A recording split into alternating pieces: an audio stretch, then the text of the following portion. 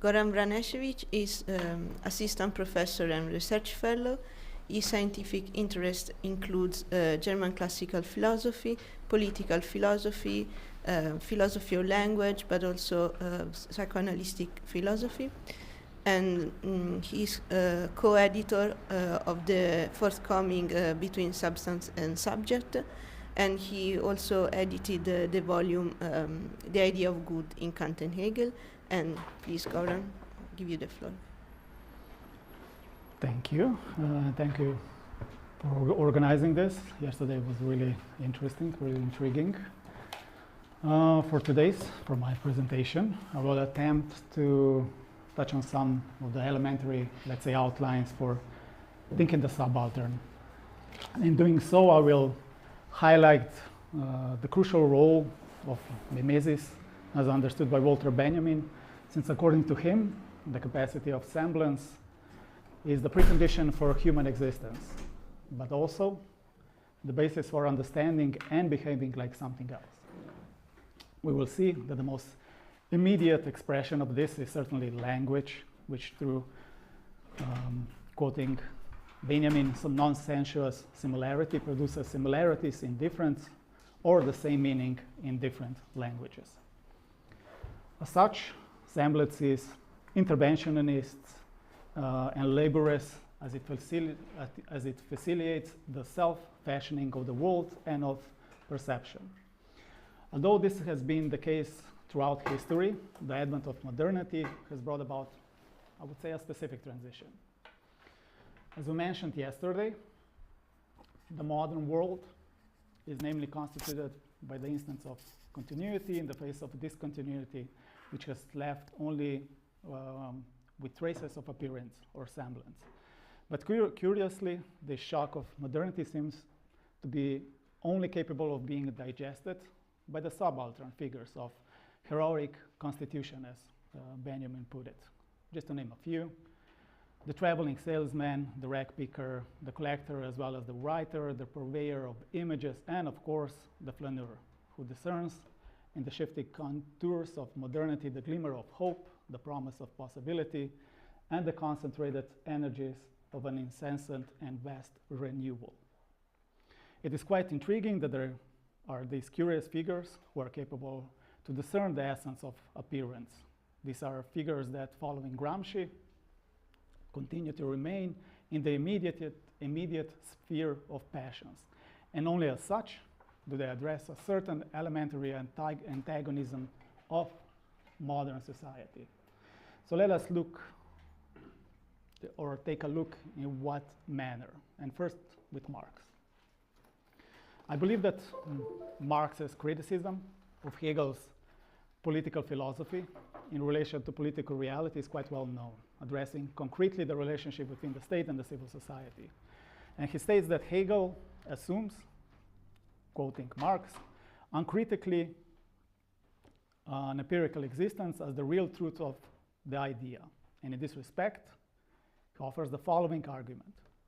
This appearing actuality, for instance, states, or the state, as the actuality of the ethical idea, exists as a pure self-reference of an essence. And this is not tenable for Marx, because in the appearing actuality, there are antagonisms that cannot be simply translated into self-relation for Marx. And they cannot be reduced to an essence. So let us consider the obvious opposites that Marx identifies between the state and the civil society, which, in his view, have no common links between them, let alone a moment of the same idea, but rather persist through, quoting Marx, angeloste autonomie, or unresolved autonomy. Interestingly, Marx emphasizes that civil society has nothing else in its own womb but the desire, the need, the anticipation of the other.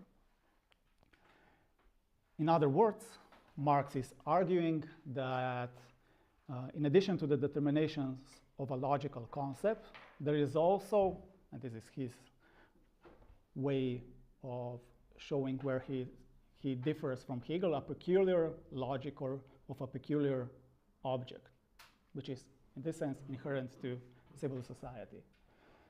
Our interest here is not so much in the adequacy of the critique addressed to Hegel, but in this let's say, peculiar logic, eigentümliche Logik, in relation to the consideration of the subaltern. The logic of the subaltern is certainly a peculiar. So let us first glance at some of the general features that are scattered throughout Gramsci's notes, where we can find the most precise definitions. While the idea of the subaltern appears early, its authentic form appears in the notes entitled The History of the Dominant Class and the History of the Subaltern Classes of his notebooks. Already here we find the main features underlying the different manifestations of the subaltern, namely that, on the one hand, quoting Gramsci, in the activity of these classes there is a tendency toward unification, albeit in provisional stages. But on the other hand, subaltern classes, still quoting Gramsci, are subject to the initiatives of the dominant class even when they rebel. They are in a state of anxious defense. Although this class has an extraordinary potential for resistance, it is more or less subjected to coercion. To a large extent, this also echoes the spirit of Marx's framework of exploitation, domination, and alienation. So one of the questions is, what is the relationship between the capitalist modes of production to this mechanism of power as such? And why is this resistance offered by the subaltern so marginal or inefficient? Following Marx, who already in Communist Manifesto outlines a response. He shows a historical dimension of exploitation, domination, and alienation, of course, when he says that history of all hetero-existing society is the history of class struggle. This is known. But Engels adds in one of his prefaces, specifically the 1883 German edition, in the following. Of the struggles between the exploited and exploitation, this is happening between the struggles between exploited and exploiting, between dominated and dominating classes at various stages of social evolution. That this struggle, however, has now reached a stage where the exploited and the oppressed class, the proletariat, can no longer emancipate itself from the class which exploits and oppresses it, without the same time forever freeing the whole of society from exploitation, oppression, and class struggle. Again, this is Engels. This is like a familiar premise according to which exploitation is bound to the existence of the proletariat, which is why it must undertake a practically impossible task of separating its being from the praxis of exploitation. This implies that the organization of productive forces is thus intrinsically violent, as exploitation is conditional on the value of the labor force. Exploitation is thus not a moral category that harms individuals, groups, or communities, but a structural feature of the political economical system. And under conditions of capitalism, it is the most typical wage payment that reflects that the value of labor is inherently violent. And it is important to understand that there is not such thing as a purely neutral process of value production within the capitalist mode of production. The reason for this is that, quoting Balibar, what is in fact exploited is the labor force that the workers or the proletariats possess within themselves and which they must sell to capital. Since exploitation is thus not person-oriented but labor force-oriented, the question becomes how this translates into the subject as the bearer of labor. As Marx outlined in his chapter on the fetishism of commodities, what exploitation refers to is in reality a part of the worker's living capacity, a part that is reified and made a thing whereby it can form a part of property relations and be freely shaped and manipulated. Now, without going into all the minutiae of the underlying logic inherent to alienation, which is always at the root of the formation of the subject, these mechanisms of domination and subjugation form the basis of alienation. And as we have already mentioned, referring to Marx and Engels, exploitation is historically conditioned, which means that The historically conditioned antagonism relations between the exploited and the exploiters are reflected in the form of the means of the production. This is not possible without, let's say, a dialectical bond between domination and alienation, between coercion and force and reification of labor power. And in this respect, if we bring back Benjamin into the picture, Benjamin's postulate and challenge that the subject of historical knowledge is the struggling, oppressed class itself, which completes the task of liberation in the name of the downtrodden generations, to quote the title of the conference, gains some weight and relevance. This conjunction between exploitation, domination, and alienation, which permeates the life of the downtrodden, is grounded in language as an external vehicle or means for the mediation of values and truth condition. Already in Gramsci, we find the preconditions for a critical understanding of subaltern subordination in relation to language, since the latter contains for him, for Gramsci, a certain conception of the world, and in subaltern groups, this is reflected in their actions and not so much in articulated thoughts. Now, quoting a little, like quite a long passage from Gramsci. In acquiring one's conception of the world, one always belongs to a particular grouping, which is that of all the social elements which share the same mode of thinking and acting. When one's conception of the world is not critical and coherent, but disjointed and episodic, one belongs simultaneously to a multiplicity of mass human groups. The personality is strangely composite.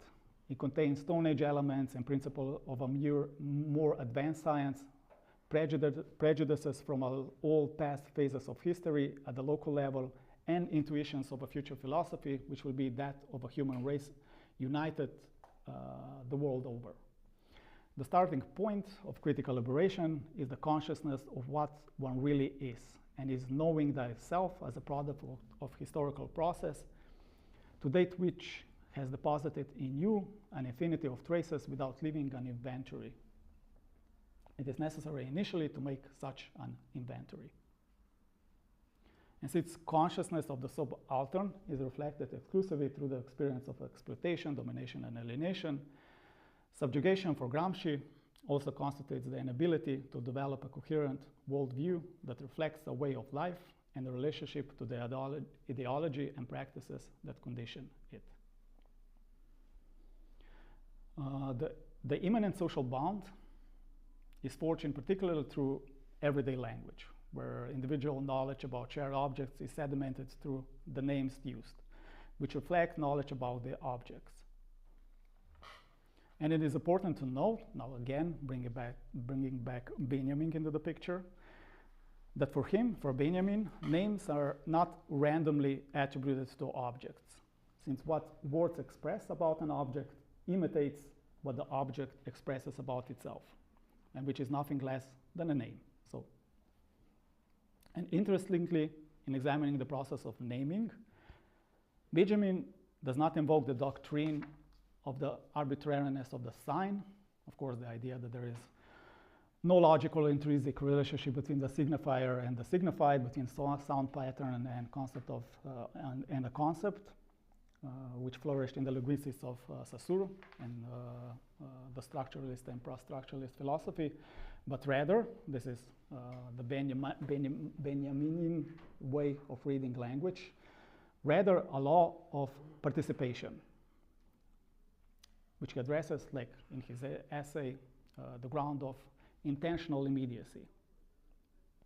Since this, I would say, is a unique understanding of linguistics in which the whole humanity shares, including all the excluded, subjugated, oppressed, and so on, it makes, I think, sense to look a bit closer at the logic.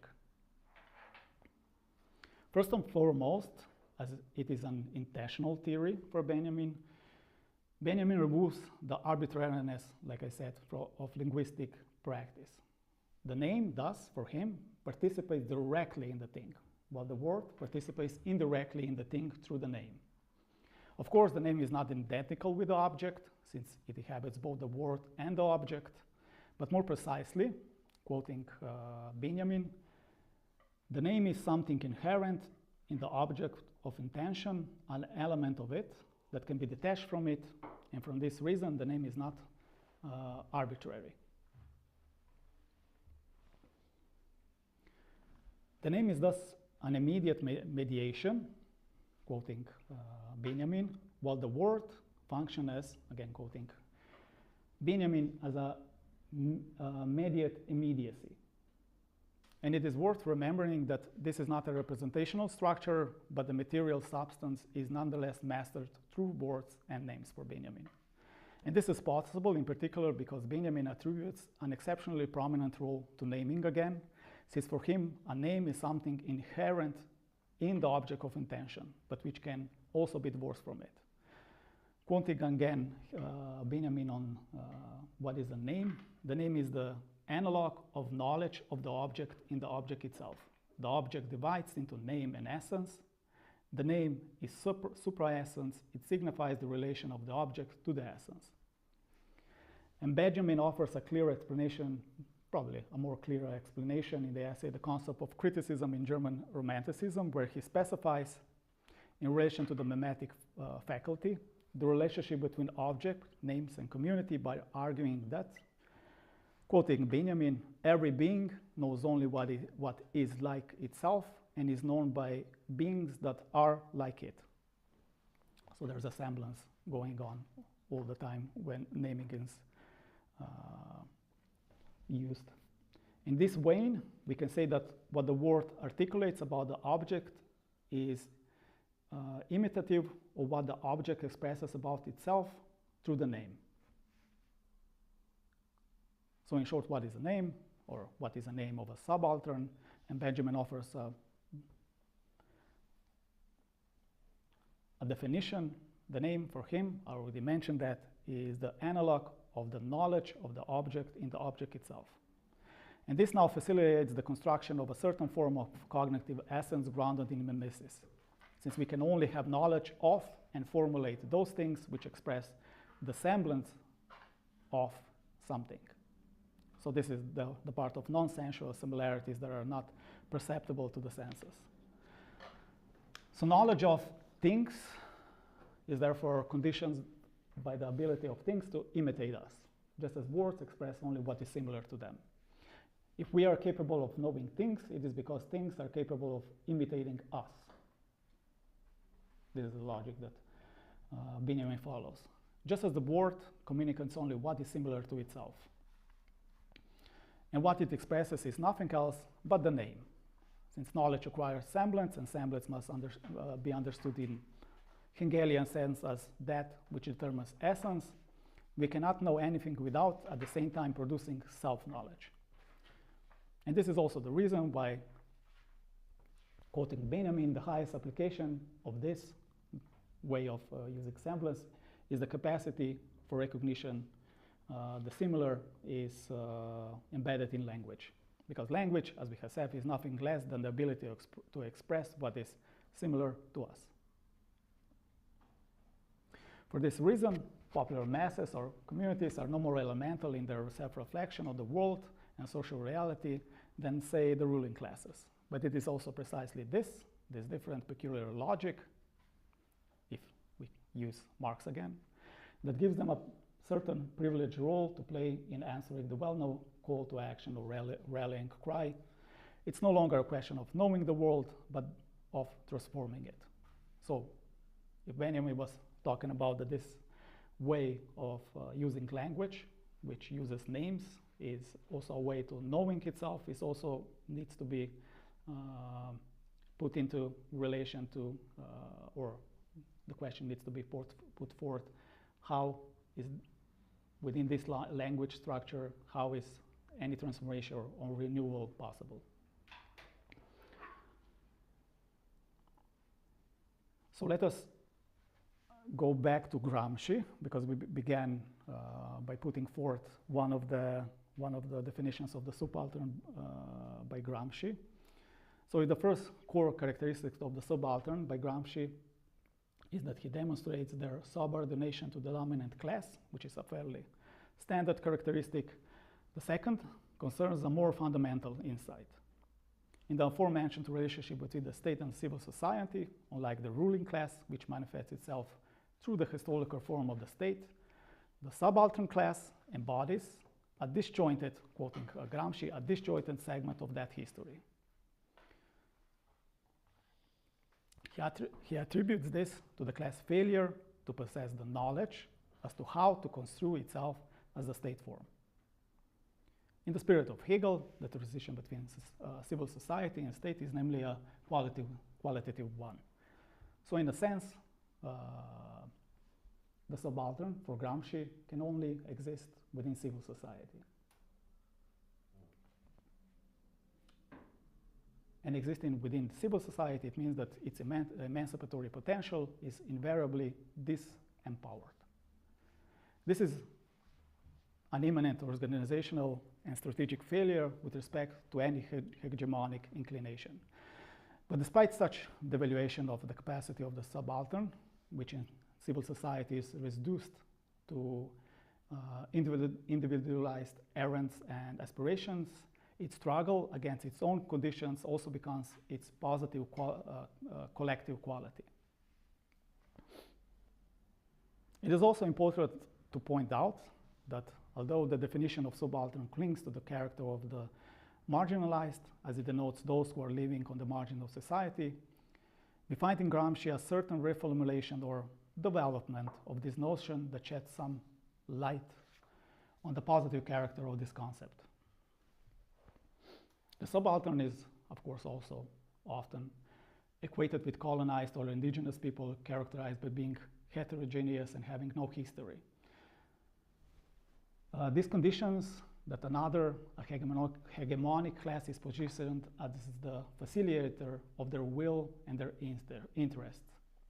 Spivak, as we all know, includes a particular view, those who are most affected by epistemic violence, or men and women among the illiterate peasantry, aboriginals, and the lower strata of the urban sub-proletariat are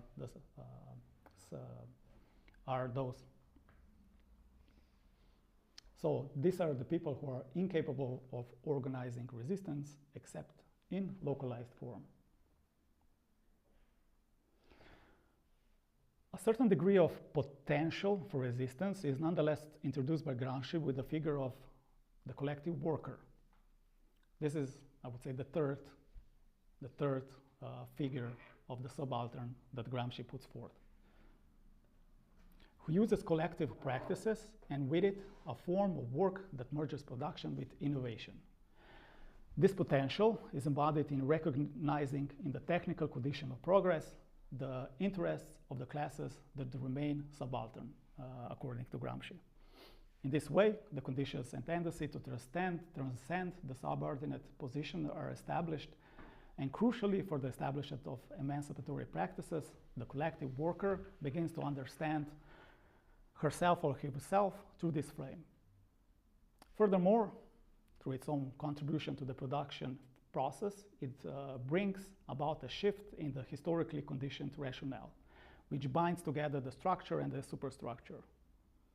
While conventional interpretations hold the superstructure immersed in the structure, which determines exclusively economic understanding for cultural and political processes, Gramsci points out that the predominant role of the economic structure is not a given historical necessity. Rather, it reflects a specific reason and a specific ends of subjectivization that underpins the practice of subjugation. Production itself has a structural function in this respect, but it does not follow that this function is an external or universal objective principle of a social formation. Consequently, production processes and technological progress can be formulated, quoting Gramsci, in relation to the interest of the class which is as yet still subaltern, and in this way reformulate the elementary matrix of subjugation. But Gramsci has another figure of the subaltern, or he reformulates the subaltern again.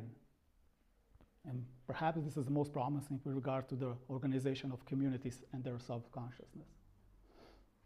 In his notebook 11, he highlights the way in which new emergent forms, new social bonds, novelty as such come about.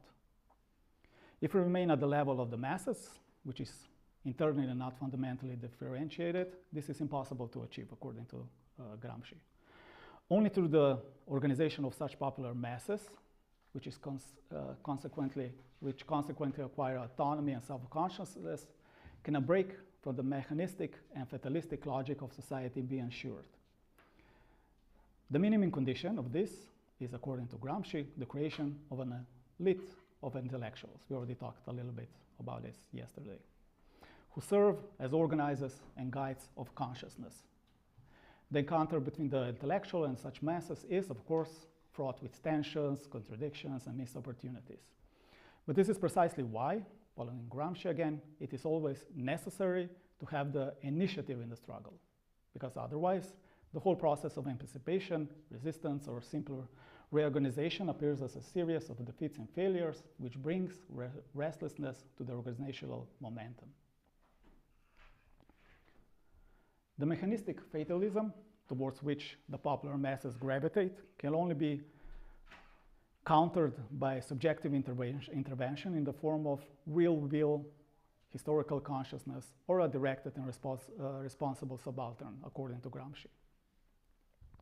By intervening or taking responsibility, the subaltern breaks with the mechanistic inscription in history and becomes its protagonist, the conductor capable of action, which, however, obscures the fact that by the same gesture, the subaltern also sheds his subaltern essence.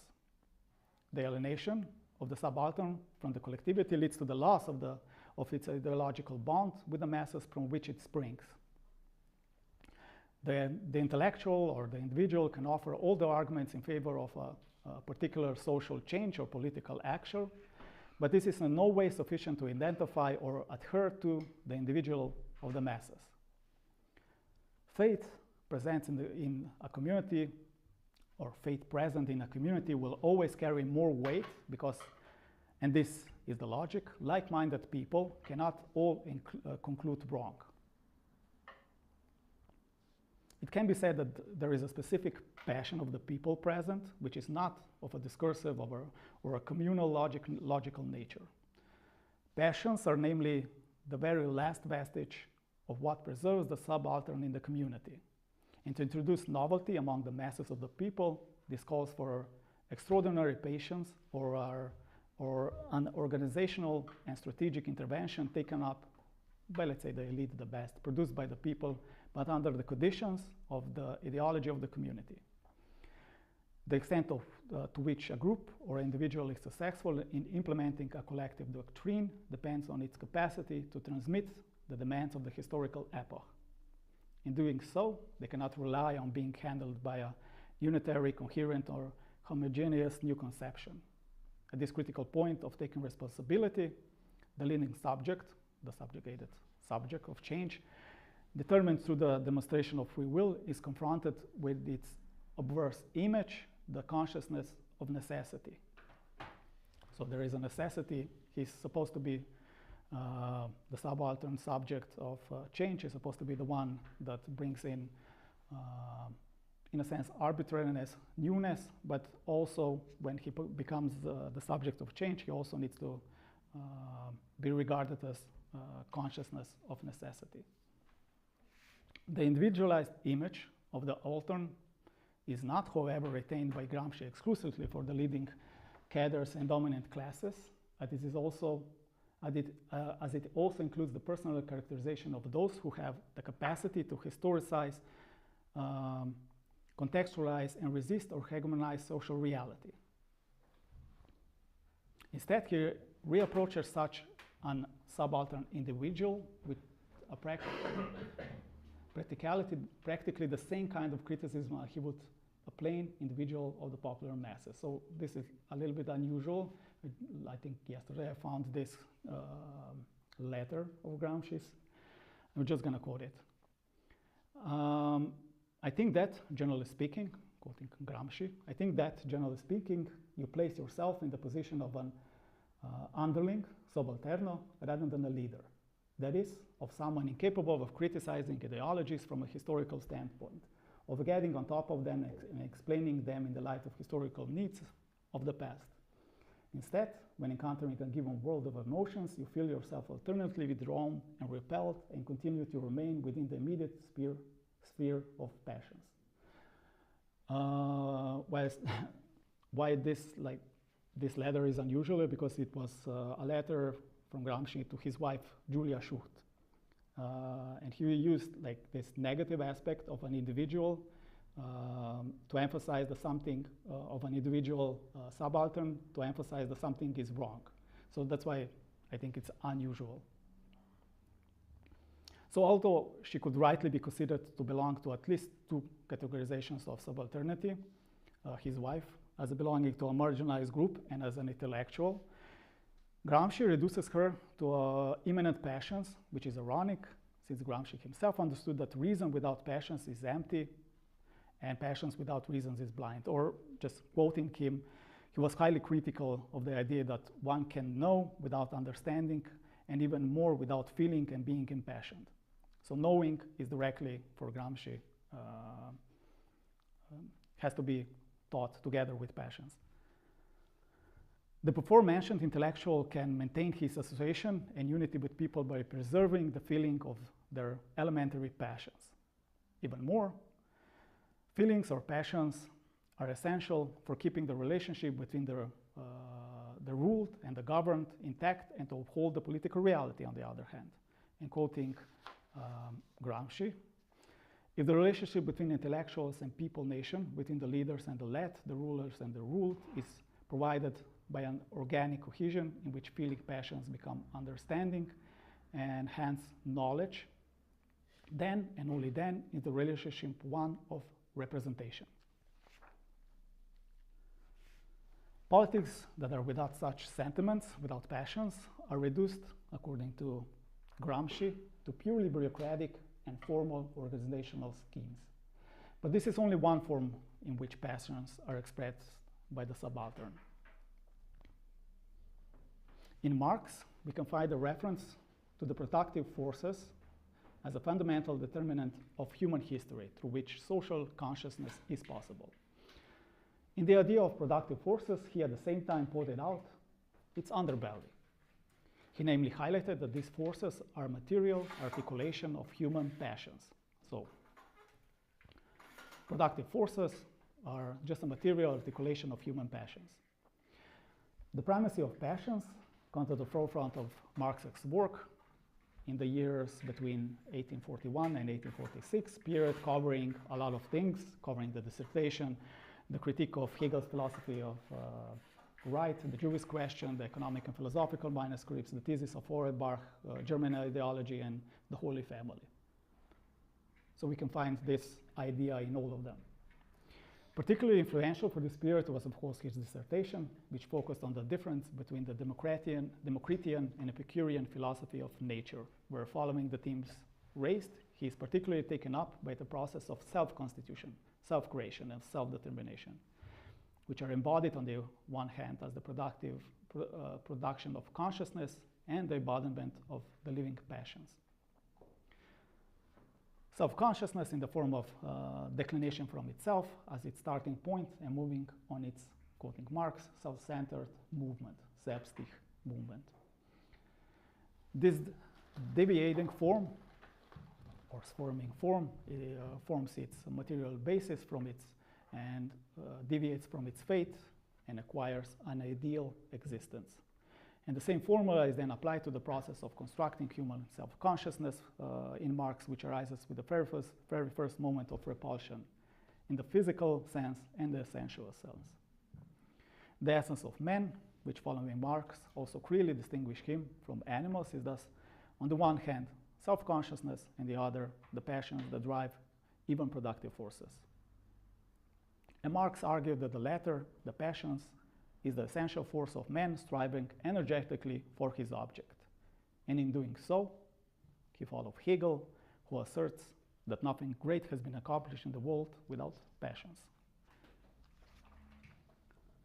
And Hegel can also be helpful in addressing Gramsci's unusual critique and in showing why the subaltern is inextricably bound with passions.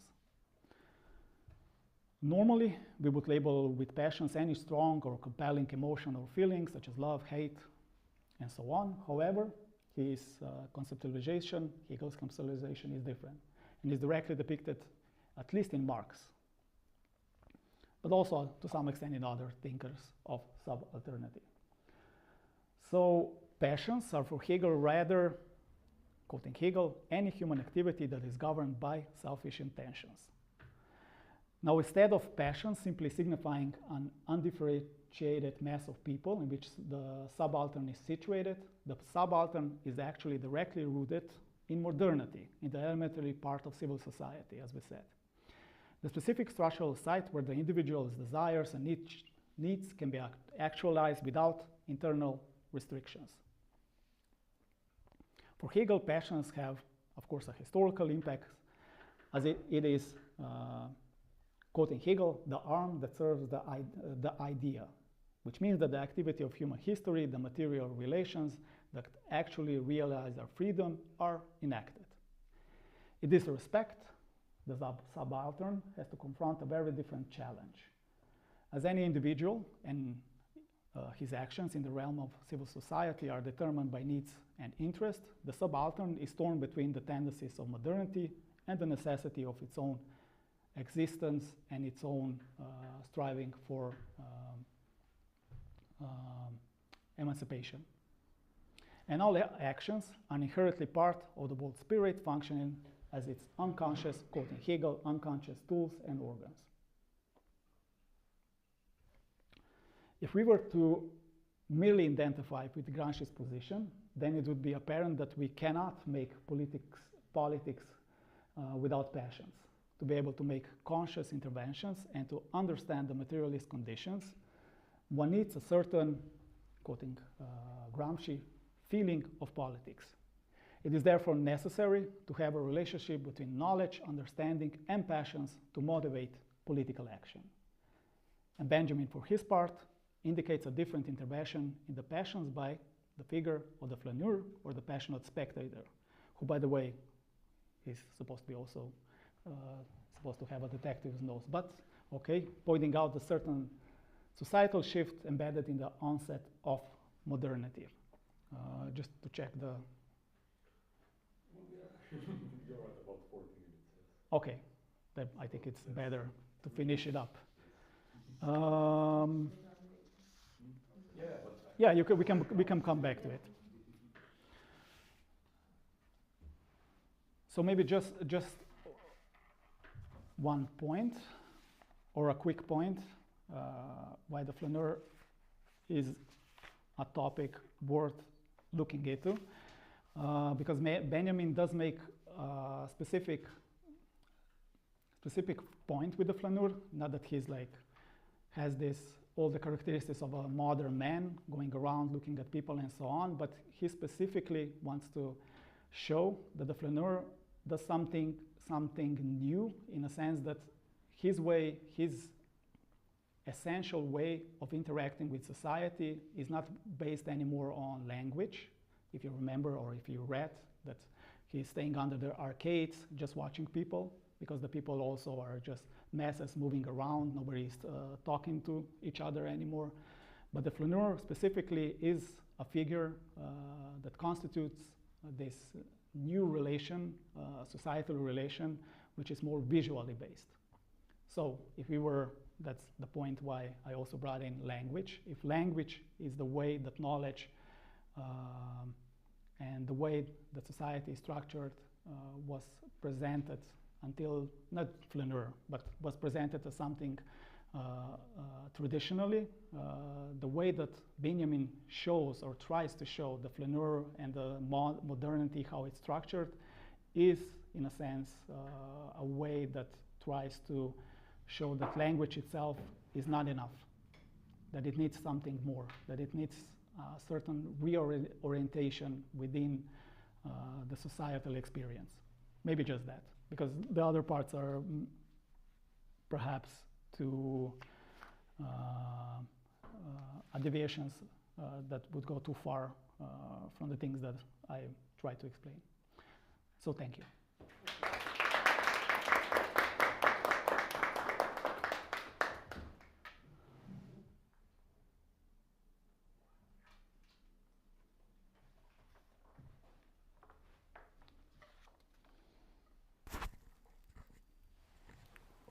Okay, questions and comments? No, you first. I have to elaborate. Okay. I have a question, but Loading. So thank you, Goran, and you have been to the. You went to the very esoteric Benjamin about language. So no, my question is about this. So it seems that there is created a lock now between knowledge of things, imitation of things, and then things that imitates us. So how can we break this circle in order to transform, so that our knowledge and practices can transform the world we are living, in order to create another regime of mimesis, we can say. And my question was: is in this sense the subaltern perspective a privileged perspective, in the sense that the living condition of the subaltern creates in itself a lack of mimesis with the present world because of its suffering? So there is it's the way he looks at the world is not being responded by the world, because their needs are not satisfied, and this could mobilize a change in a way, or is only that by assuming also a subaltern image of the world, by assuming it from the dominant class, the circle is always repeated in a way. Thank you. Thank you for the question. The first thing is that when we were talking about mimesis, just to make it clear, I didn't have the chance to get to that. We are talking, if you remember, you probably do remember better than me, we're talking about two parts. One is semblance, how semblance is reproduced, but the other one is playfulness. Mm-hmm.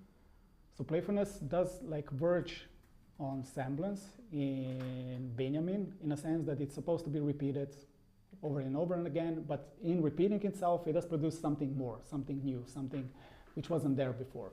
So in this sense, I wouldn't say that the subaltern class is not capable of producing mimesis. I would say that their way of producing this sameness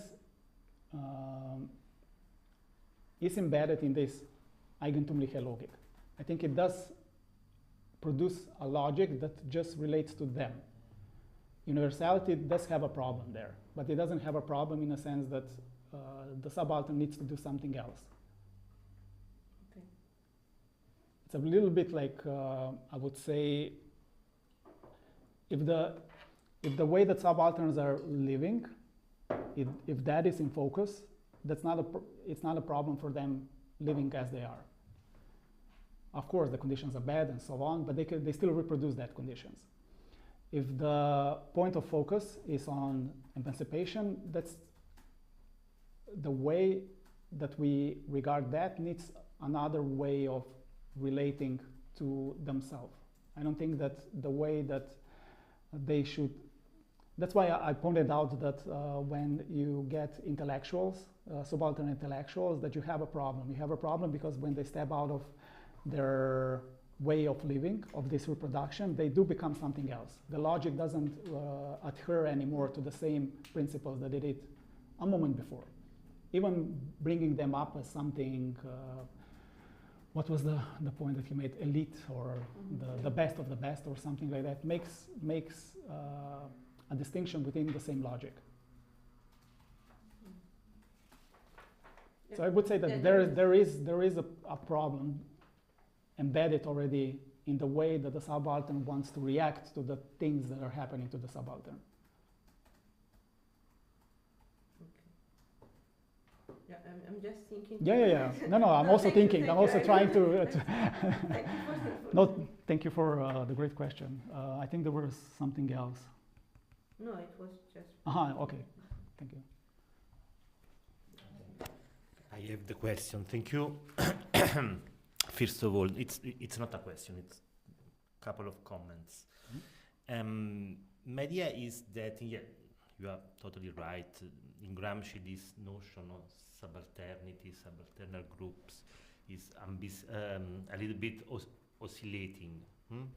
But I think that for me, in particular, it's important also to understand the dialectics within the subalternal groups. I think that is a specular dialectics as in the dominant groups. So there is a kind of conflict within dominant groups between leading groups and, in general, dominant groups. No, there is a kind of avant-garde. No, this is the group within the dominant class that is which is more symmetric with the development, with the progress, and so on. I think that the same it's also in subaltern groups. Not this distinction between a leading group and what remains subaltern. It's not so clear and strong in Gramsci, but when he speaks about working class, like a leading group within the subaltern group, I think that is his idea more than other reflection on subaltern groups. The problem, in comparison with Benjamin, and I think that Gramsci doesn't think about an alliance within the subaltern groups. No, an alliance between the different groups within the subaltern groups. There is some parasitic sedimentations that has to disappear with the development of history and mode of production. So I think it's not, we think about farmers and some groups a little bit outside the development of history. And I think it's not the same in Benjamin. Benjamin is trying to find a kind of alliance between the working class and the rest, not the other. I spoke yesterday about activity without productivity. That is the first question about Gramsci. The second one about Benjamin, it's there is in notes on Baudelaire, on Passagenwerk, a lot of reference to the erotic sexual defiance of Baudelaire. It's really something on which Benjamin insists. Like there is the context, the mode of production, this to do the poetry and the form of life a kind of productivity, it reverses also on passions. And the poetry of Baudelaire is also, he's a great poet, he make poetry of this defiance. This is the greatness of Baudelaire. But the political problem is that the defiance remains. And I think it's Benjamin thinks about the possibility, no, of a different society, a different order, communist order, on so on, to develop without frustration this passion. This passion within the advanced capitalism is frustrated, but in a different order, maybe it can find its place, its right place. And maybe we lost Baudelaire as a poet, but we have maybe a more happy Baudelaire as a man. Probably, no. I think it's a bit this idea in Benjamin. It's we have to choose what we want. A happy Baudelaire is like a Sisyphus for Camus, a little bit. No, what what we want, no? And, I remember one time Paolo Virno said in a conference about the adversary of 68, it impressed me, this, there is no art during a period of strong social movements. The art is or before or after, but there is no specific art of the social movement. There is some currents that develop within social movement, but anything was born from specific social movement. But we have, it's a very strong affirmation, as always for Paolo, but it's interesting.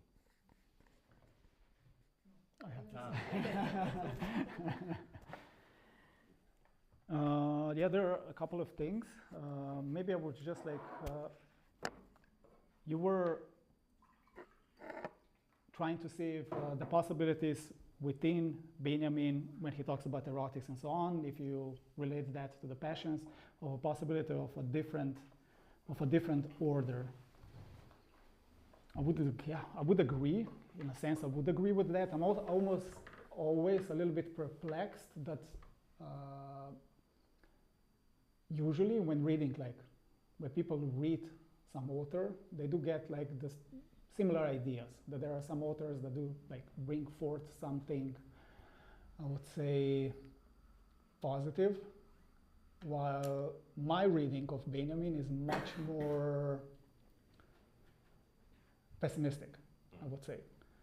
Like for me, like when reading him, when he comes, especially when he comes to the place when talking about the masses when he says that they're horrifying, terrifying, they move like some form of a blob, they don't have any recognizable characteristics and so on. So I wouldn't say that that is also not a part of the passions. I would just like, I'm not like disagreeing with you, I'm just like feeling a little bit intrigued by how places where we're talking about Benjamin, where it seems like there's some potential for emancipation, seems like, for me, seem more desperate. I know that the erotic part, I did read it, but when I read it really in the context of so many things are going wrong within like his way of explaining how society changed, that is just like a local way of maybe relying on hope which isn't there.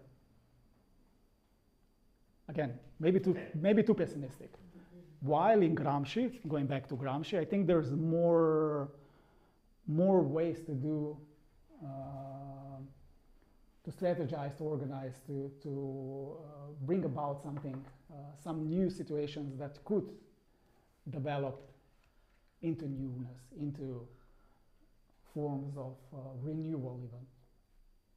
That would be my like look at one or the other author.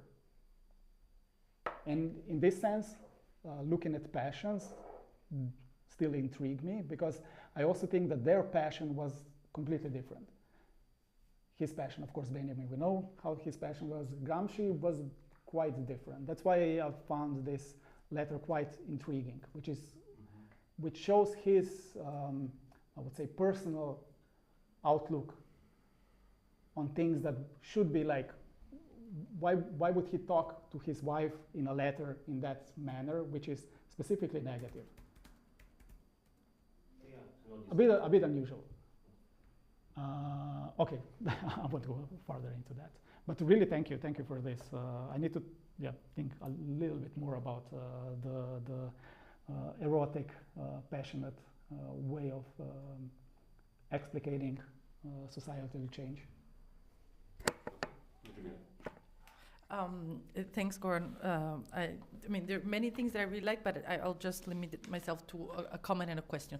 The comment is more of thinking this notion of mimesis in Benjamin in connection with mimicry in Baba. Maybe it's an all too easy references, but I mean, since you connected mimesis to this capacity of producing something else, or you know, it's not just a repetitive process, but a creative process. I mean, you have in Baba this notion of mimicry, which is the way or the strategy that the colonized is unconsciously, unintentionally, or subconsciously using in order to navigate the colonial order imposed on it. So by mimicry, it's the colonized is actually not simply reiterating, but creating something new again. So I was just wondering if you thought about this connection, but maybe it's irrelevant.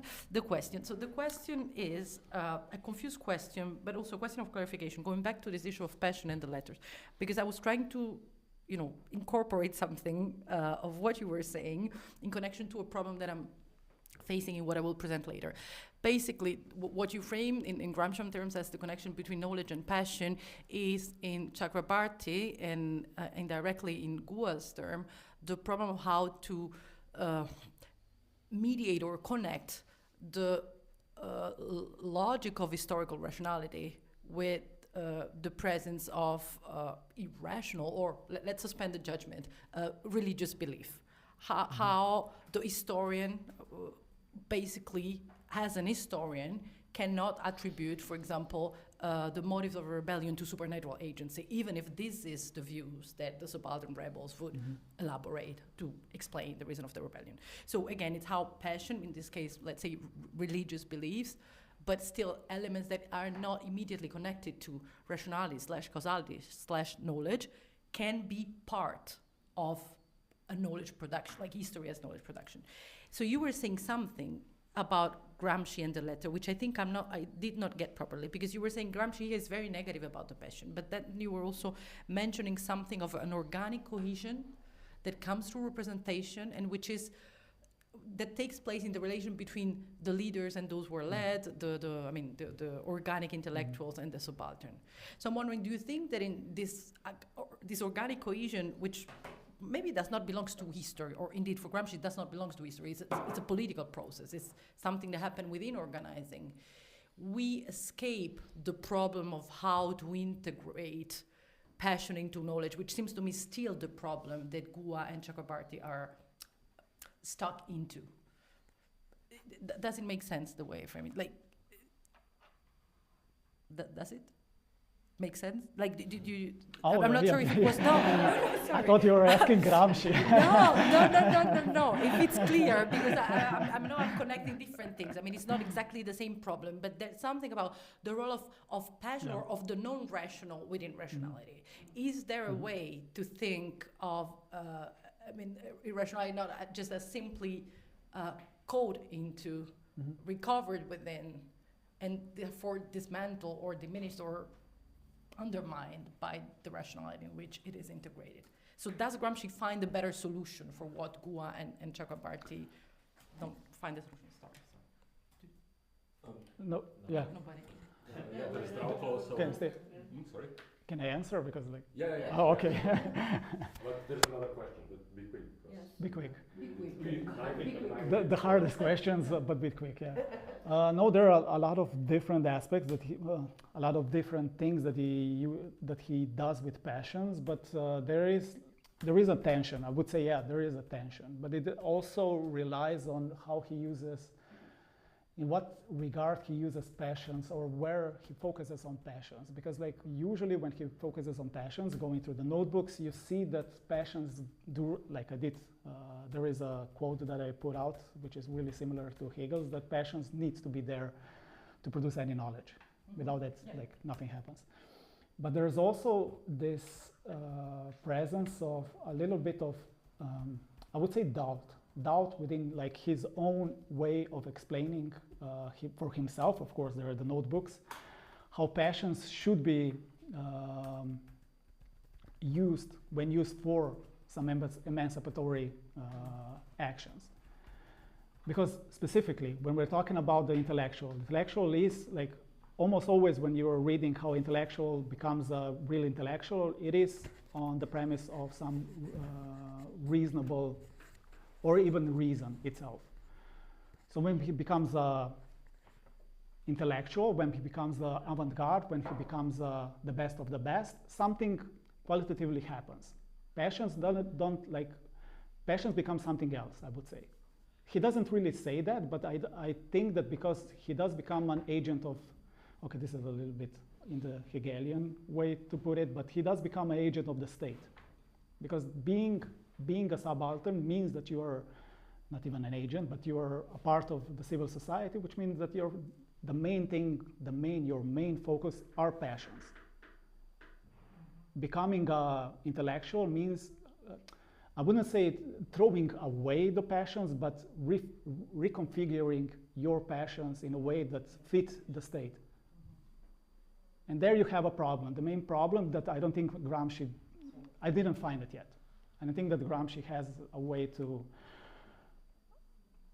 reconfigure his own view on how emancipatory practices should be fought with passion, while still he believes that passions are invaluable to the cause of emancipation.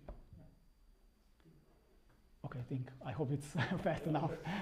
May I, two quick questions, not so quick. First, I would like to disagree with the thesis of contradict of Virno. Yeah. Yes, that there is no great art being made in the times of, let's say, social unrest or turmoil and so on. I think this is empirically false, because I can quote Yugoslav partisan movement, and there is a book, a very good book on thinking partisan art, which shows that in the time of revolution or partisan struggle, there was a very strong, let's say, artistic creativity that was basically opened new horizons on art terms. But I would even one can even use the Italian example, let's say, of futurism, which is closely related, in my view, with fascism and so on. I think that there are many examples, and simply so to say, okay, before, after, but not in between, I basically cannot understand that. But to return to your lecture, Goran, first, and I must apologize, I'm not an expert in Gramsci or Benjamin or the difference between the two and subalterns and so on. But 2 comments or 2 questions. What struck me was your exposition of the theory of language or names in Benjamin. If I understood it correctly, he claims that a name is a part of a thing, of what a thing is, that a name belongs to a thing, belongs to a thing. And on the other hand, it belongs to the subject of knowledge. And in this way, name is interface between the two, connecting them into a kind of the same, as a part of the same world. And for that reason, the knowledge, the naming of the thing is a kind of self-knowledge and so on. I would ask, could that be developed into not linguistic but ontological categories? Because in this way, you can have a really strong conception of a difference between things unknown and known. Because, you have this naive presupposition that in order to know a thing, you mustn't change it, because in this way it's corrupted, it's not known as it is. What if it is the knowing itself that makes a thing into what it is? Mm-hmm. So that being known is a part of what a thing is. And that has then a very different, completely different, let's say, philosophical, ontological consequences that basically go into the direction of Hegel, where a thing itself is deficient if unless known. The other thing is, and this is somehow related to the yesterday's discussion on the difference between revolt and revolution, and that basically continues the question made by Julia. Because I think that there is, it seems to me that there is a kind of preconception of, let us say, revolution being bad and revolt being good. Okay, the answer was, okay, this is not in this way, we should think it paralexically, or namely not dialectically, God forbid. But I wonder if this is really productive or even correct. Julia asked whether it is this very distinction something that prevents radical social change to happen or being made. And I would add two reasons in favor of this question, or in favor of this, that this question should be taken very seriously. What we actually do when we oppose revolt to revolution.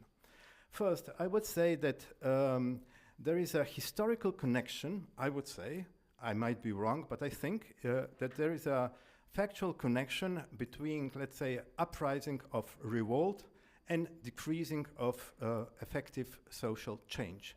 And I would locate this in the 70s. In the 70s, you had this, on a toujours raison de se révolter. What was the result? Reaffirmation of status quo, disintegration of those very structures that could, let's say, be used profitably for real social change. So, insistence on revolt basically, okay, cemented the existing structures. And on the other hand, I would say that this is also has to do with, let's say, the consciousness, self-consciousness, good or bad consciousness of academics and theoreticians themselves, meaning ourselves. Since if it is not us to make the revolution, because if we do it in this traditional way, we are bound to repeat the failures and so on. And so if there to be a possibility of real social change, it has to come from das ganz andere, from the outside, from the subalterns and so on.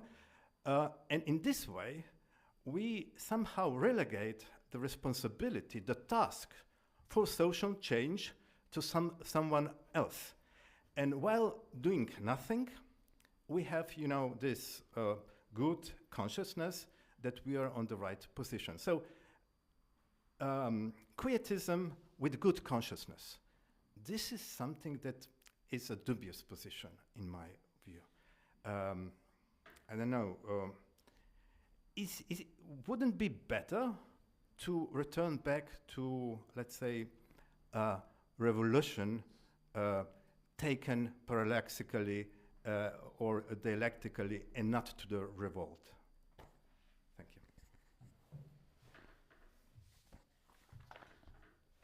you. Just like, I'm gonna go really fast. They have, I have a minute, okay. I mean, we have like 15 minutes since this moment. Okay. So we should start. Okay, Well, just we should start. I mean, the schedule is 30, but we can like postpone 5 minutes, but not more. So. okay, then just 6 words for each question. One is, I definitely was thinking about that, and within Benjamin's idea how this language structure is working is, it's really that, names are directly embedded into objects, and names are then related to words. And he has like this specific way of showing that how knowledge is related to this, when saying that it's only through names that we know. When we just use words, we don't know the thing. We can sense it, we can have some perception of it, but we cannot have knowledge of it. Okay, just this of the first question. The second question, Should we have a revolution? Yes. But it's also interesting that the last big revolution was also in the 70s. It was the Chinese Revolution, which is a revolution of a revolution, which is, I think, the only one in history. That the revolution already happened, and it was revolutionized from within.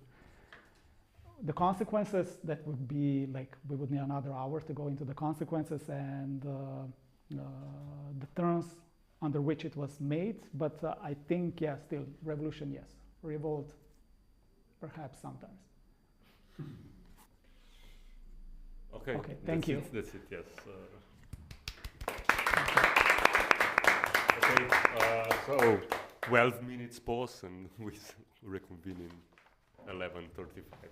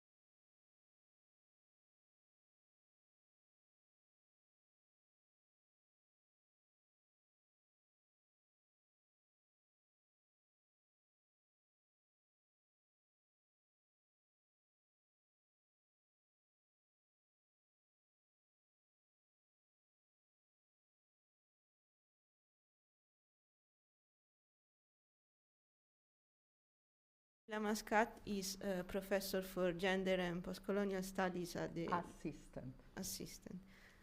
Lower ambition. At the University of Utrecht, and also a member of the institution, or the Institute for Critical Inquiry. And her scientific interest includes, more recently, for example, partisanship and engagement, and also redemption and restitution of colonial. Thank you, Julia. Thank you, Julia, and thank you, Martin, for organizing the workshop, also for the patience in the organization. And I mean, of course, thank you everybody for the conversation we had yesterday. So my paper today, it's maybe my first attempt at engaging with Benjamin, so Benjamin scholars bear with me.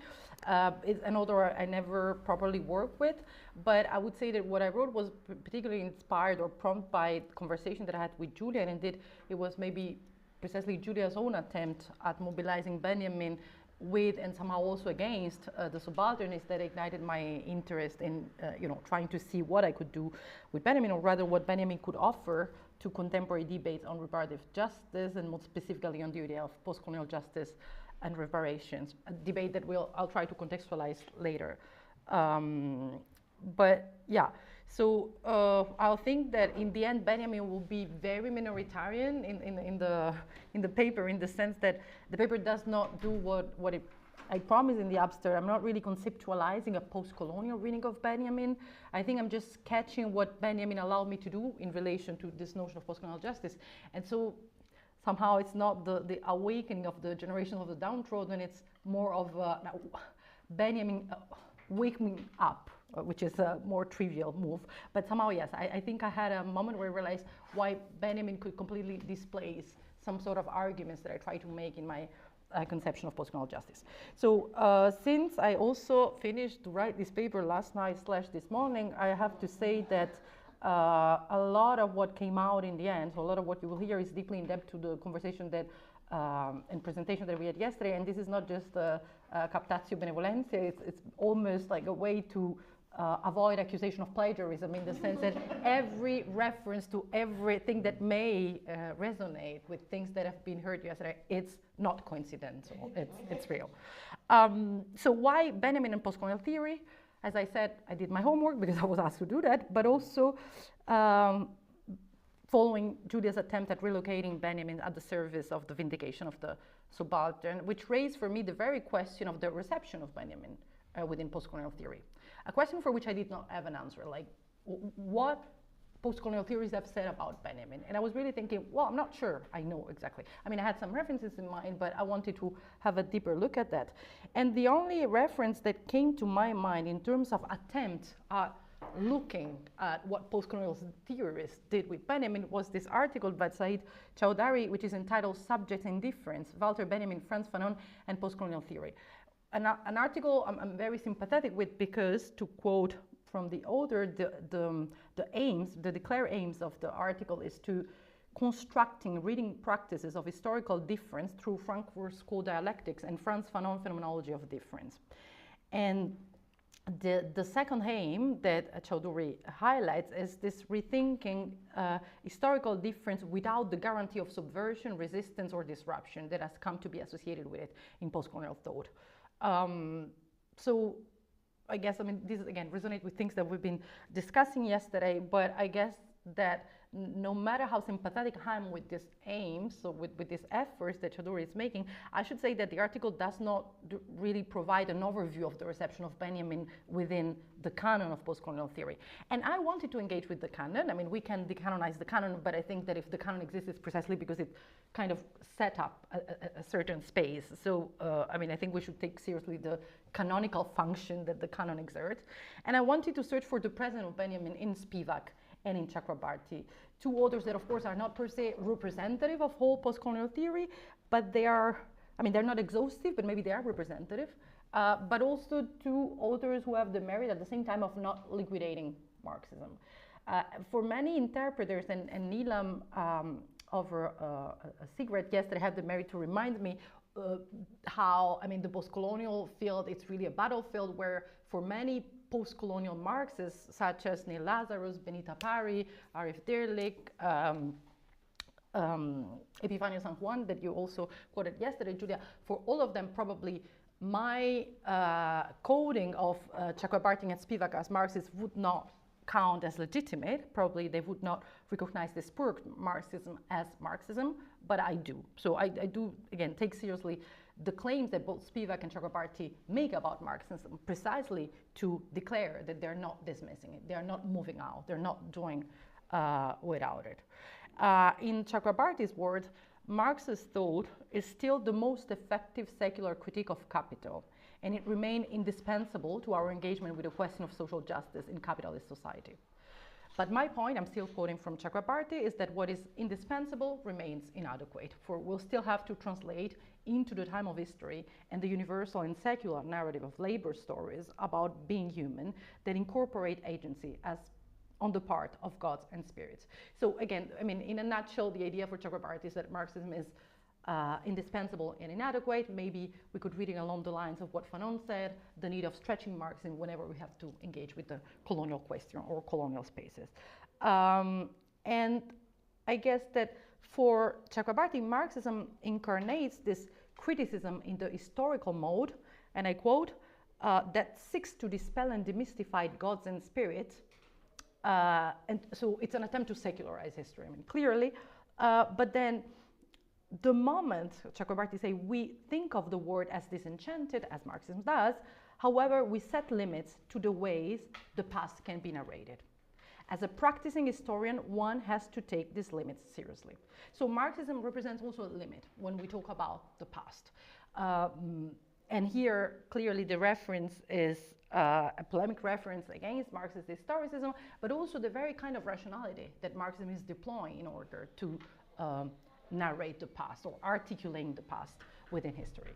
A certain rationality that would not allow for the possibility of those subaltern history to be even accounted for, kind of. Spivak, on the other hand, defines herself as a feminist Marxist deconstructionist. Her approach to Marxism, or the Marxian corpus per se, so Marxist, from the standpoint of what she defined as a permanent critique of one cannot not wish to inhabit. It's a quite convoluted form, but basically Marxism represents this thing that one, or this locus, that one cannot not wish to inhabit. And this is the cipher, I mean, for those who are less familiar with Spivak's thought, that defines her approach to the Western legacy of modernity in general. We are not simply criticizing, we're not just confronting, we're not rejecting, we're not excusing, we are not accusing, but we are rather persistently criticizing what we cannot not want. So there is a double bind, a connection of desire that at the same time has to go hands in hands with critique. And in a less convoluted form, this permanent critique is the construction. I mean, the construction that she takes from Derrida, and which is a form, I would say, these are other concepts that she uses of sabotage, of affirmative sabotage, but also a form of strategic use or abusive uses of the corpus of Marx. And lastly, as an interruption. So deconstructing Marxism, as much as deconstructing historiography, which is the title of her famous first engagement with the work of the subalternist, is an interruptive intervention. As much as Can the Subaltern Speak, I guess, is an interruptive intervention that mobilized the very looming figure of the subaltern as an epistemic interruption of phallologocentric monologues of Western episteme, and to counter, or to, again, not maybe to counter, to really interrupt its all too powerful will to knowledge. So deconstructing Marxism can be conceived also as a textual destabilization. So this interruption can be thought as a destabilization. Spivak also speaks of permanent parabasis from Paul de Man in relation to Schlegel. I mean, there is a whole genealogy of how she's trying to codify her idea of deconstruction, on the one hand as destabilization, so permanent parabasis, the sort of interruption of a discourse that shifts its historical register, And I think that we should stay with it, let's say, provisional definition. The construction is destabilizing and at the same time interacting. And this is what Spivak is doing with Marxism in a way.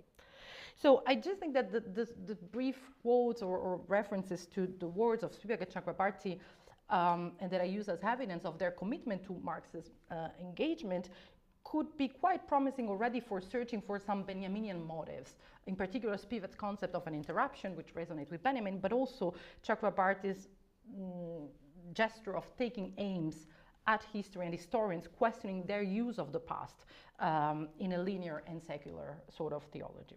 And so I decided to follow those lines, interruption and the uses of the past against history, as guiding lines to see what happens in the reception of Benjamin in Spivak and Chakrabarty, to avoid just some sort of just disperse or inventory of random references. So keeping in mind this point, I would say that I'm not going to try to say what Spivak and Benjamin or Chakrabarty and Benjamin have in common. I mean, of course, we can say that they do share the target, like the iron cage of capitalist colonial modernity and its Western master narratives. Maybe Benjamin does not stress emphasis on the colonial or Western dimension. Spivak and Chakrabarty do that.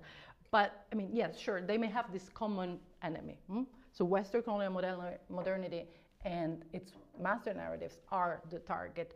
But what I'm trying to look at is precisely what these authors do with Benjamin rather than what do they share. And in the case of Chakrabarty, I have to admit that this sort of treasure hunt, like wanting to find something meaningful, was less fruitful than I expected, in the sense that Benjamin does not seem to be crucial to Chakrabarty's endeavor in provincializing Europe to grasp and conceptualize historical difference against historical equivalence, but also against historical incommensurability. So he used, I mean, to define what historical difference is and how it stands between these two opposite, historical incommensurability and historical equivalence, Chakrabarty used the word translucence as opposed to transparency, this would be historical equivalence, and opposed to the obscurity, that would be historical incommensurability. Crucial to this task of provincializing Europe, so to introduce historical difference in and within and against historical narratives, crucial to Chakrabarty are Marx and Heidegger. Those are the two affiliations that he claims, and there is more Heideggerian not yet than Benjamin's now time in Chakrabarty for sure. So I mean, I would say that I was a bit frustrated by thinking it doesn't seem to me that Chakrabarty is doing anything meaningful with Benjamin per se. I mean, Benjamin is quoted a few times in Provincializing Europe, and there is a very, can I say, almost banal quote in the conclusive note to the introduction to Provincializing Europe, a note on the concept of historicism, where Benjamin finally appears, and Chakrabarty say, needless to say, this passage of time that is constitutive of both the narrative and the concept of development at stake within historicism is, in the famous words of Walter Benjamin, the secular, empty, and homogeneous time of history. So, quite, I mean, just quoting Benjamin for the sake of quoting Benjamin, but not much more than that. And then again, I mean, there are a couple of other occurrences where, again, Benjamin is evoked in relation to this critique of the empty and homogeneous and linear time of history. Yeah, I mean, I can spare this other quote, and I don't think I have a major point to make in the sense of why Chakrabarty is not relying more on Benjamin. They may have more in common, and still Benjamin is not a crucial reference. And I mean, one could, and I mean, I can leave it for the discussion, elaborate on why actually Marx and Heidegger are the key figure of his attempt of provincializing Europe. But what I wanted, I mean, what may, after all, be slightly relevant is that I think that we can find some reason or some tentative explanation for why Benjamin does not play a major role within Chakrabarty.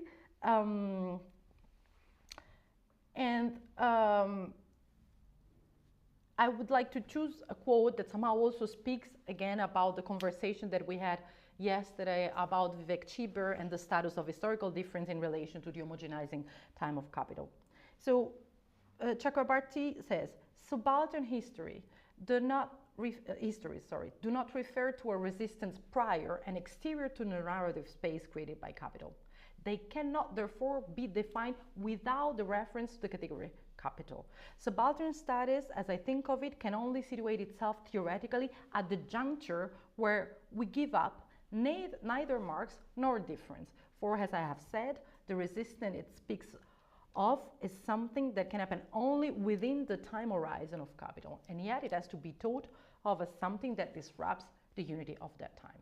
So I chose that quote because somehow refers again to how we read Chakrabarty in relation to what Chakrabarty is doing with historical difference and what he's actually doing with the idea of a universal history of capital. So it's not dismissing it, it's keeping it pretty much within its framework. And then we can think that what is interesting in his intervention is that between abstract labor as a Marxist category, which is part of this universal history of capital, and the concrete instantiation of labor, so really existing labor, there is a whole space for signifying where historical difference stands, so historical labor stands in relation to abstract labor, so to say. But the reason why I choose this quote is because, of course, I mean, again, he's speaking of something that is supposed to disrupt the unity of that time, so a Benjaminian line. But at the same time, in this quote, while noticing where Benjamin could have been, while he is not, so there could have been Benjamin, and my question is like, why there's not more Benjamin actually? I think that from this quote, we also understand maybe why there is not Benjamin after all, and why there couldn't be more Benjamin in Chakrabarty's peculiar construction of the short circuit of History 1 and History 2. Maybe, again, for those who may not be familiar with what Chakrabarty understands as History 1 and 2, although yesterday we talked about it a bit, History 2, Chakrabarty says, is better thought of as a category which is charged with the function of constantly interrupting the totalizing trust of History 1. So clearly, History 1 is totalizing, universalizing, History 2 is interrupting this. But also, Chakrabarty says that History 2 is not separate from capital, it's not outside of it.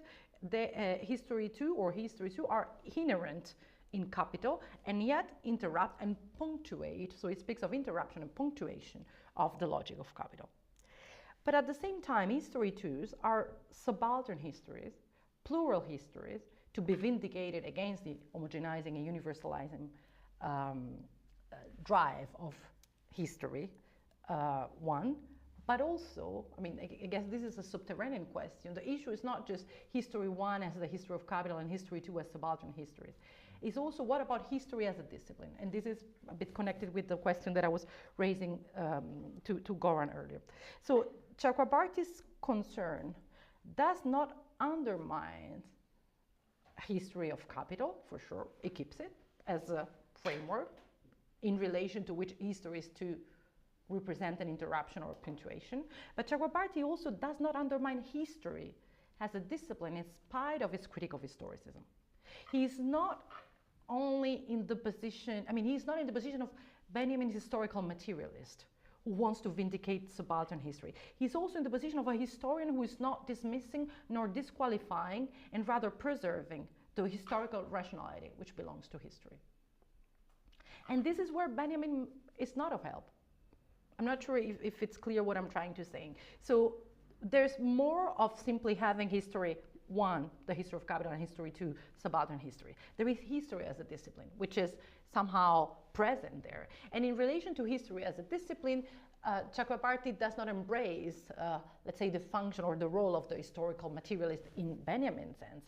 It's actually keeping pretty much that historical rationality, which is part of the logic of history.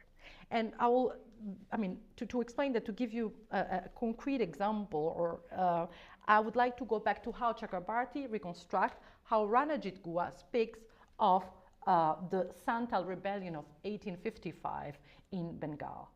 So this uprising, it's something that Guha is narrating with his idea of using the colonial archive, so this history of counterinsurgency, basically the history of colonization narrated by the colonizer.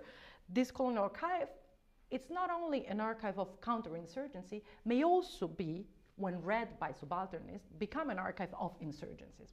So subaltern history reorient, this almost like, a gestaltic reorientation of the gaze that allows to see in the colonial archive subaltern insurrections. And to do that, of course, it's interesting what are the elements that Goethe is analyzing in order to retrace the presence of insurrection. But most importantly, in relation to this specific rebellion, the issue is that Goethe finds the sort of records of the interrogations that the leader of this Santal rebellion have provided. So when arrested and interrogated by the colonial authorities, the leader of the Santal rebellions justify or explain the motivation for their rebellion by evoking or conjuring supernatural agency, the agency of God. And Goethe explained that indeed the fact that they were explaining the reason why they revolted, that they revolted because they've been asked to do so by the gods, and they've also been reassured by the gods that they would have not been run into danger while doing this. Goethe is interested in saying this is not what they were saying as propaganda, this is not ideology, because this comes from the interrogation. So they were not, he could not find, let's say, leaflet where they were diffusing or making propaganda and inviting other peasants to revolt in order to revolt based on the fact that, let's say, God is calling us to do that. No, those were simply interrogations. Were they expressing individually the reason why they revolted? And here we find supernatural agency. What can Goethe do with this? Well, here it says this is religiosity. This is not religion. Religion in the sense of a sort of objective, construction that have some sort also of sittliches value. It's for Goethe, this religiosity is a level of the belief, and it's at the level, and I quote, of the generation and circulation of meat in its characteristic vehicle, rumor. So the religious belief, it's connected to the generation and circulation of meat in its characteristic vehicle, rumor. So meat reduced to rumors that are spread, beliefs that are spread. This element, which is actually the ground on which the leaders of the Santal rebellion justify their actions, how can this be accounted in the narrative of the subaltern historians? And this is where Chakrabarty intervenes. And he says, there's no third voice that can assimilate the different two voices of Goethe, the historian, and the Santal leaders. There's no way, in other words, there's no way that Goethe can say that the rebellion happened as an historian because of supernatural agency. The rationality, historical rationality cannot allow room for supernatural agency from the perspective of the historians. Does it make sense? And so what Chakrabarty is saying, that in the end, Goethe remains an historian, a sympathetic historian, sympathetic with the history of the subaltern, but he stays on the side of history. He cannot completely disrupt the logic of history by finding the cause of the Santal rebellion in supernatural agency. The leaders of the Santal rebellion may speak of the gods. Goethe is not saying that they revolted because the gods told them to be so. No, because I see skepticism. Does it make sense what I'm trying to say? And to follow up on a different layer, what Chakrabarty is doing, I think it's pretty much the same, in the sense that while he's opening these scissors between history 1 and 2, and disclosing the possibility of tearing in the space, which is opened by this, divaricating the scissors, Chakrabarty is also not dismissing nor eliminating the historical rationality that is blaming Goethe, or somehow not even blaming, like he's just saying, look, Goethe is not doing away with history. Well, I would say Chakrabarty is also clearly not doing away with history, and he knows that it's not. And this is what is kind of advocate, the impossibility for the historian, the subaltern sympathetic historian, to epistemologically break with historical epistemology or historical rationality. And here, if I remember correctly how you framed, Julia, in the chapter that you sent me, the criticism of Chakrabarty, you seem to say that he Chakrabarty does not want to eliminate history one. Sure, I'm with you. But I think that there's something else, which is Chakrabarty is not even eliminating from the picture history as a discipline and historical rationality. And to that extent, I mean, the fact of remaining within history as a discipline does not allow the historian to confer causality within history to supernatural forces. So what Chakrabarty is actually doing, which, and again, we may disagree on that in the sense that you seem to say, okay, then he's not doing much, and I would say, well, he's still doing something which is significant, is calling for a history, he says, that deliberately makes visible within the very structure of its narrative forms its own repressive strategies and practice. Or a call for a history that deliberately makes visible within the very structure of its, the history that lie bare to its readers the reason why such a predicament is necessarily inescapable. So to eliminate history in the name of those dreams that are repressed by history, those subaltern dreams is a word that Chakrabarty used, is not allowed by the knowledge protocols of history. And Chakrabarty acknowledged that. But his call to precisely asking for history that deliberately show and make visible its own protocols, so this call, I think, is not just wishful thinking, it's actually an acute awareness of what do we aim at when we want to overcome the whole too heavy legacy of modern colonial rationality. I mean, it's kind of facing what does it mean if we leave history and its rationality? Where do we go? What does it mean to give up with modern colonial rationality? And clearly, Chakrabarty, unlike Mignolo, is not invoking pre-modern civilizations or indigenous cosmologies. He's rather signaling this limit point. Again, signaling an interruption. Let's pause and let's attend to the striptease of modern historical rationality that only subaltern history or subaltern lights can illuminate. So here you have what I think is the gesture of provincializing, a radically alternative enlightenment of enlightened modernity. Or in Benjamin's words, a Copernican revolution of historical perception, whereby subaltern critique, to paraphrase Benjamin, attains primacy over history. Not politics, rather. Subaltern critique is what takes primacy over history and of its asymmetric ignorance. But then, I mean, then we can discuss about it, Julie, in the sense of whether there is anything relevant in this operation, because I follow you when you say, okay, but this is not really subverting so much, or this is not actually, but I mean, Chakrabarty is not necessarily positioning himself as the organic intellectuals, but then my question will also be, what is a different definition of the intellectual that can be coined to define what subalternists are doing? They're not traditional intellectual, and I agree. They're not, organic in the sense of being this organ or instrument of organization. But what is the intellectual function which is at stake here? I don't have an answer, but I'm just raising the question. Now, if you keep in mind this idea of the rumor, religious belief as a rumor which is spread, and this religious belief that attributes the agents or the motives or the causality of revolution to supernatural agency stays with us when we move quickly to Spivak.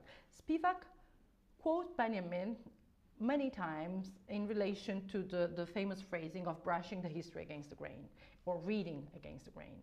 And this is what, for Spivak, deconstruction is all about. It's premise on interruption, but we could say that brushing history against the grain corresponds to Spivak's understanding of what deconstruction is. And she states in Deconstructing Historiography, in this essay where she engaged with the subalternists, you can only read against the grain if misfits in the text signal the way. So there are those moments that she calls moment of transgression. You kind of have to stumble upon those misfits in order to be able to read against the grain. Otherwise, you will not. And then she said there are two moments, two sort of obstacles that she encountered in the test of the subalternist that allow her to read the subalternist test against the grain. So you don't simply read, let's say, the canon of Western modernity against the grain. You also, what she does is reading the subalternist text against the grain. So Gua and Chakrabarty read against the grain, mostly Gua here. What she's doing is saying that she encountered those two obstacles. And the one, I mean, quite predictable for those who know Spivak, but also for those who don't know, is the place of woman. And the other one, interesting enough, is rumor. So we go back to Gua understanding or mobilization of the concept of rumor. Gua is using rumors actually to articulate some sort of, this is what Spivak argued, so a different reading as compared to the one that Chakrabarty is providing on the same operation. Rumor becomes, in Spivak's reading of Gua, the foundation of collective agency. Precisely because rumors is nobody's speech. It has no auto-reality. It's somehow anonymous. It's also transitory. It doesn't have a beginning. It doesn't have an end. It's circulating. This is the sort of construction of collective subaltern subjectivities. So rumors become the glue that articulate subaltern collectives in rebellion. While reading this, so saying what Gua is doing is using rumor as this tool for retracing the presence of subaltern collectivities or insurgent collectivities,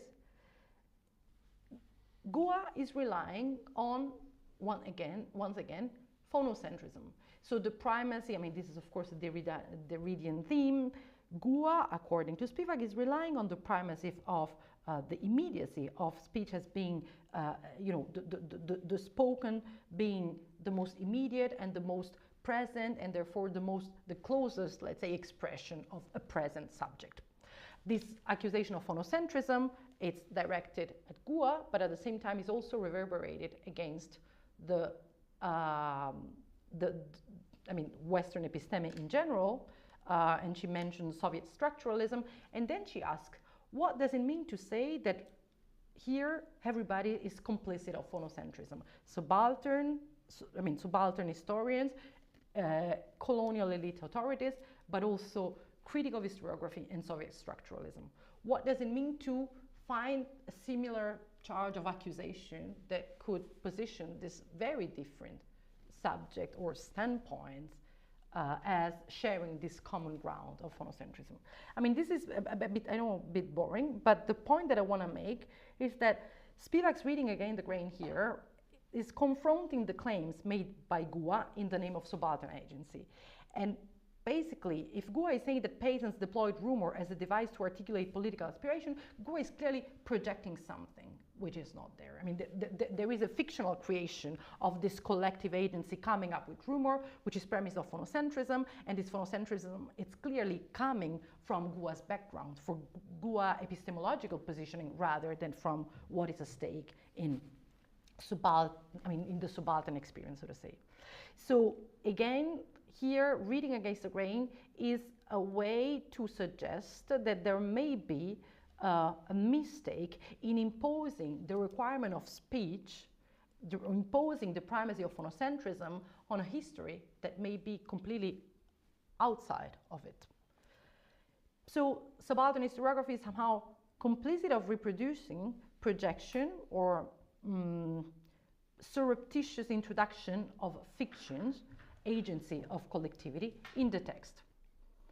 If you want, in a word, I mean, the idea is just that reading against the grain here operates as a vigilant reminder of the fact that what subaltern historians are doing is not retracing, is not retrieving, is projecting, is creating, inventing, fictionalizing. Nothing to do with retracing.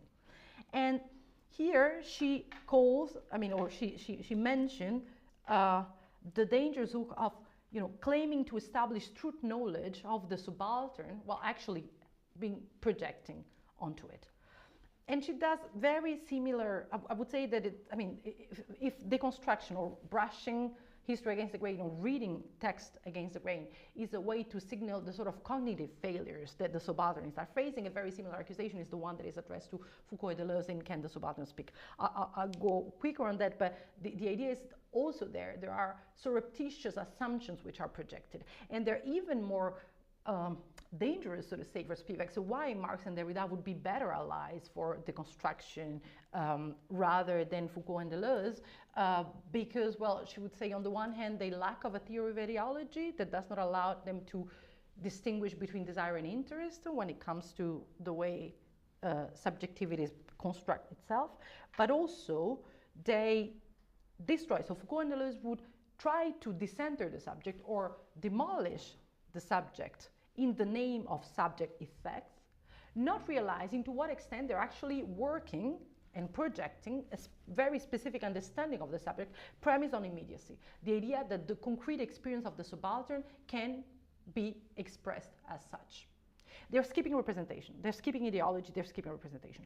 And Spivak here used the construction again as an interruption to signal that these failures is actually a much needed failure, and a failure that cannot be overcome precisely because it's signaled by the foreclosure of the subaltern. The subaltern is not only the one that cannot be heard or the one that cannot speak, it's completely ungraspable, foreclosed. And it's not an essence or an incommensurable or ungraspable obscure otherness. It's just a limit concept. It's just that limit that signals the limit of Western episteme.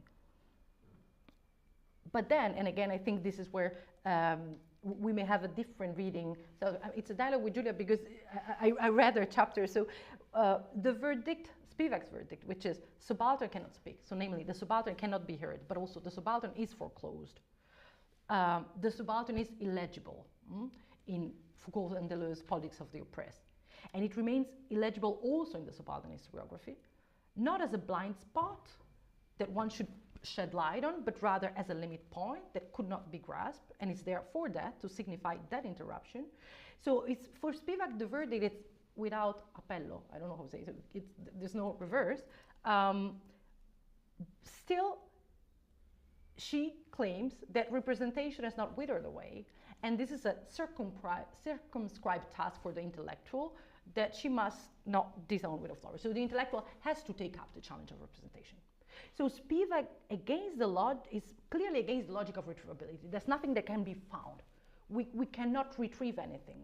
Those traces are not traces, are projections. But representation is not retrieving.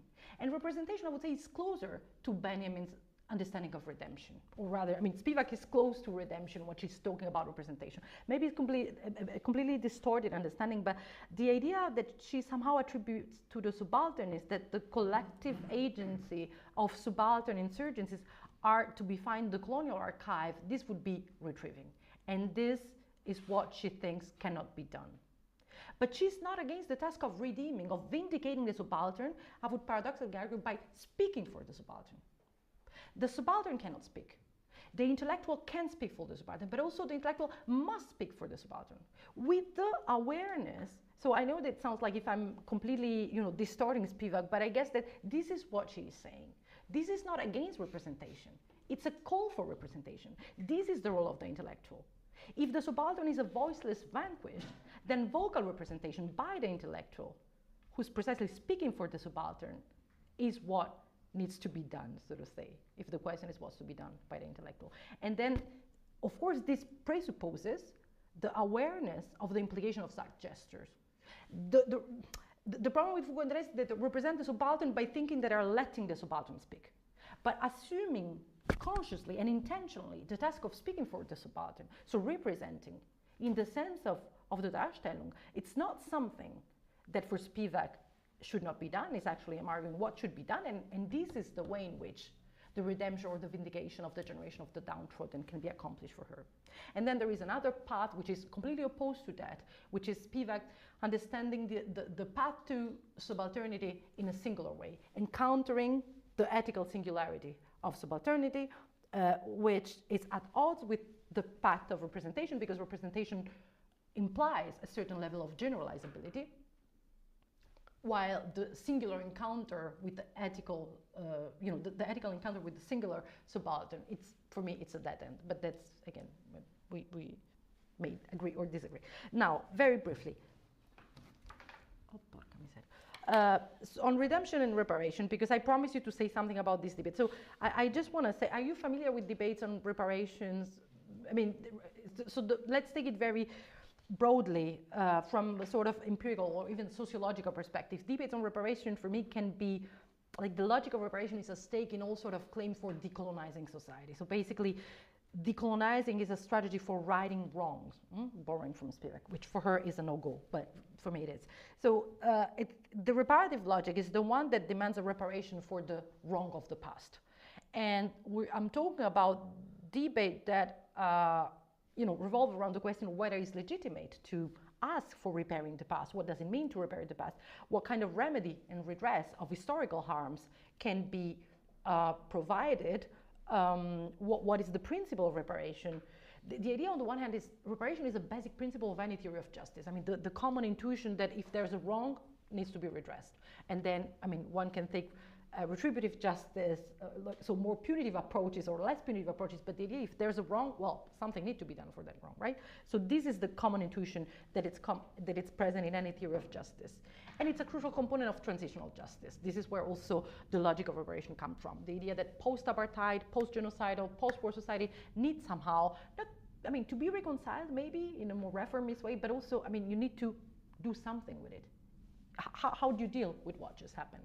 And so the idea of repairing comes, but the complication, I would say, of debate on reparation come from the historical distance. We're not talking about the genocide that happened 6 months ago or apartheid that just collapsed 2 months ago. We're talking about crimes that are remote in history, such like slavery and colonialism. And so I think that this complicates the picture when we ask who is entitled to reparation and why? Again, empirical question. Who has the duty to repair? Another empirical question, but also a more conceptual question. What exactly we repair when we speak about reparation? What is to be repaired? What's there that needs to be repaired? What are we repairing when we repair? And in relation to this question, I started to speculate on this notion of postcolonial justice has reparative justice. So postcolonial justice is a justice that seriously takes the task of repairing the past, but then thinking that repairing the past is just the task of repairing the irreparable. You repair what per se it's done. You cannot undo what is done. History cannot be undone. So you're necessarily facing the impossible mission of repairing the irreparable. And I take it from the title of a book by Magali Besson, Faire justice de l'irréparable. So doing justice to the irreparable. Now the question is, I guess, how, on the one hand, how the oppressive legacy of colonial modernity, its perpetuating elements, its lieux de mémoire, its symbols, its mottos, its master narratives, how these elements can be repaired or redressed, but also how can the repressed legacy of the defeated, of the subalterns, of the downtrodden, of the wretch of the heart be redeemed? And I think those are not the same question. And this is where, and I really have to thank Dario, because over cigarettes we have many conversations where I was expressing all my frustration in not understanding how I could use Benjamin, and then talking to him, I think something then went through, and it opened up this, I was saying, this not awakening of myself, but just a wake up moment where I say, this is what happened. So I would like to distinguish these two moments. On the one hand is how do we deal with the legacy of learning into all its material and immaterial forms. The other question, so how do we deal with the wrongs? The other question, how do we deal with the defeat, this defeated struggle? And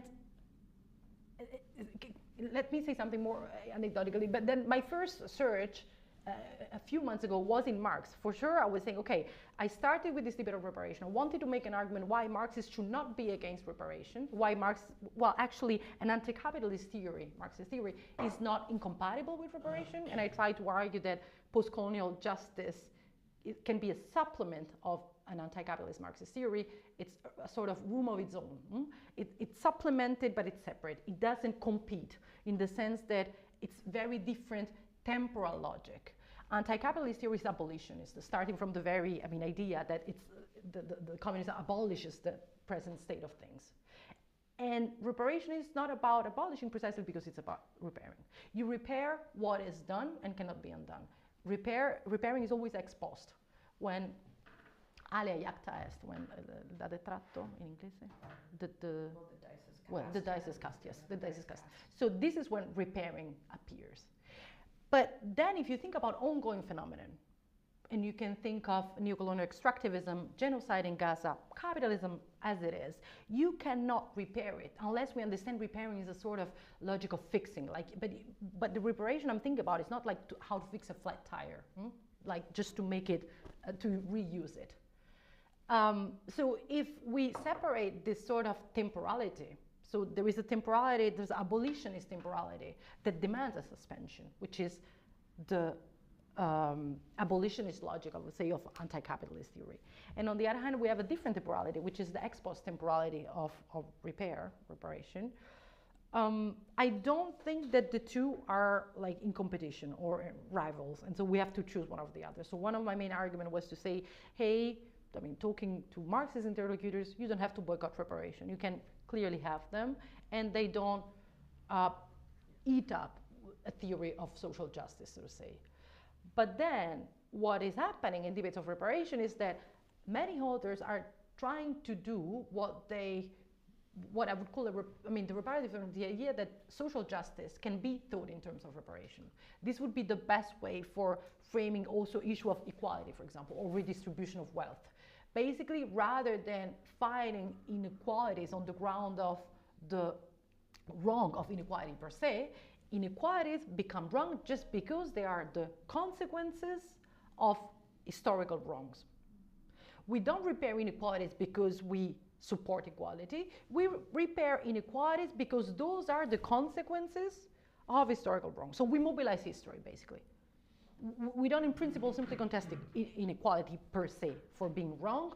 We say history showed that it's wrong because inequality comes from that, which of course is also at its flaws, and those who are against reparation clearly say, but there's no way you can show a clear causality that proves this descendants of historical wrongs and current inequality. I mean, I think that intuitively we would say, well, for sure, history of slavery has some impact in the way in which a huge part of the world population lives, but it becomes very difficult when you try to make also a legal argument about it. There's no restitutio ad integrum, you cannot go back, and you cannot know exactly if those consequences causally account for the current status quo. So this was the kind of horrible debate because I had to discuss with a lot of analytical philosophers on this issue, so it was a bad moment intellectually, but this is where I turned to Marx because I was trying to say, but maybe Marx has something to say. Maybe Marx was interested in repairing. No, yeah, I know, I have to stop. Let me just close on that. Marx is not interested in repairing. And I was like, but maybe I can play with Marx and redemption. I mean, what does Marx do with the past? And that was a previous paper where I started to do this. And then again, the answer was that, I mean, and it was not just my answer, Marx is pretty much about the future. The past almost, I know it sounds provocative, does not play almost any relevant role. The past is for Marxism either the danger of anachronism, I mean, I have quotes, but I will spare it to you, or a burden. In the famous quote of the tradition that were like a nightmare. So the burden of the dead, and one should let the dead bury the dead. An expression that it took me ages to understand where it came from, while I found this flamboyant article by Mark Neoculus on Marx and Redemption that explains that, I mean, it's Dal Vangelo di San Matteo, this quote is precisely showing to what extent there's no significant, I mean, there's no sort of form of endowment with the past for Marx. Marx is at the avant-garde of disclosing up a new world. The past is mostly an obstacle. There is a need of tabula rasa. But Marx is not Marxist, basically. We are Marxists. We live of a legacy of defeat, and we are not necessarily opening up. Marx is opening up, so the past really does not count. I mean, I know it may sound paradoxical. And then the point was, of course, that if there's no significant way in which Marx could allow me to articulate anything about reparation and not even redemption, the turn to Benjamin may be significant for a very specific way. As I was saying, maybe Benjamin signaled a mistake that I was making. I cannot vindicate the subaltern through the logic of postcolonial justice because the very idea of a theory of justice is premised on the model of the wrongs that need to be repaired. And so here you're engaging with the wrongs, not with the defeats, not with the struggles and the defeats. I mean, the defeats are also only understood as the outcome of struggles. So postcolonial justice and the debate of reparation, I think that it's really not, and sadly, not focusing on how to reactivate the flame, let's say. And I mean, it's not even fetishizing the ashes, but it's clearly not reactivating the flames of those past struggles and past defeats. And this is where the framework of postcolonial justice is maybe not useful for that other thing that, I mean, I kind of care about it, but it's a stake but could not find a locus or a space within the framework of postcolonial justice, as I'm conceiving it, which is a political state, not a theory of justice, a political task. So I think that Benjamin illuminates for me the impossibility of going with the paradigm of postcolonial justice in order to think of this process of reactivating, of vindicating the subaltern by establishing what we talked about yesterday. I mean, this continuity over the discontinuity of history, by reestablishing this partisan Gewesen as a past that we can reclaim. So clearly, I was into a dead end with postcolonial justice, and I kind of think that Benjamin allows this awakening moment. But also, let's leave it here maybe. One last thing. What I would say about postcolonial justice, and yesterday we had this conversation, I think it was Sami, about the tribunal of history, and of course, the Hegelian idea, you have the tribunal of history in Hegel, but the idea that the very word history may be a tribunal of history, and we can leave that somewhere else. We can leave that aside. We have Nuremberg as the moment where the singularity of a specific catastrophe is conceptualized, but also politicized and legalized as such.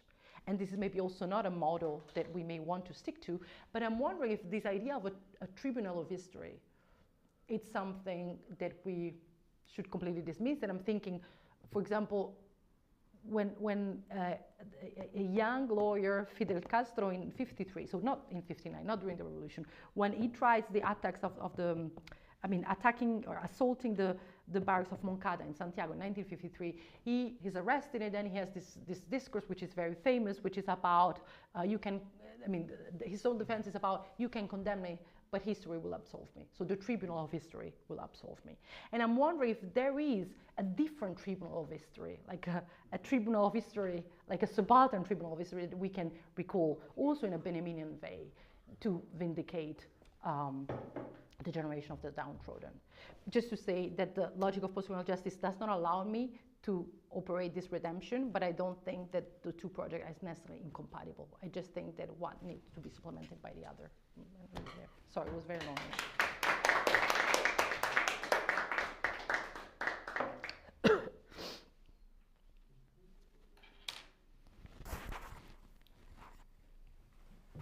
Thank you, Jamila. Okay, already have Neelam. Thank you, Julia. There's so much to think about and so much to unpack. Thank you really so much for your paper and just also your eloquence, which is always fantastic. Can I return? My question was about Chakrabarti. So can I return to Chakrabarti and your contention that in Chakrabarti, what essentially continues to operate as a form of historical rationality, even when he's looking at, the idea of gods and spirits as a motivating factor for subaltern resistance. And you asked the question, like, what happens to history as a discipline? And you're saying, well, he doesn't really undermine history as a discipline despite his critique of historicism, and that's why Benjamin is less useful to him than others. Mm-hmm.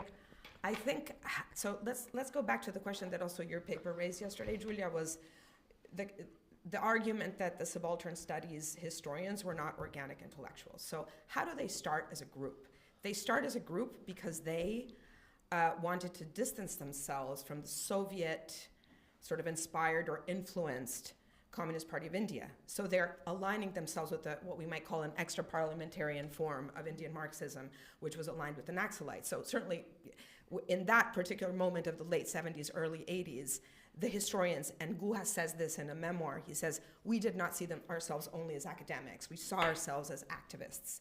So they themselves saw them, and we can obviously contend this, but they saw themselves not as organic intellectuals, I think that's going very far, but they were aligned with the Naxalite movement. We know that the Naxalites, there was a huge student movement in India in the 70s and 80s and even now that supports the Naxalites. So it was a similar conjuncture, I would say, to the late 60s, early 70s in Italy, with students supporting workers' movements and that sort of synergy going on.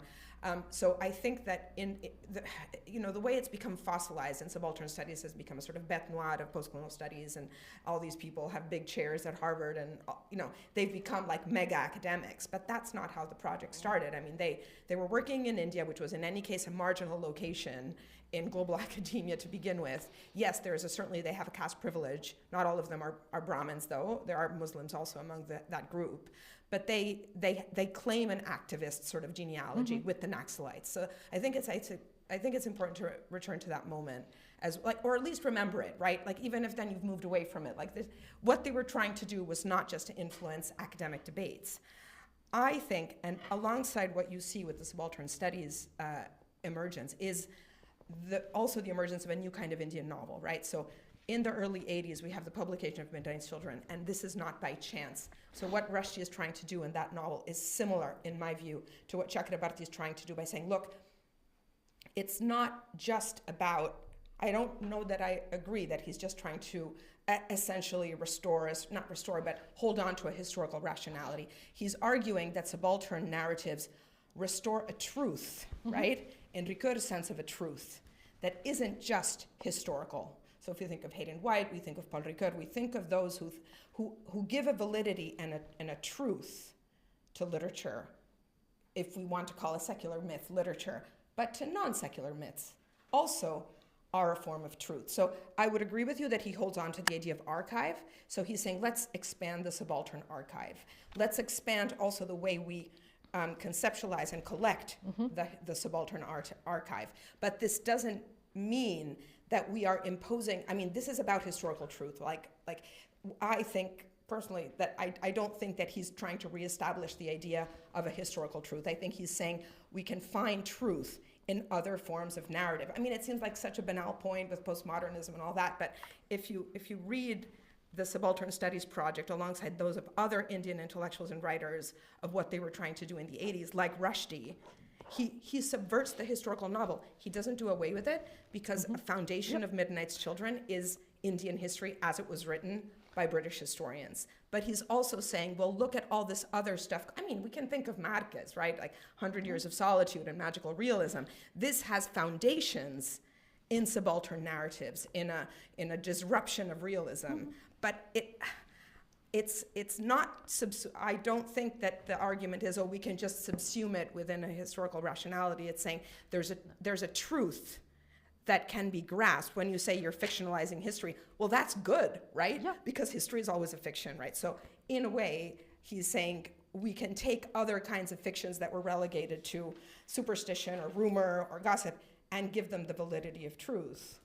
But it's not that they're restoring. There's something that you're, it's not, I mean, personally, I don't think it would just be about projection. It would be about a whole different, I mean, especially in India, his critique of the stagism of history, right? He says the way Indian history has been conceived by Indian Marxist historians is you've got the Middle Ages, you've got the Golden Ages, you've got the end of feudalism. This is really, really problematic when you apply it as a lens to Indian history. So that's why he uses that word past, right? Instead of history. He says, let's think about the past. That's more capacious as a term. So that would be my... Sorry. No, I have it. No, but I think, so just to clarify, because the whole critique of fictionalizing and projection, that was Spivak. I think that Chakrabarti is doing something different, and you reconstructed clearly what I said, but the only thing, and so I do believe that it's not undermining historical rationality, but what I said, and this is where I think that, I mean, I'm not saying that you should tell this to Julia, but Julia is more, I mean, I'm saying that Chakrabarti is doing something fundamental, not giving away with history, facing what could mean to get out of historical rationality, basically attributing a rebellion to the agency of supernatural gods. This is what could happen if Gua would have not done what actually did, he himself remaining within the so-called safe side of history. But while doing this, what Chakrabarti is actually doing is also producing, to paraphrase what Sartre say of Fanon about the striptease of Western humanism, there is a striptease of what history is. So I think that there is a clear exhibition. I mean, what I was saying is not to minimize what Chakrabarti is doing. And I don't remember everything that is restoring or reestablishing truth. If I mentioned reestablishing truth, it was in the sense of really, mobilizing subaltern truth, in the sense of how subalterns can actually reconfigure and through the plurality of histories too, interrupt and punctuate history one. So I don't think that what it's doing is not enough, or I wouldn't dismiss it. I also think that there is element of some sort of sabotage at stake there, because by exhibiting the nudity of history, the rationality which is at stake within history is actually doing something quite relevant, denaturalizing history, denaturalizing the logic. But it's true that I think he's not able, and I'm wondering if are we able to think of, I mean, to come out with rational, the modern rational episteme, which is shaping the very possibility of history. That's so, and the other thing, and I'm not even depoliticized. I mean, I would never have the sort of moral argument, oh, they're rich, they're academic, they have not the right to speak about the subaltern. This is really not me. I mean, because it's a moral, it's not a political accusation. So it wouldn't be, and I'm not trying to depoliticize them. I was just raising the question of, I mean, it's important that you highlighted that they clearly were connected in the sense of supporting and accompanying political movements. They were not just coming out of sort of lab or experimental attempt to think of, oh, what can we do with the subaltern? Clearly it was a political investment, but still their function was an intellectual intervention. And when I say intellectual, I'm not against theories. I don't think that an intellectual intervention is bullshit because we should be into historical activism. I think that an intellectual intervention, for what it is, it's legitimate and valuable. So they're doing an intellectual intervention. Also, I mean, within a specific field, I mean, establishing a field in a polemic dialogue with history and historiography.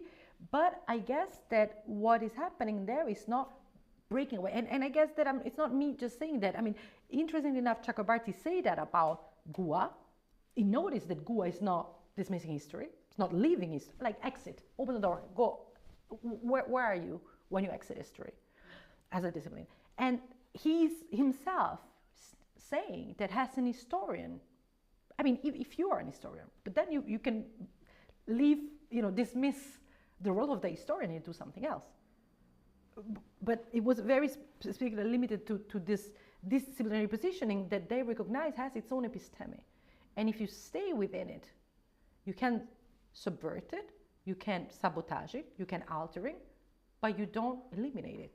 That was maybe very minimal, the claim that I was trying to make about it. But I think that I agree with everything else. It's just this nuance of, I don't think they're just restoring in the sense of, actually they're just staying faithful to history as it is and not doing anything within it. No, this was not, I mean, I'm sorry if it sounds like a bit like they didn't do anything after all. It was just history as usual, or business as usual.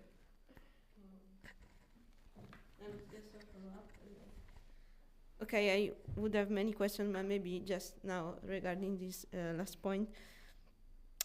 But when you say what would it mean to dismiss modern colonial historical rationality? At a certain point, you mentioned that. But modern colonial historical rationality, I mean, modern historical rationality is necessarily also colonial. I mean, it's a question or it's a statement? No, this is a question because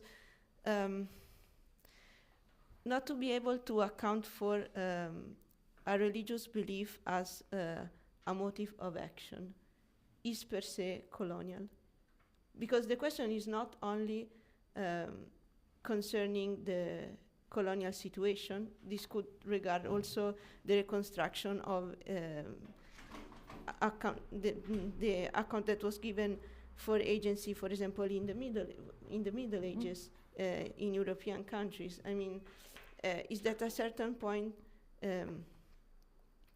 historiography has taken this rational mode, and we can say that it is a problem how to account for people who claim they acted in force of God, for example. But still, I do not see how do we want an history which really involves as its constituent part so-called non-rational things. That is what you were saying. Where do we go?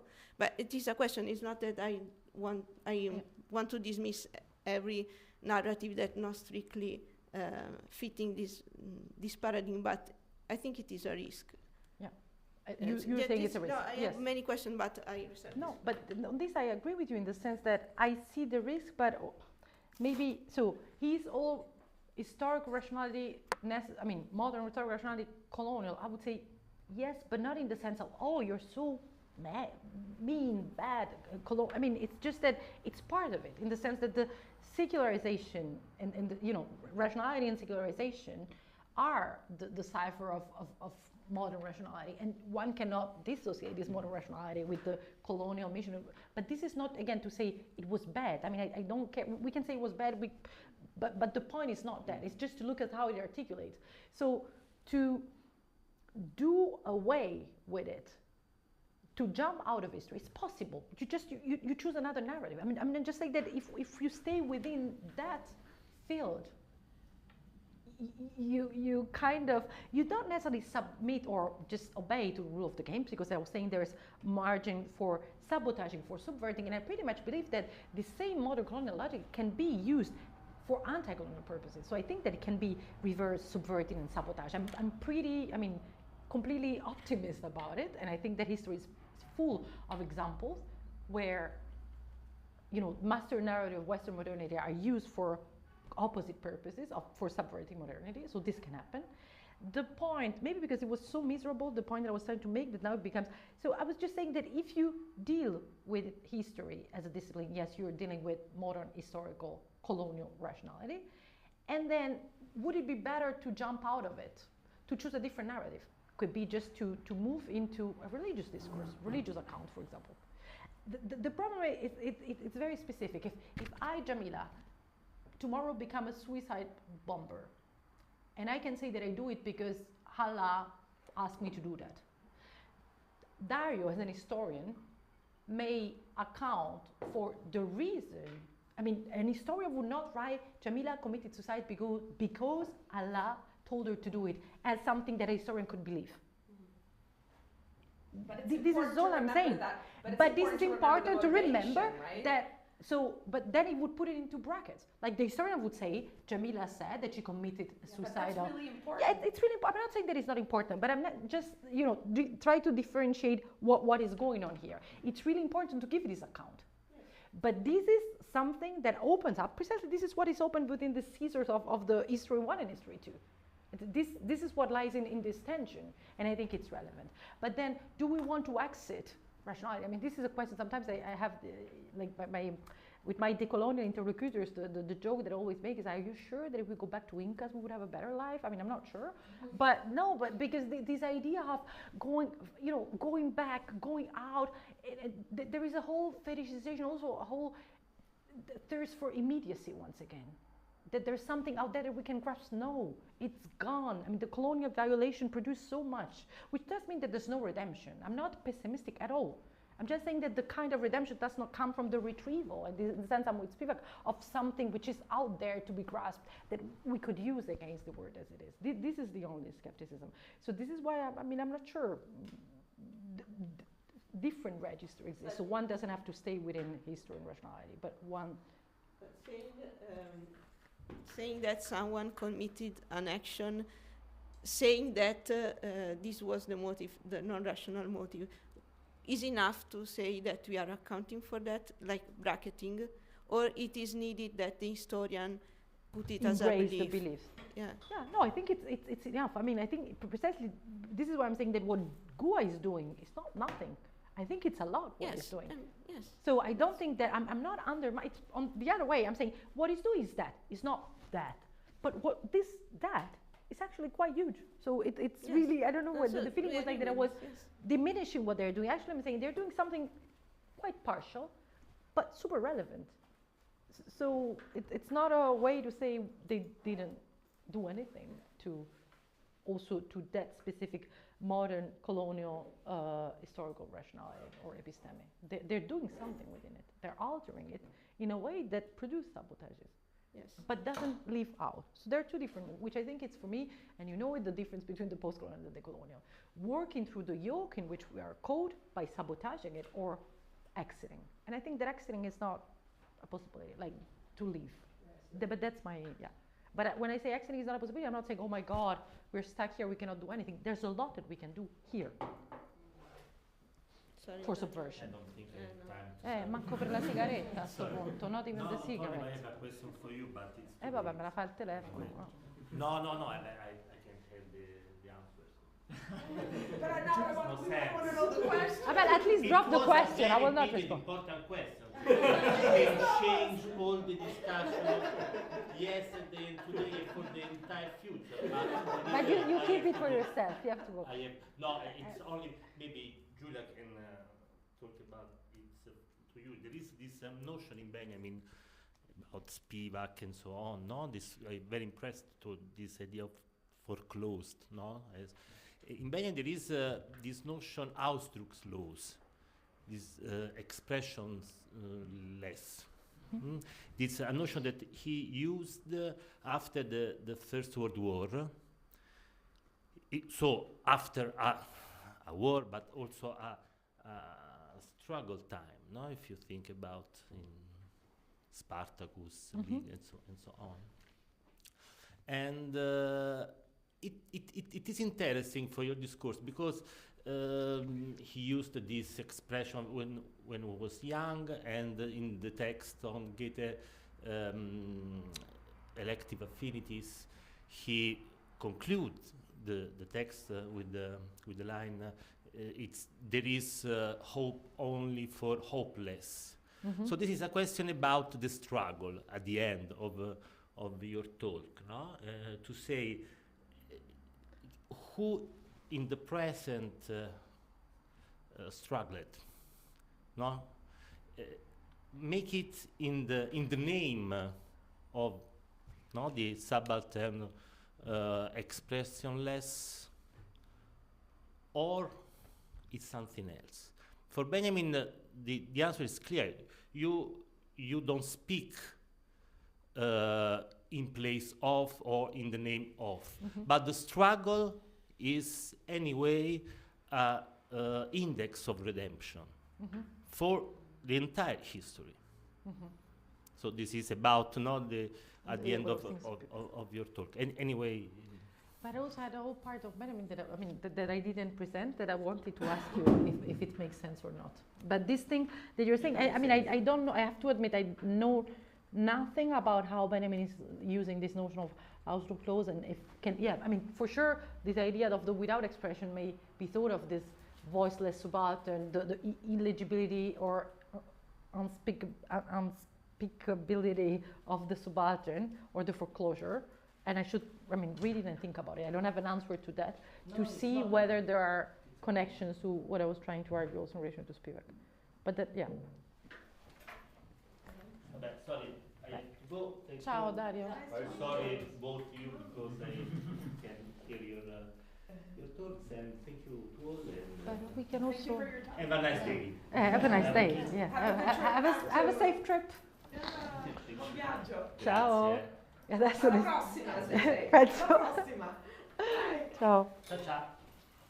But we are continuing, or we? No, the word is okay. No, but we still have a few We have minutes. 10 more minutes, yes. 10 more minutes. Okay, Okay. great. Ciao, ci sentiamo poi. Dai, non detto. Ciao. Dai. Anche queste scene commoventi. Pensa a quelli in diretta, che pena. In diretta. Magari c'è nessuno. Sorry, no, I'm thinking for those where if there's anybody online, like the pathetic, how pathetic is all it. Ciao. How pathetic is all this scene, but anyway. No, but for people, but anyway, it doesn't matter. Hopefully that's not This was nice. I do have a question. Thank you for your presentation. A lot of things that I could open up. But the thing that I do want to talk about, or maybe even ask you a couple of questions, is on reparations. You did say that the way that we could structure new narratives, new realities, is by choosing. And in a sense that is a way to force ourselves out of this modern colonial rationality. Now I was thinking, I think I remember that you said that with reparations we are looking for some constructive new ways to open up, or even catharsis. But if I remember correctly, Fanon, for him, any new construction or catharsis is only possible by violence.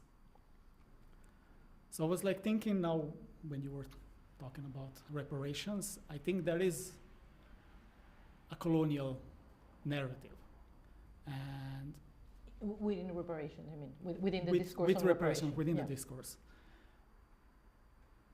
And because we still haven't opened up, I don't think that we opened up the talk about violence. I was thinking about how violence could be interpreted within this context, because violence in Fanon is so specific. Okay, you do have a reading. One reading is that this is just the way that he used these Hegelian forms, how the spirit is manifested. Okay, that could be one part. But I do think that he was serious when he was talking about like specific ways that violence is the only way that some the specific forms of coloniality can be changed or can be even reaffirmed, of course, but can be changed, or even new like realities can emerge out of that. Yeah, so I would like, my question would be quite That's a great simple. one. Would you think that like violence still has a place for forcing newness, to forcing creativity, to forcing the subaltern out of his or her comfort zone, in a sense? Yeah. I know, there always this stupid moment where we attempt to catch a microphone. No. That's why symbolic functions. Indeed, that circulate. I think it's a great point, because indeed it allows me to maybe also spell better this distinction that I was trying to, that I rushed at the end. Because I had a point about Benjamin, I think I didn't make it at the end. So the idea is that I think and I go to violence, my mistake was to try to think that redemption could be framed within the grammar of reparation. That redemption was equivalent to reparation. Like we can redeem by repairing. And through Benjamin, I understood that those things are two different things. Again, not necessarily incompatible, but different. And they need to be specifically taught. So forget about forget about it. Debate on reparation, or somehow there's a lot of different voices, even among the partisan for reparation, in the sense that, of course, then there are the detractors, but among the partisan, I would say that there is this, there are different models of justice that are at stake, and there are different temptations in terms of framing, for example, reparation as forward-looking or backward-looking. Again, it's quite ugly. I mean, maybe because I'm not a native speaker, but to me it sounds like an ugly framing, this backward and forward-looking. So forward-looking would be, forget about redressing wrongs according to some sort of, tort law or retributive justice. Let's think of reparation as the responsibility that we all collectively take. So it's not a descendant of a perpetrator repairing a descendant of a victim. It's rather society collectively engaging with how do we deal with its legacy. And we don't do it for the past, we do it for the future. This is forward-looking. And then there would be more my take that actually reparation, this is, if you want a Benjaminian vein, that reparation are actually backward-looking, because precisely what we repair is the past. Of course, I mean, we repair it in the present, it may have consequence for the future, but I think that what we're doing, it's really taking seriously the idea that we are trying to do this impossible mission of repairing what is past. So that said, you asked me the question of violence and how in Fanon, indeed, redemption, I mean, because Fanon speaks of reparation in the Wretch of the Heart. There is a quote that now I cannot quote because of course I don't remember it, but there is a, do you remember it? Or I have to find it, but he speaks of reparation. Like there is a sense that once the, the liberation will happen, they'll have to repair, like almost in terms of paying back, giving back something. And this is much quoted sentence to say, hey, look, Fanon is in favor of reparation. But I think that, again, applying this distinction that thanks to Benjamin, I kind of woke up with. So Fanon is much more a thinker of redemption. And this is where violence plays a role, in the sense that what you're talking about, like the sort of palingenesis of a new humanism can only be brought about by the anti-colonial revolution. And this cannot be, I mean, the idea is not Fanon wants to see blood, but clearly violence, struggle, and struggle is violent, and violence comes with blood and killing somehow. But I would say that the point is that the anti-colonial revolution is the only move that may somehow not only abolishing the present state of things, according to Marx, but also bringing about this new humanism. So there is redemption is palingenesis, and in this sense, I think that violence plays a huge role. But I would say that Fanon is more. I mean, I would locate him with Benjamin along the lines of redemption rather than within the debate of reparation. And I was saying that part of my point today was say, thanks to Benjamin, I realized that redemption, which is not redemption of the wrongs, you don't redeem the wrongs, like you repair the wrongs, you redress those wrongs, but what you do when you redeem is that you're really trying to reconnect yourself with those struggles and those defeats. And those debts that Marx would have left them to bury themselves, like let the dead bury the dead, actually, well, what do we do with those dead? How do we bury them and how do we redeem them? Which is not necessarily bringing back to life, and there was a beautiful quote that I found. This is Eagleton. I mean, he's hilarious, but so Eagleton on very mean with Spivak, but funny enough to also engaging with this idea that Marx has no past, he has no patience with the past, no nostalgia, no affect. He said the past is not an object of affection or for Marx, it's just an object of reflection or relation, he says. And then he has this quote, which is from Milan Kundera, and he contrasts Marx and Kundera from the Book of Laughter and Forgetting, this chapter on the lost letters, when actually Kundera is saying that people are always shouting that they want to create a better future, but it's not true. What they want is the past. So the real battle is always for the past. I quote, "The past is full of life, eager to irritate us, provoke and insult us, tempt us to destroy or repaint it. The only reason people want to be masters of the future is to change the past. They are fighting for access to the laboratories where photographs are retouched and biographies and history rewritten." So basically, I think that we can also inscribe Fanon. So if redemption is a Benjaminian and Fanonian vein, and it's kind of backward looking, we can also think that, I guess that Fanon has equal temptation toward the present and the future, because this whole idea of palingenesis, which is not so Benjaminian, maybe it is, I don't know, Benjamin Scholar can tell me, but in Fanon it's really the palingenesis of a new humanity, and maybe this is less present in Benjamin. So I have a hard time saying Fanon is completely backward looking. I think there is a tension towards this palingenesis which happens, but I guess that for Fanon is also super relevant in a redemptive logic how to fight for the past, disputing what has happened, what has been colonial rule and colonial domination. So there is also a backward fighter. I mean, backward looking fighter, not a backward in the sense of a retrato. No, sorry. I don't know if you have any. And I have 6 seconds to respond to it. But we have lunch. You got a cigarette and so. No, but I think my question is just a clarification question. Thank you so much for the talk. And I'm not very knowledgeable in the whole subalternist, so when you were talking about Chakrabarti, I got a question, a doubt that maybe you can talk a little bit about. You talked about insurgency and counterinsurgency. Yeah. And could you explain a little bit what's the role of each? And yeah, because I'm not. Thank you. I think the title of, because there are two things. I think that.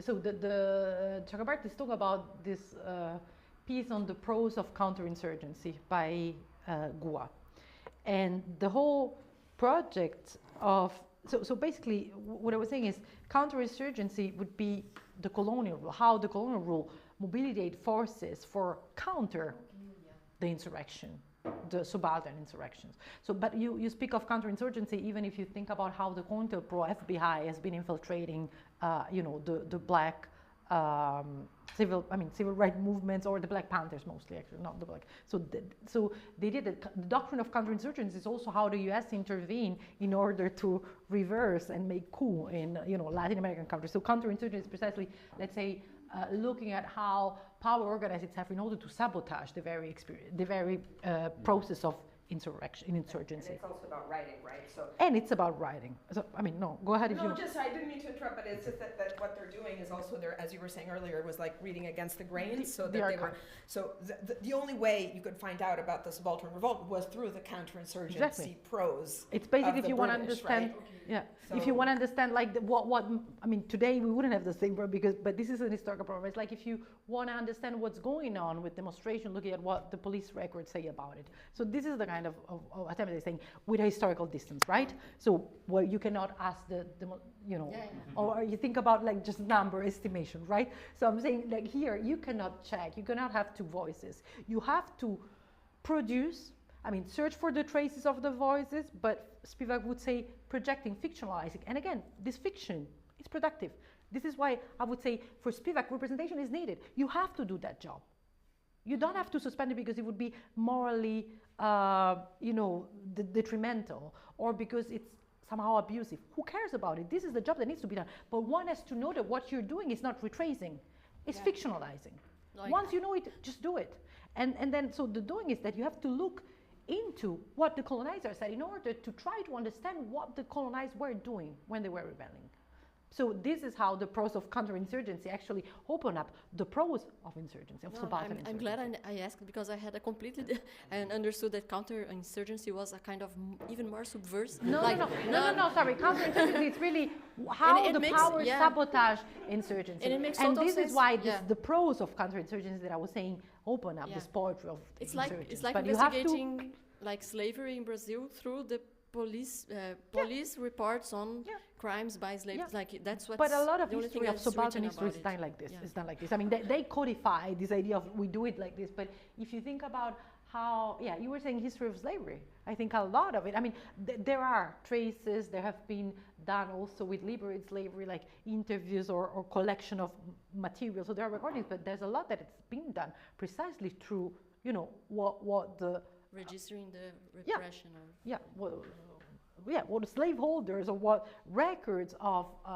slave trade produced of them. And then the whole process, you can also think of, I mean, it's a very different example, but what Saidiya Hartman does with critical fabulation by saying, well, in a history where when you find holes in the archive where there are things that are not told, they're not there. I mean, probably she wouldn't agree with this formulation of invent them, but this is what it's going on. And it's fine. I mean, it's what should be done. It's fictional. It's representation. It's speaking for someone who will never be able to speak, but just do it. Mm-hmm. Yeah, that also connects with the other comment that I was going to make, that I find really interesting, this idea of a subaltern court of history. And I was thinking, you probably know the text by Robert Bernasconi, Hegel at the court of the Ashanti. Yeah, Hegel at the court of the Ashanti. That's a great reference. No, I didn't have that in mind. But that's, I had Castro, but I mean, why not a more academic reference? It's actually good. Because he's precisely Hegel is talking about the Africans, and he focuses on a lot of travel literature from about the Ashanti. And then Bernasconi does this Hegel on the court of like the Ashanti. Putting Hegel on trial, but of course it's not a retracing, because the Ashanti did not put Hegel on trial. No. So he's inventing this. It's inventing this subaltern. But this it's amazing. Productive. Yeah. No, it's amazing. Also, I mean, not just because then I don't have to be blacklisted for referring to, but I think it's actually speaking pretty much of this idea, because I think yesterday was also Saming referring to Nuremberg as this moment where indeed the Holocaust is singularized. That's almost, I mean, not out of history, but as this, the uniqueness and the incommensurability of it with anything else. So this very singular incommensurability. And then what if we think of a tribunal that has a completely different Stimmung, which is the one of actually universalizing, the experience, the Erfahrung of the oppressed, which would be a completely different tribunal, so to say. Then, of course, the notion of the tribunal of history is so much tainted with Hegel, so it's even more interesting that Bernasconi is reversing it. I mean, that you make me think of it, because, otherwise it's just a sort of justification of whatever all the butcheries of history that just becomes like kind of absolved, not in the sense in which Castro asked history to be absolved, but in the West, the history of the dominant that absolve itself from all the crimes it committed. Can I smoke a cigarette? Do you mind? No. It was really amazing, all the conversation that I had. I just feel a bit, you see, I get passionate, but I feel tired.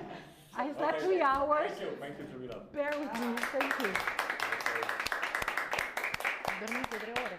We reconvene at 2:30 maybe. Oh, God. 2:30.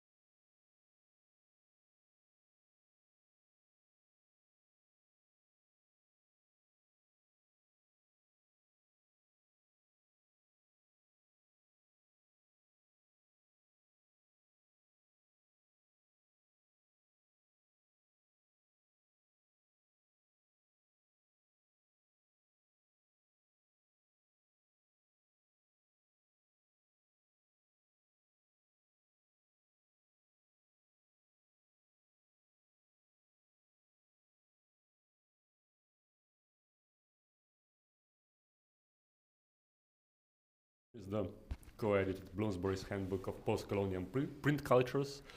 She's also the author of Italian Colonial and Resistances to Empire, 1930 to 1970, and co-editor with, together with Batik Bhattacharya, the postcolonial Gramsci. The title of today's talk is Partisan Violence and Subaltern and Emancipation in Gramsci, Benjamin, and Fanon. Neelam, the floor is yours. Thank you. Thank you, Julia and Martin, for this fantastic conference, and thank you for the other colleagues who are helping out. So this paper examines debates around the ethicality of armed struggle, the legitimacy of violent action in liberation struggles. As we know from the ongoing war and genocide in Israel and Palestine, it is an extremely topical one today. But this debate goes back a long way to the early days of Marxist and labor-inspired revolutionary action in the 20s and 30s, and even earlier, of course, through to the 1960s and the era of decolonization. And several films of the 1960s staged the question of anti-colonial violence as a way of creating solidarity in the audience, and indeed gesturing towards the creation of a militant audience. In this sense, these films served an explicitly political function, a way to legitimate anti-colonial violence, and is thus a revolutionary act in itself. The films are also a way of further showing that violence itself is a form of representation.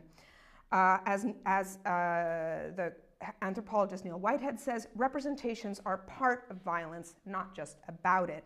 Moreover, such films screened in European cinemas help to show the Western viewer the inherent hypocrisy of Western liberal commentators criticizing anti-colonial violence in the face of the horrifying violence of colonialism. Everything starts from the fact, to paraphrase Frantz Fanon, that colonialism is a violent phenomenon. I mean, his famous sentence is decolonization is a violent phenomenon, but in fact, he starts from the premise that colonialism is a violent phenomenon. Some critics argue that the role of violence in the analysis of Fanon's thought has been overstated, and that in fact his main political focus was socialism. And we can discuss this. However, as Robert Young has shown, Fanon specifically elevated violence as a method of achieving liberation because it could be truly revolutionary and not simply replacing one bourgeois ruling class with another. In what follows, I'm going to try to offer some points of comparison between Walter Benjamin, Antonio Gramsci, and Frantz Fanon on the question of violence in subaltern struggles. And here I draw some analogies between violence against a fascist oppressor and violence against a colonial oppressor, partly because the theorization of these three thinkers bears some clear analogies, how they theorize violence, and shows some analogous lines of thinking. Mainly, the violence of the oppressor is never the equivalent to the counter-violence of the oppressed. There's a moral and qualitative distinction between the two. And this is at the basis, I would argue, of all three thinkers. I also, in the second half of the talk, I link the question of anti-colonial violence to the figure of the partisan and the kind of violence that partisans undertook or supported in the course of World War II, which often involved fighting against their countrymen. An example is the Italian resistance, which was historicized later, was thought about later as a civil war. So, Gillo Pontecorvo's film, 1969 film featuring Marlon Brando, Burn, Quemada, presents the various stages in the education of an anti-colonial rebel. We see the evolution of a black slave from colonized to revolutionary leader through the eyes and partly with the help of an English agent, William Walker, who is played by Brando. Walker arrives in the Caribbean island of Quemada as an emissary of the English Royal Sugar Company in search of someone who will initiate a revolt against the Portuguese colonizers, and the period is the 1840s. Walker aims to instigate an anti-colonial rebellion and get rid of the Portuguese, so as to serve the interests of the company, which can then establish a more profitable and tax-free exploitation of the island's sugar plantations, run with the labor of African slaves.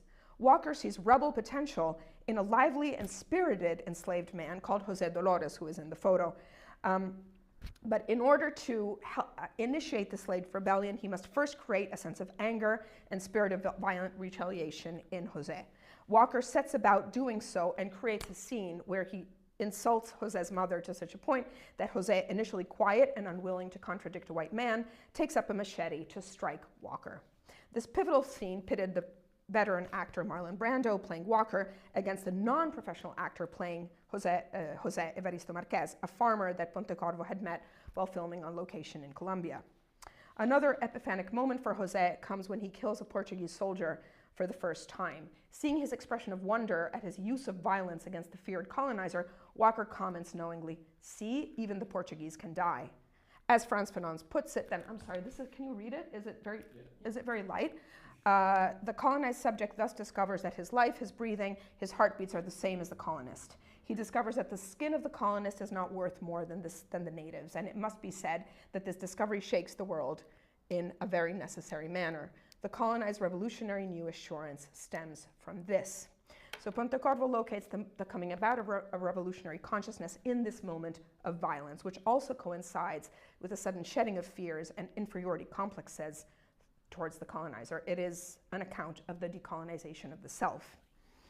Throughout the film, Walker treats Jose as his puppet, only to discover at the end that Jose has become very much his own man and refuses any help from Walker, even when Walker offers to free him from certain execution. Jose has already decided, if there is someone who gives you freedom, then it is not freedom.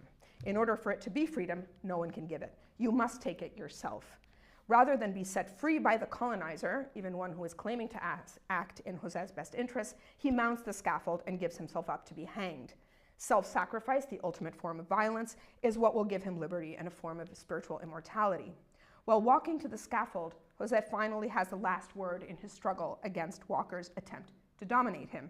Inglés, Englishman, you said that civilization belongs to whites, but what civilization until when? The point here seems to be that Jose values his humanity above his bare life, and in his last words prefigures a future devoid of the brutalizing influences of white civilization. Queimada, and Pontecorvo's much better known film, The Battle of Algiers, cinematically staged the question of colonial violence in Frans Fanon. Pontecorvo's film was permeated by the fiercely radical intellectual currents of the 60s and 70s, most prominently Fanon's espousal of violence and anti-colonial struggle, and third worldism, a term encompassing various ideologies that had their origins in Marxism, but had evolved to fit the needs of non-European geopolitical situations in contexts of anti-colonial struggles. So South America, Indochina, Algeria, Angola, South Africa, to name just a few. So Fanon believes violence, which played an integral role in many instances of political decolonization, was indispensable in the decolonization of the self from the psychological hegemony of the colonizer. His position on violence was uncompromising. This was the only language the colonizer would understand, and the only means of redemption offered to those who have nothing. Violence is a weapon of the poor. Sorry, I don't know what happened there. I don't know why this is not. Very strange. Anyway, in colonial countries, only the peasantry is revolutionary. It has nothing to lose and everything to gain, says Fanon. The underprivileged and starving peasant is the exploited who very soon discovers that only violence pays.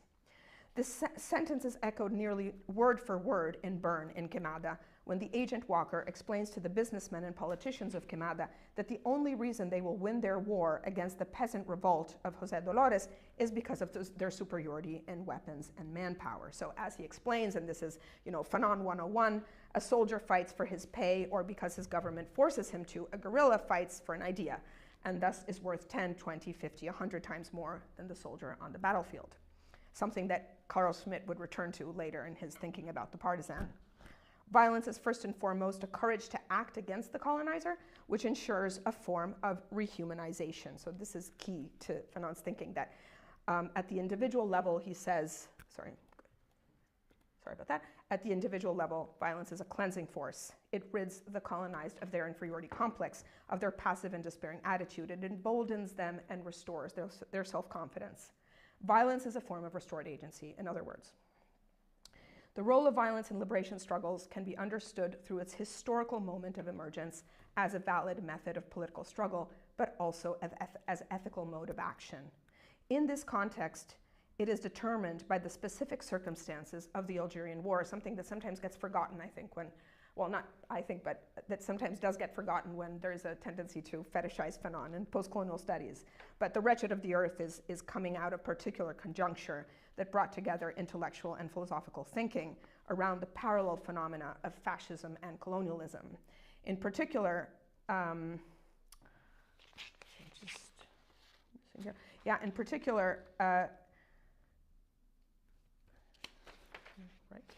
In particular, Giorgio Agamben's discussion of the state of exception examines it as a condition that is but a more extreme version of state power.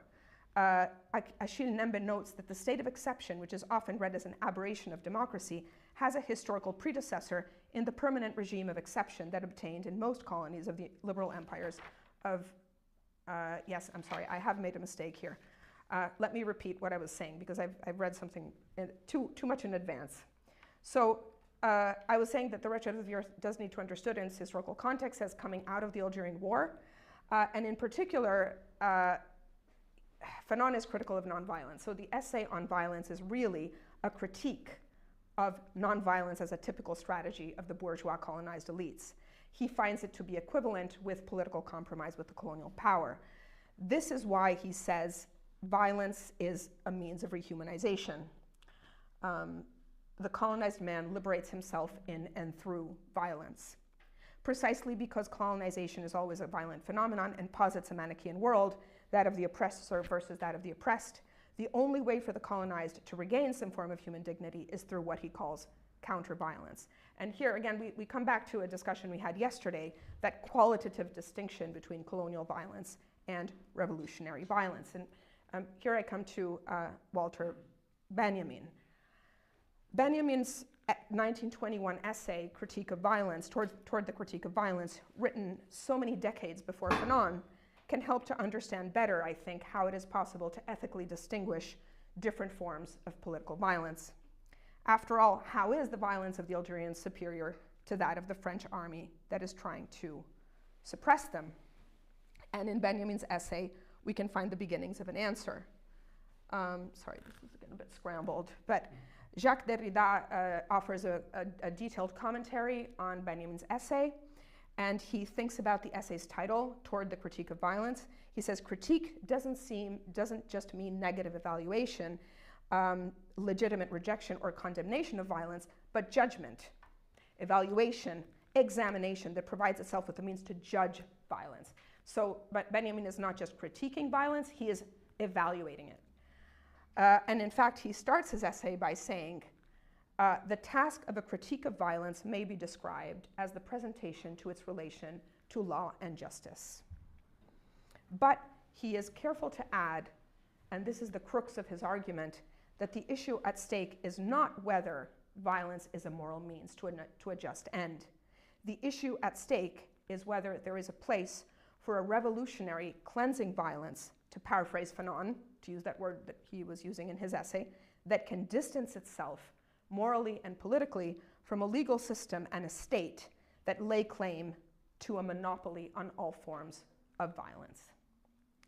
So he is saying, is there a space for revolutionary violence? Fanon's espousal of violent struggle in the context of the Algerian War is both pragmatic and philosophical. The philosophical roots of Fanon's position can be traced back to anti-fascism on the one hand, and the support for Marxist revolutionary violence in Georges Sorel on the other. The Holocaust survivor, who wrote memoirs about his time in Auschwitz, connects the two strands of thinking about violence in his discussion of ressentiment, the feeling of rancor and wish for vengeance towards the Nazi officials who tortured him in captivity. So we move a little bit to Ameri, to Georges Ameri. He connects these two strands of thinking in the way that he thinks about the concept of ressentiment, the feeling of rancor and wish for vengeance towards the Nazi officials who tortured him in captivity. For Ameri, the punishment of the perpetrators makes them morally akin to the victims, and finally restores a sense of humanity to both individuals. So he is greatly indebted to Fanon here. When SS man Weiss stood before the firing squad, he experienced the moral truth of his crimes. At that moment, he was with me, and I was no longer alone with his shovel handle. I would like to believe that at the instant of execution, the anti-man had once again become a fellow man. In Fanon, we find a strikingly similar observation.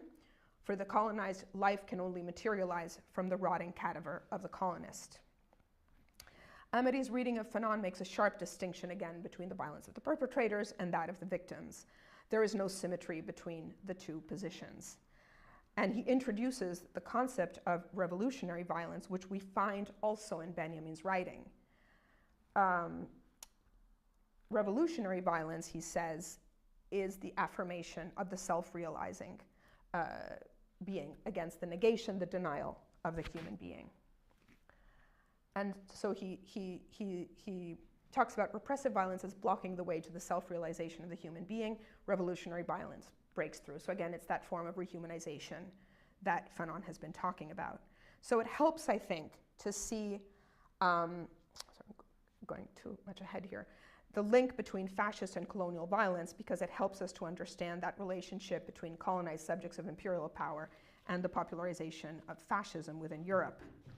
And of course, we know the argument about Césaire thinking about fascism as revolted against the heart of Europe. This is a lesson that he takes from Césaire. It is the problem of humanism, of course, then, that Fanon takes up in his writing. So he's interested in what is a new notion of the human. When we heard already this term of the sort of the striptease, the striptease of European humanism lays bare the racism at the heart of it. It then becomes possible to identify decolonization, a process that affects Europe as much as the colonies. That is to say that the settler, which is in every one of us, is being savagely rooted out. So when Sartre says this book is not for Europeans, what he's saying is we have to listen to it from afar. We have to listen to it in terms of how we can root out the colonial savagery from ourselves as European selves. And for me, I think this is one of the tasks of postcolonial studies, that it is also about, it is very much about self-critique, as much as it is about analyzing what was happening in the colonies. So for Fanon, the utter dehumanization of the individual in fascism and colonialism is affected by means of racialization. Unsurprisingly, when Améry draws on Fanon for his memoir writing about the Holocaust, we find resonances of these two, of this new idea of humanism, and also a new, different kind of violence. The violence needed to turn camp inmates or the colonized back into human beings is identified by revolutionary violence, which actually he calls messianic. So here we have a resonance with Benjamin. I would argue that Benjamin's idea of violence is also understood as a rehumanizing force. He says here, it refers and leads to the more than temporal, the historical, humane future. Again, Améry is using that word, humane. He's gesturing to the humanistic valence of a violence that operates beyond the usual historical cycle of violent regimes or governments that succeed one another. Each new regime installs the state through an active force over the previous oppressor. But for Fanon, the violence of the colonizer is not merely a new moment in the endless cycle, but it is the violence to end violence, more like a utopian wish to close the chapter on colonial violence in the hope of heralding a new humanism. And these are words of Mamdani, not of my own. So Améry's revolutionary violence resonates closely with Benjamin's enigmatic notion of divine violence, a violence that operates beyond rather than outside the law and is intimately connected to the problem of justice. This violence seeks to do away altogether with the necessity for law, as law is inherently linked to violence and thus stops short of reaching true justice. Jacques Derrida and Georges Agamben both read Benjamin's idea of violence, of divine violence, as the founding act of a world where law will no longer be necessary and justice will reign. Indeed, a messianic form of violence. This violence does not merely reinstate another victorious rule of law, which will substitute that of the vanquished state, just as the purpose of anti-colonial violence in Fanon's thinking is not that of setting up new oppressors in the form of neo-colonial elites. And here I'm quoting from Derrida's sort of gloss on Benjamin's essay. This violence is linked to an ideal of justice that is to come, avenir. Justice, insofar as it is not only a juridical or political concept, opens up for l'avenir, the future, the transformation, the recasting or refounding of law and politics. We can see parallels here with Fanon's concept of a new humanism, and maybe we can discuss this in the Q&A. Benjamin states that the ethical dilemma raised by the use of violence as a moral means to a just end is not properly formulated. He says it is important instead to look at violence in the realm of means. The state sees the use of violence by individuals outside the law as a danger undermining the legal system. He remarks how in the First World War, the critique of military violence led to a passionate critique of violence in general. So this is the pacifism, right, that accompanied the First World War. He defines military conscription as the compulsory, universal use of violence as a means to the ends of the state. But a critique of this violence on the basis of pacifism does not get to the heart of the matter. And he also critiques nonviolence for the same reason, interestingly, in a move that is similar to that of Fanon. He says, rather, sorry, again, you can read that, rather, such a critique of violence coincides with the critique of all legal violence, that is, the critique of legal or executive power, and is not to be accomplished with a less ambitious program. So, critics have remarked on the ambiguity of the word Gewalt, of the German term Gewalt, which I'm not a Germanist and I do not know German, but my understanding from what I've read is that it means both violence and legitimate power, authority, public force, and I'm sure it has a host of other meanings, but it has that dual meaning of violence and power, which is interesting in this essay. So in this sense, what he's trying to do is to disentangle violence from the law, violence from the use of power, to articulate these different meanings that it can have in relationship to political emancipation. And here the contextualization of Benjamin's essay becomes important. The aftermath of First World War, the political and economic instability of Germany during the Weimar Republic, and the Russian Revolution, well, not the Weimar Republic, the Russian Revolution are the backdrop to this 1921 peace. Both militarism and the increasing centrality of the police in European states seem particularly relevant to Benjamin's focus on the law-making and law-preserving violence that forms the backbone of state power. Benjamin is a harsh critic of parliamentary democracy, where the excesses of state power are seen as less forgivable than in an absolute monarchy. It is not always easy to distinguish between revolutionary violence and what Benjamin calls a law-making violence that aims to set up a new system of inequalities and force in place of the previous one. Nevertheless, Benjamin's line of thinking opens up a space for a better understanding of Fanon's position. And he shares many points in common with Benjamin on the role of political violence. As Robert Young argues, colonial rule was merely the legitimation of an originary colonial violence. Sartre synthesized the two, Benjamin and Fanon, to argue that colonial violence is merely an after effect of the founding violence of the bourgeois metropolitan state, which continues to repeat through its remote anarchic offspring. So Fanon, as a psychiatrist in Algeria in the 1950s, observed the effects of torture on both perpetrator and victim, but he also saw torture as intrinsic to the colonial state machinery and not an aberration of it. He thus found hypocritical the horrified reaction of the French public to allegations of torture made against colonial officers and policemen. He said, "One cannot be in favor of the maintenance of French domination in Algeria and opposed to the means that its maintenance requires." So, as Benjamin focuses on violence as a means without regard to the legality of its ends, so too, for Fanon, the validity of violence in liberation struggles is not solely regarded as a means to achieve liberation from the colonizer and oppressor. Rather, violence is seen as an end in itself. For Fanon, it functions as, quote, a psychotherapy of the oppressed, to quote from Young. So if and psychotherapy is a word that Young uses advisedly because he's thinking, of course, of Fanon's profession. So if decolonization is what makes the colonized a human being, then violence here is not merely a means to an end, it is the process by which the colonized becomes human. Fanon thinks that violence is what restores agency to the oppressed. He was highly criticized. The essay was, of course, received very diversely.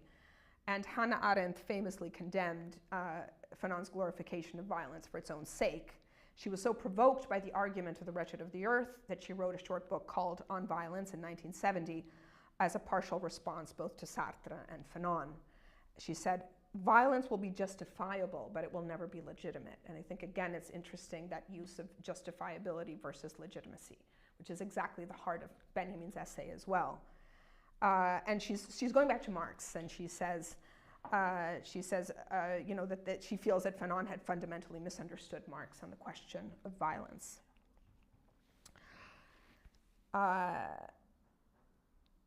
She says, though, and again, she said, they have both reappropriated this idea of man recreating himself, humanism, which was in the tradition of Hegelian and Marxian thinking, and at the very basis of a leftist humanism.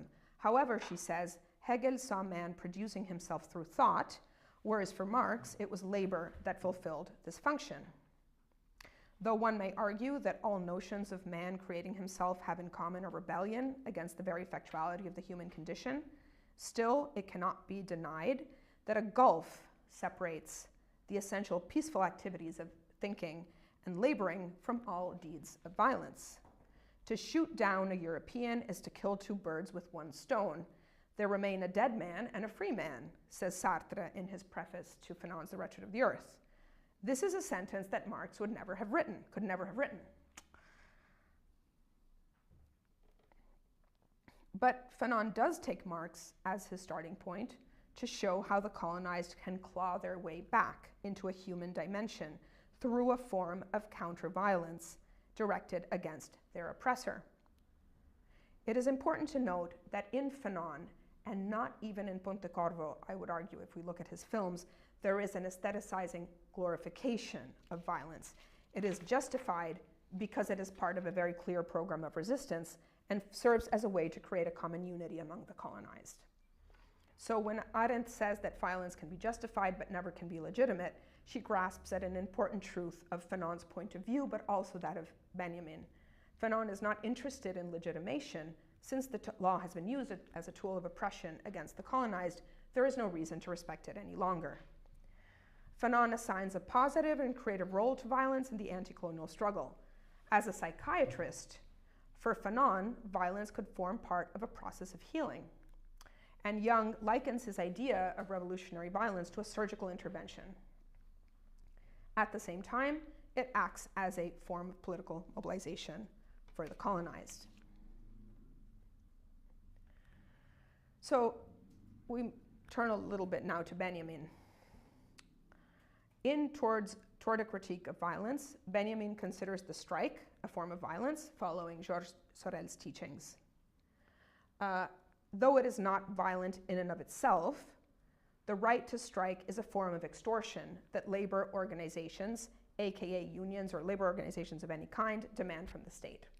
And in this sense, here quoting from the point, the right to strike, in the view of organized labor, which is opposed to the view of the state, constitutes the right to use violence for the implementation of certain ends.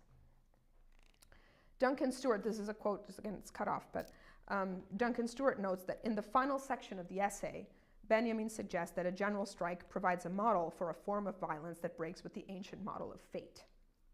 The law will never sanction a general strike because it challenges the whole system and is therefore implicitly and sometimes explicitly revolutionary. General strikes represent a threat to the law as such in exactly the same way that conventionally understood violence does. So strike is profoundly violent, even though it is not shedding bloodshed. Fanon theorizes that in the Algerian War, the FLN used both general strikes and violence directed again at the French as a means to bring the people together. In fact, if we look at the Battle of Algiers, the general strike is a very prominent episode in the film. It takes over the whole Kasbah. It was a form of what we might call partisan violence. Partisan violence has much in common with class struggle, of course, the way Gramsci theorized it in the notebooks. And again, class struggle and political struggle in Gramsci is likened to anti-colonial struggle in the notebooks. So he talks specifically about the Indian nationalist movement, the Indian nationalist struggle, to understand that relationship between political struggle and military war. So I'm introducing the third thinker without introducing him properly. So he's saying, in order to understand political struggle and thinking about class struggle, in fact, you can understand it through a comparison with colonial wars, or what he calls old wars of conquest, where military conquest is followed by prolonged resistance that may assume different forms and modalities. The political struggle in India against the English is a paradigmatic case in one's understanding of the political struggle, as it simultaneously assumes three different forms of war: war of movement, war of position, and underground warfare. So Gramsci thinks of Gandhi's passive resistance and movements like the non-cooperation movement that included strategies like boycott as a war of position. It becomes a war of movement through strategies like the strike, and at other times, underground warfare through the secret preparation of weapons and combat troops. And this passage cannot simply be dismissed as a sort of marginal entry into an otherwise quite Eurocentric text. In fact, he gives an importance to the colonial paradigm for understanding how political struggle was working in his world. So it's not just, the colonial location is not an additive to larger historical narratives, but it is a paradigmatic case in itself. Colonial locations such as India and Ireland are quite central to Gramsci's formulation of war and political struggle. And of course, I mean, if we think about the idea of the South, which is exported from Sardinia outwards in Gramsci's thinking, we see how the colonial location is very prominent in his thinking. And again, we've already discussed at length the figure of the subaltern and how easily it has been co-opted by postcolonial thought, given its obvious applicability to colonial situations, because it was already in Gramsci's text. And finally, I come to the final sort of discussion of my talk, the final section of my talk, where we think about the subaltern, how he or she becomes a protagonist of anti-colonial struggles in the 1930s, and further on in the era of decolonization. So I like to link the idea of the partisan in the 1930s, and of course during the Second World War, of the anti-fascist resistance to the moment of third worldism, the moment of decolonization. So in this final section of the paper, I discuss how partisan violence and its theorization are clearly linked to Benjamin's critique of violence. Above all, his 1921 essay was a critique of the law. As Peter Fenves notes, for Benjamin, there is no mediating third term between the law and justice. Legal order is premised on law-making violence. Anti-colonial violence, as theorized by Fanon, was a complete overthrow not only of the colonial system, but also of European capitalist society. The conservative philosopher Carl Schmitt clearly grasped the inherent danger in anti-colonial revolution and saw its relation to Benjamin's divine or revolutionary violence, though he does not nominate it as such. For Schmitt, the end of the world order, ushered in by anti-colonial revolution, is symbolized by the figure of the partisan. Lacking a sense of territoriality, lacking a sense of insignia, the partisan does not belong to a regular army and often fights against their own compatriots. Schmitt's theory of the partisan was, unsurprisingly, an essay he wrote based on 2 lectures that he delivered in 1962 at universities in Francoist Spain. He was invited to give these lectures in Spain under Franco, and I think this is so important to the understanding of this essay. He examines the partisan as representative of a new global politics emerging out of third world revolutionary struggles of the period, such as Cuba, Algeria, and China, to give 3 examples. For Schmitt, the end of the liberal order is exemplified by the guerrilla warfare that grew out of international communism and decolonization. Because the partisan is fighting in the name of an idea rather than as a member of a regular army, he is beyond all normative regulation. Schmitt defines the partisan as an irregular combatant and the polar opposite to the enlisted soldier. The modern partisan is essentially a political combatant, and partisan warfare is different from interstate war because it is a form of civil war, which is fought for a political cause, such as communist revolution or anti-colonial struggle. To be a partisan, according to Schmitt, is precisely to avoid carrying weapons openly. The partisan being the one who fights from ambushes, who wears the enemy uniform, and whatever insignia serves his turn, as well as civilian clothing as decoys. In emphasizing the political role of partisan combat, Schmidt was drawing on Ernesto Che Guevara's theorization of guerrilla warfare. Che emphasized that the guerrillas cannot forget their function as vanguard of the people, their mandate, and as such, they must create the necessary political conditions for the establishment of revolutionary power based on the support of the masses. In the revolution, the struggle is both political and military, and it must be developed and understood as such. So Schmidt highlights the difficulty in assigning a precise juridical status to the partisan, because the partisan blurs the distinctions between friend and enemy, as such are categorized in ordinary warfare between nation states. And again, we can think of lots of examples from the European resistance. Schmidt argues that Lenin first theorized that partisan warfare identifies an absolute enemy, namely the Western capitalist, as opposed to the conventional enemy of interstate conflicts. According to Schmidt, the irregularity of class struggle, that's what he calls it irregular, exemplified by partisan warfare, provoked the destruction of the Eurocentric world, culminating in the 1960s with the wars of decolonization. So he's seeing this whole process from a conservative point of view, which is very interesting actually to see it from that perspective. And particularly striking are his examples of irregular. Who are these irregular combatants? His examples are third world communists, so Mao, Che Guevara, and the colonialist French general Raoul Salan. So Salan, again, returns us back to that politics of memory that we were talking about yesterday. Salan fought to keep Algeria French and founded the right-wing terrorist organization Organisation Armée Secrète that attempted a coup against President de Gaulle.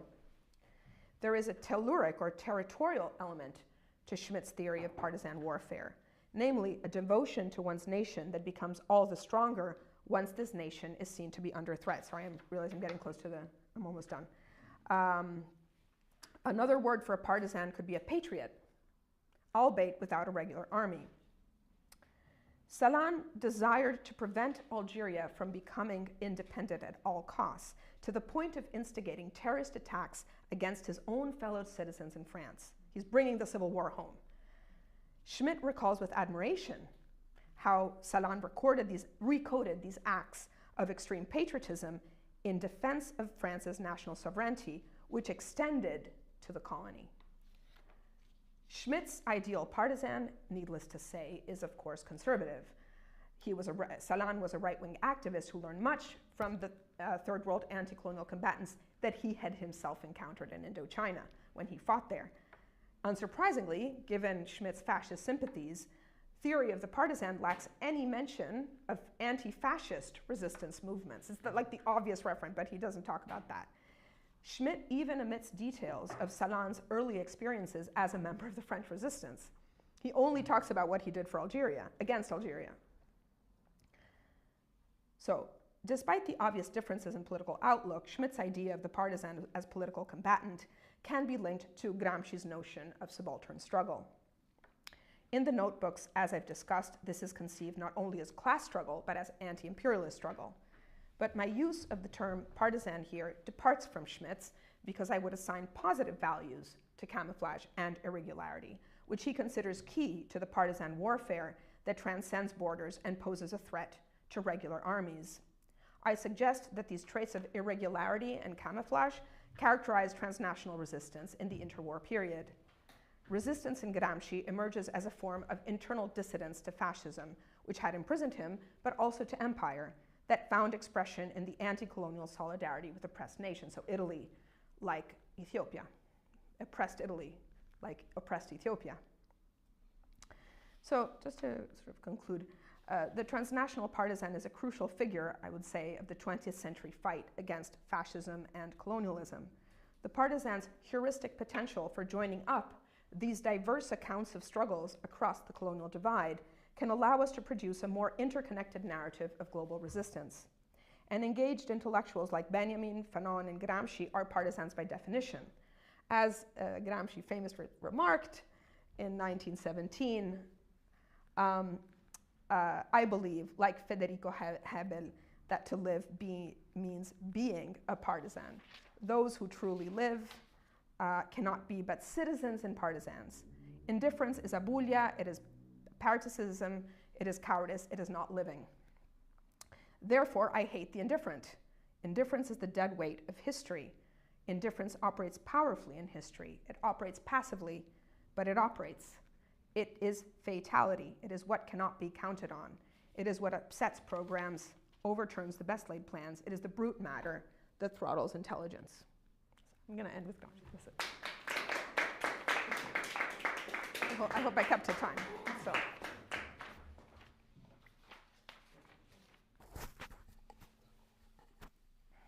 Thank you, Neelam. All right. Mariana. Thank you so much, Neelam. It was great. I have a question about when you made the comparison between Améry and Fanon about how the death of the colonizer or of the Nazi officer is also the revitalization of the oppressed or of the colonized. But there was a kind of a difference between, because Améry claims that in the moment that of execution, the Nazi might become a fellow man again. So in this violence, this counter-violence, not only the oppressed is liberated, but also the oppressor. And in the at least in the quote from Fanon, there's not this this moment of also liberating the colonizer. Point. So do you see that that's also present in Fanon in other parts of his work? Or is it more like he's not interested in this moment also because of the historical circumstances in liberating the oppressor as well? I think he's pretty uncompromising on that question. I mean, I don't, at least, I mean, certainly I don't think in On Violence, and I don't think in the other essays there's ever any, he doesn't concede any quarter to. He is not like Améry. Yeah, there's a distinction. That's a really good point. He doesn't allow that moment of humanity, even at the moment of death, to the oppressor. So yeah, that I think is a difference. And because Améry's text comes afterwards, I think that there's something that Améry is evolving, or not evolving. That's not the word, but transforming of Fanon's thought. Yeah, that is a very good point. But again, you know, Fanon's first struggles were actually anti-fascist because he fights for the French, the Free French. It's such a, you know, again, that question of memory, of what you are fighting for and who you are fighting for. He first fights for the Free French in Martinique. He leaves the island because part of it was occupied by a Vichy sort of regime, and then he's trying to join the British and the French, and then he goes, and it is almost a return, not a return, but there is a connection. It's not by chance, I think, that Améry is going to Fanon. But yeah, but thanks, that's a really good point. Okay, this maybe I leave it for the round table because I was trying to think of what you were just saying and searching for quotes. I cannot find it. So, Neelam, it was amazing, really cool. I cannot, I mean, I think I don't have to make the artificial exercise of disagreeing because I agree with everything you said.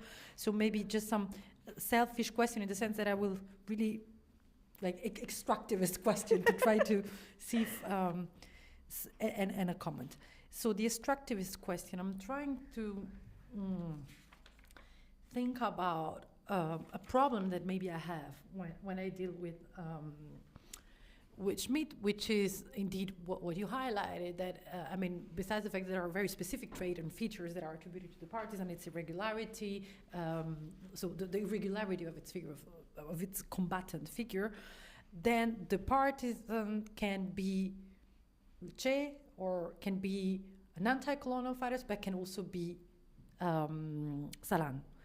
And this is where it seems that, I mean, maybe we should move toward the partisan theory of partisanship, because I feel the need of expelling the possibility of using partisan for naming Salan. Otherwise, it becomes an indifferent concept, if you see what I mean.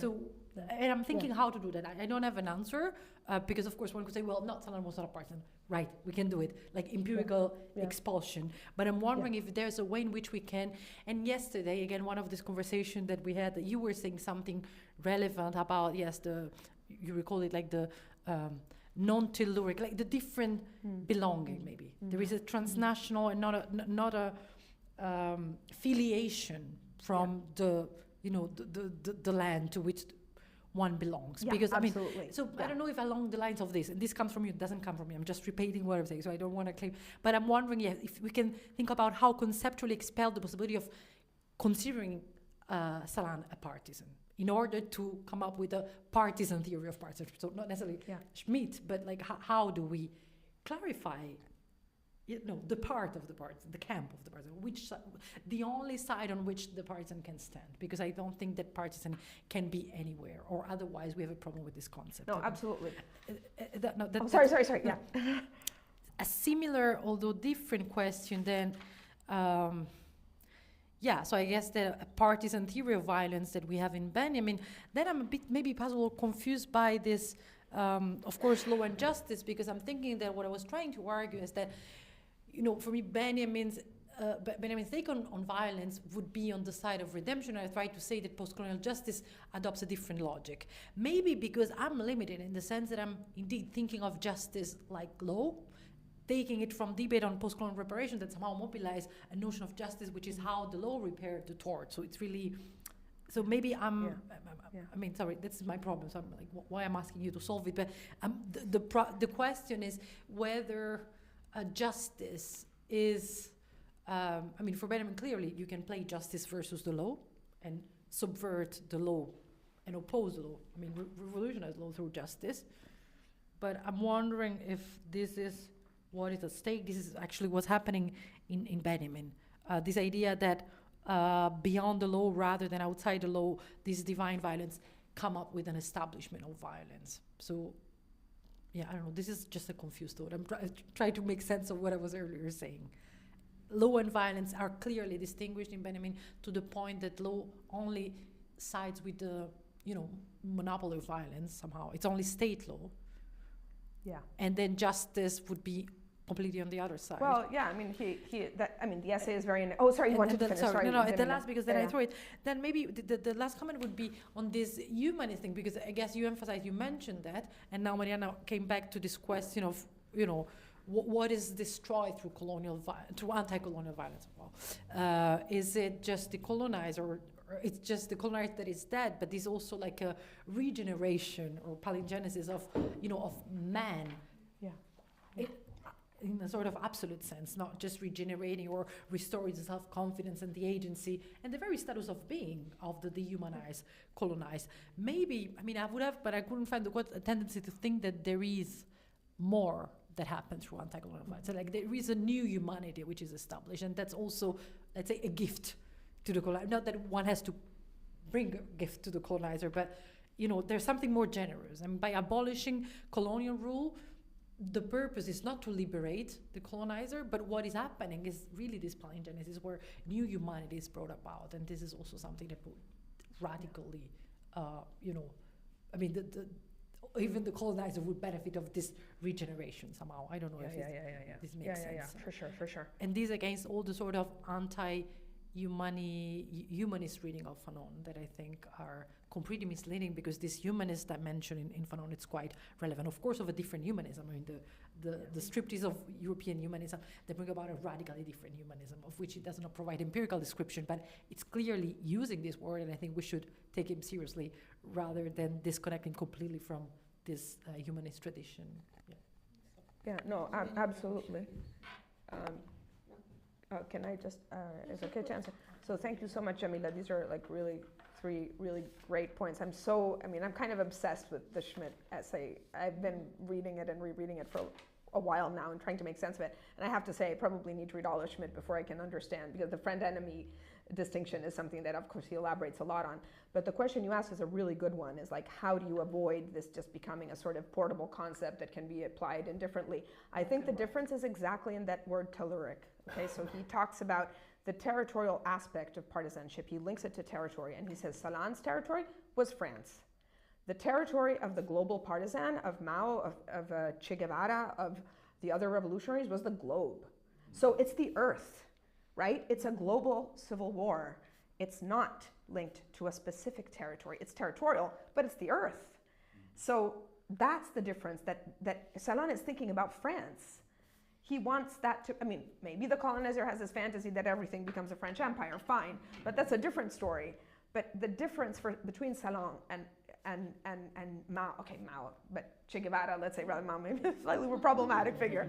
But the difference between Che Guevara and Salan is that Che Guevara's whole terrain of struggle, so he says explicitly in the essay, the whole terrain of struggle is the world, is the globe. And for Salan, it was the territory of France. And that's what Schmidt doesn't understand. I mean, he makes a good point. I think he grasps that distinction. But he doesn't understand the sort of ethical difference between the two figures. Yeah? I mean, it's clear that, so how come he completely doesn't mention Salan's, fighting in the French resistance? He only mentions the fact that he's protecting France, but he doesn't want to mention those anti-fascist ideals that are much more universalizing than fascism, than sort of, I suppose, like nationalist imperialism, I guess you could say. I think that's the difference. He grasps something interesting. That's why the essay has some useful value, but then he limits it. And about the question of law and justice, and of course, that essay is hugely complicated, and we have Benjaminians in the room who will have a much better understanding of the essay. I read it and again reread it, trying to make sense of it. It's very enigmatic at the end, because Benjamin is distinguishing between this lawmaking and law-preserving violence, and he says, how do we break this? This cycle? And he, at the end of the essay, he becomes very prophetic and cryptic and talks about messianic violence and divine violence and mythic violence. And, well, mythic violence is still connected to the law, right? So the myths that he talks about, Niobe and others, are connected to lawmaking, and he's thinking about Roman law. But then when he gets to divine violence, it seems that it's clear that he's thinking about things like the revolutionary strike, like the revolutionary general strike, and he's thinking about revolutionary violence, and he doesn't call it such. And in that sense, then my sense is that kind of violence, the divine violence, would be the establishment of justice, is the realm of justice. But again, obviously, that was my reading of the essay and of the other commentaries that I read around the essay. The quote from Derrida, that revolutionary violence is linked to an ideal of justice that is to come. And again, you will not Derrida that much better than me, but again, the futurity of it, the avenir, is messianic, right? It's something that is to come, the coming of, which is, but he says that violence itself has what was the third? The point about the humanism. And I mean, I think Fanon is wanting to say, I think Sartre then has a good commentary on Fanon. Fanon's manual is for those who are undertaking the revolution, but the book is read by those who are not in the revolution as well. And it does help to decolonize. Like, it's a decolonizing practice to read the book, right? So yes, I mean, it's interesting he himself never fired a weapon, right? Like, he himself isn't a combatant in the FLN. He's doing other kinds of work, right? And part of his work is writing this book that we read. And that is a form of partisanship in itself. So he is trying to make us think of a new humanism, I think. And why is it that decolonizing practices are so important now in Europe? They are important here. I'm saying obvious and banal things, but like, decolonizing is a form of rehumanization of the colonizer, of understanding what makes you less human. I don't know, sorry, I feel like I'm preaching, but I don't want to preach. I didn't mean to have this, but I don't know, it's a good, but thank you for the questions. Thank you, and my question was linked to the distinction between lawmaking violence and divine violence, messianic violence.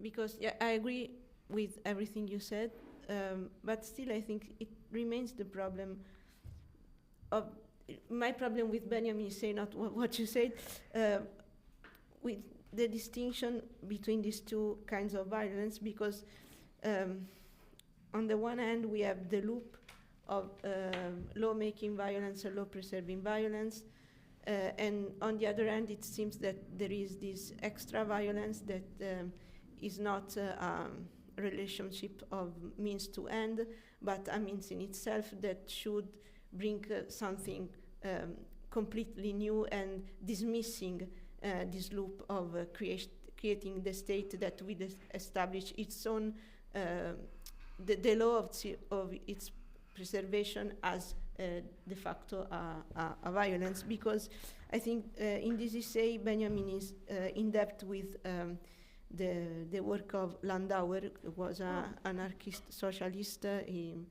and who wrote an essay, a plea to socialism, where he was thematizing the fact that lawmaking violence was the result actually of revolution itself. Because when you make a revolution, then you have to establish a state, and once you have established that you have the problem that there is the law-preserving violence, and discontent with this will reach a point that a new revolution will come, but will still not dismiss the circle, the loop, no? So how can, because since it has a human cost, I mean that we're not talking about abstract things, how can we decide when it's that the violence I am enacting is a messianic violence, and how can I be sure that it will not bring to another law-preserving violence, law-making violence, and so on? Because I think that it is, as you've shown, there is a performative aspect of violence in creating the subject of struggle. So I cannot know in advance that my violence will bring to an end this circle, and in any case I have to establish something at the end, because it's not that I have a Sorelian general strike, nihilism, and then there's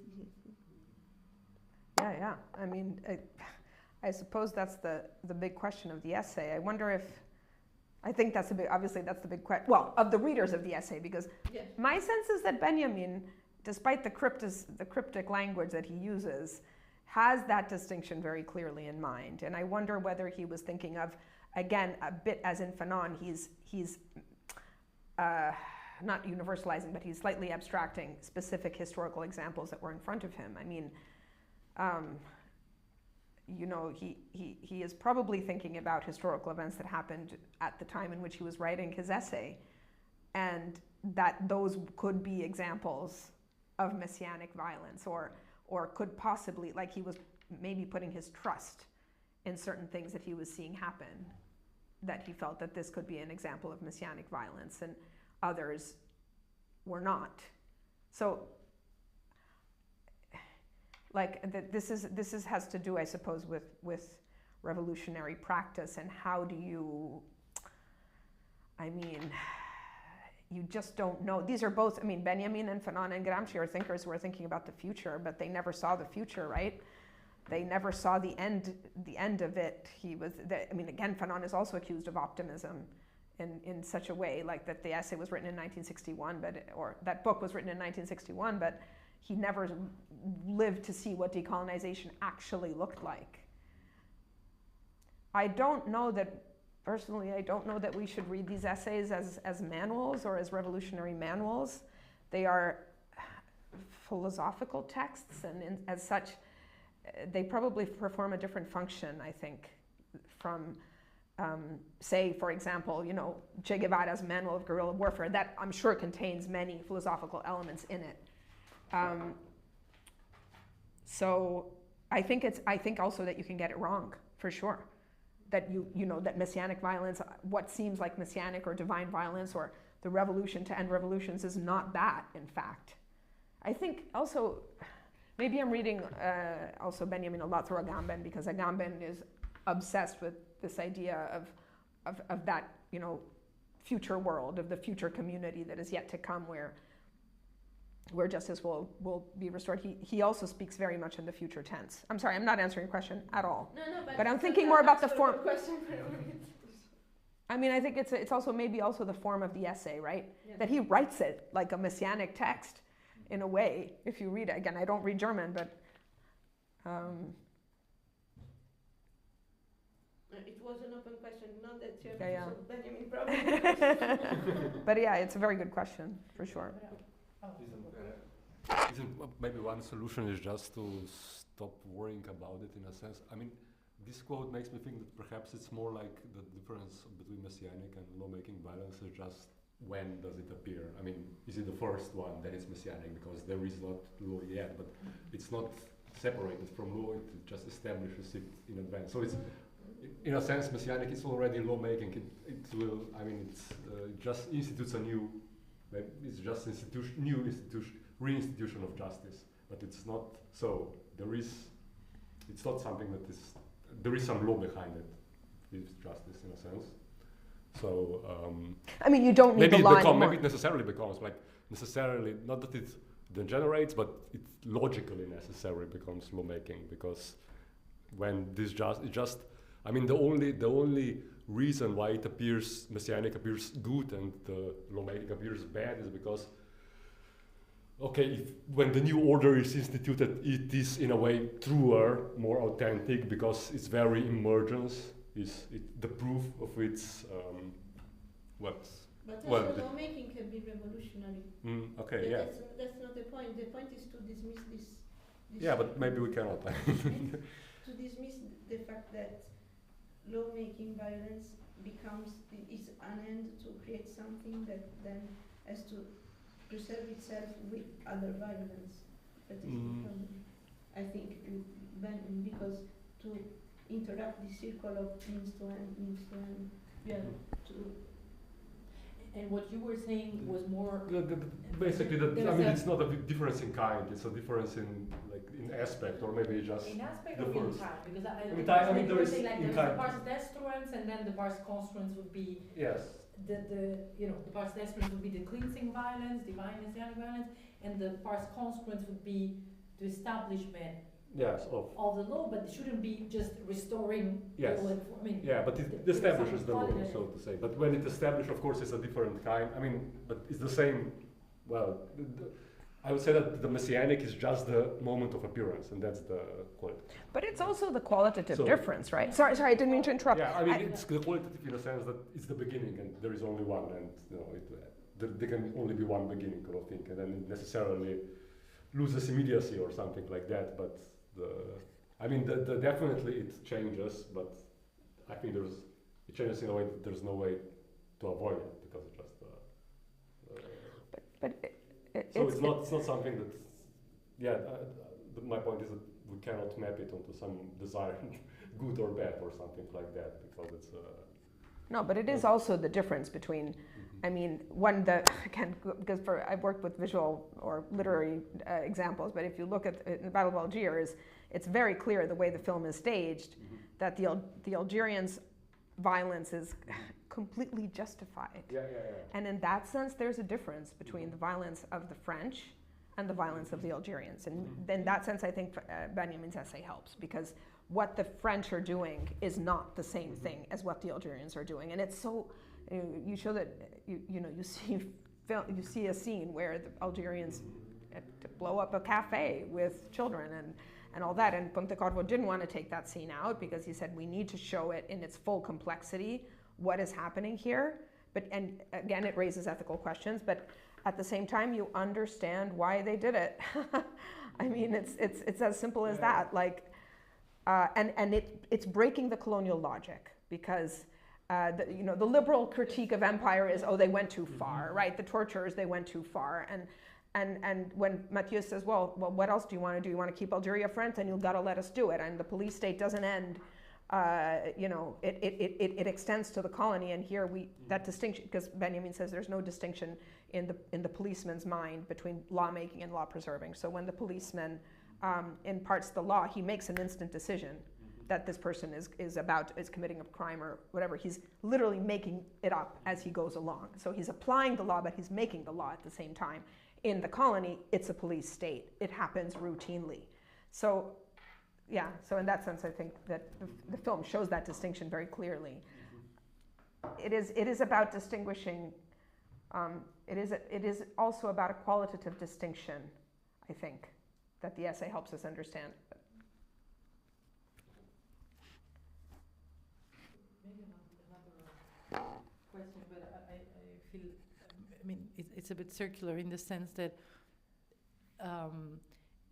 the question of, so you were mentioning how Derrida, commenting on Benjamin, is trying to say that actually towards a critique of violence is an attempt at providing, let's say, the tools for assessing. It's about judging violence, evaluating or assessing. I don't remember now.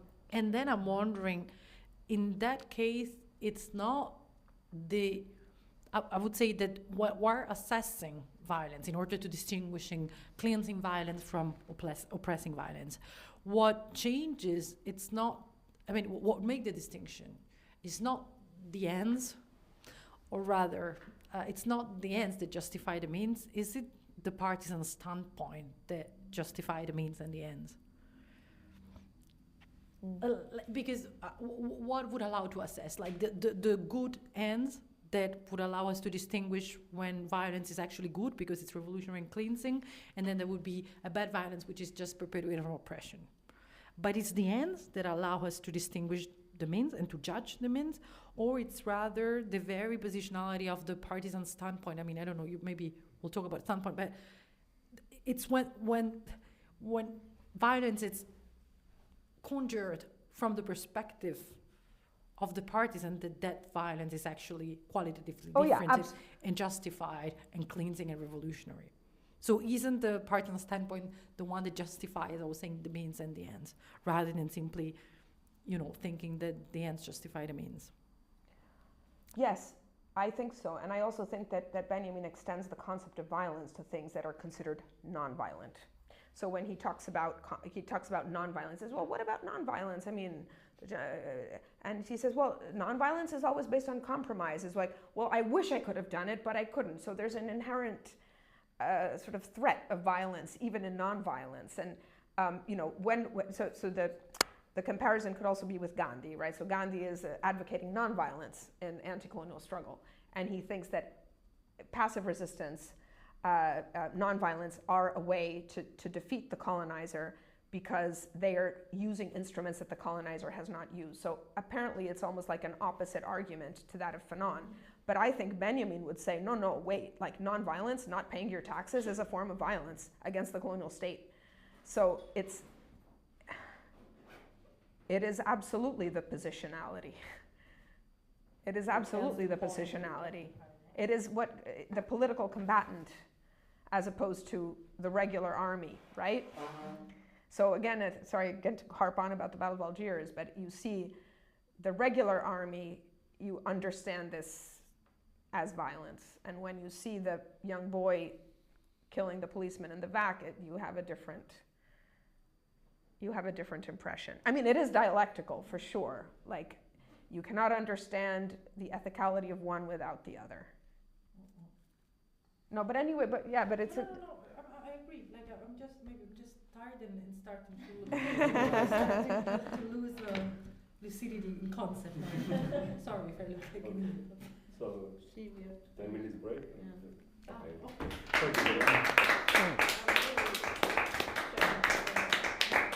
Thank you.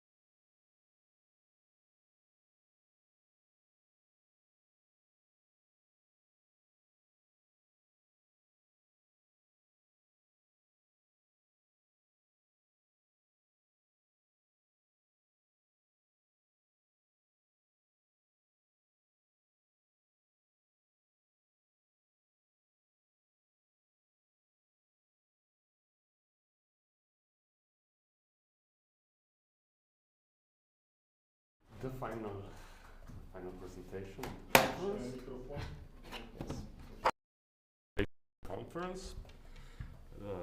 Speaker is Mariana Teixeira, and Mariana is assistant researcher at the Praxis Research Group of the University of Lisbon, Portugal. She was a postdoctoral researcher at CEBRAP in Brazil and Free University of Berlin. She co-edited the book The Center in Global Sociology, The Peripheral Turn in Social Theory and Research, and is the author of Misplaced Dialectics, Kojève, Beauvoir, Fanon, and the Subversion of Hegel, which is forthcoming by Routledge. The title of her talk today is Three Paths of Decolonizing Philosophy: Conversion, Inversion, Subversion. Mariana, the floor is yours. Thank you, Martin, for the introduction. Thank you so much, Julia, for the invitation to come to beautiful Ljubljana in the fall and get to know this city that I didn't know before. Thank you also, Martin, for all the organizational part of the conference. And also thank you for the participants. It was a great workshop. I learned a lot from all of you. And I know everybody's tired. I'm also tired. It's the last talk, but I hope it still makes sense. So let's go. Before I start reading the paper, let me just give a brief contextualization. My research for some time now has been dealing with what I'm calling reading Hegel from the margins, or reading Hegel from the peripheries. And it's inspired by the notion of misplaced ideas, which was developed by the Austrian-Brazilian literary scholar Roberto Schwartz, and has generated a lot of debate, especially in Latin America, about the epistemological and political relations between center and periphery.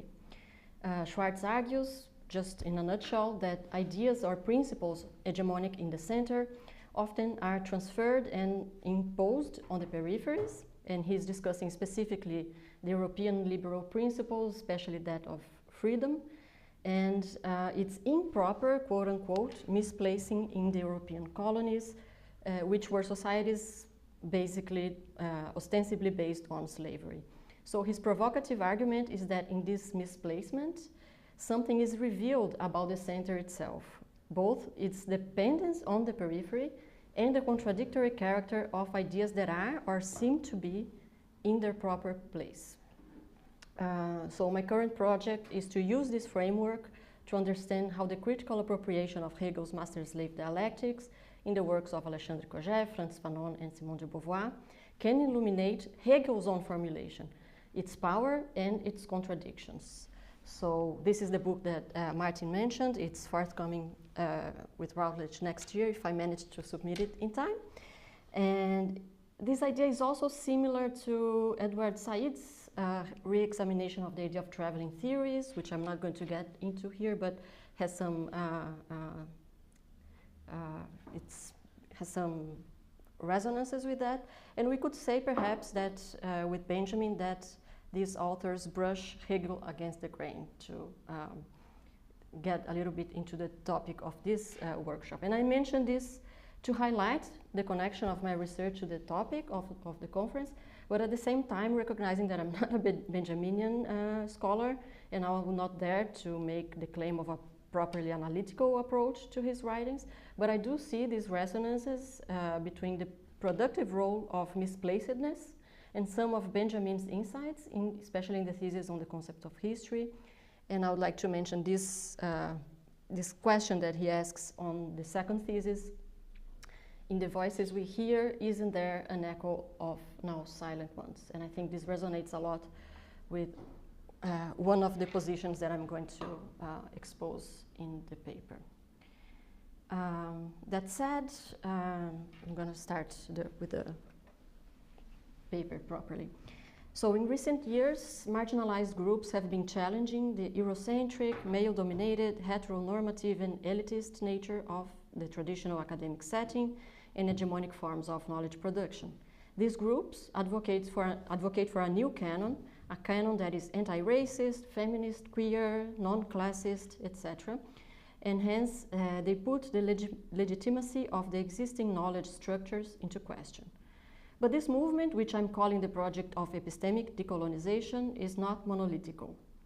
There are different paths and strategies adopted to try and achieve decolonization, and this paper intends to offer an interpretive framework to understand these different models based on their philosophical assumptions regarding the character of the relationship between marginalized and hegemonic forms of knowledge.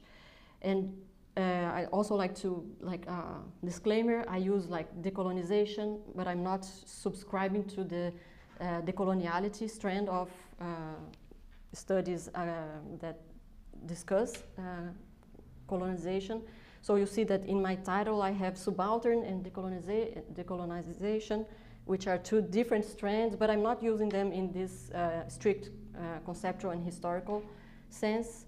I'm rather referring to this general project, very broad idea to fight against this kind of domination.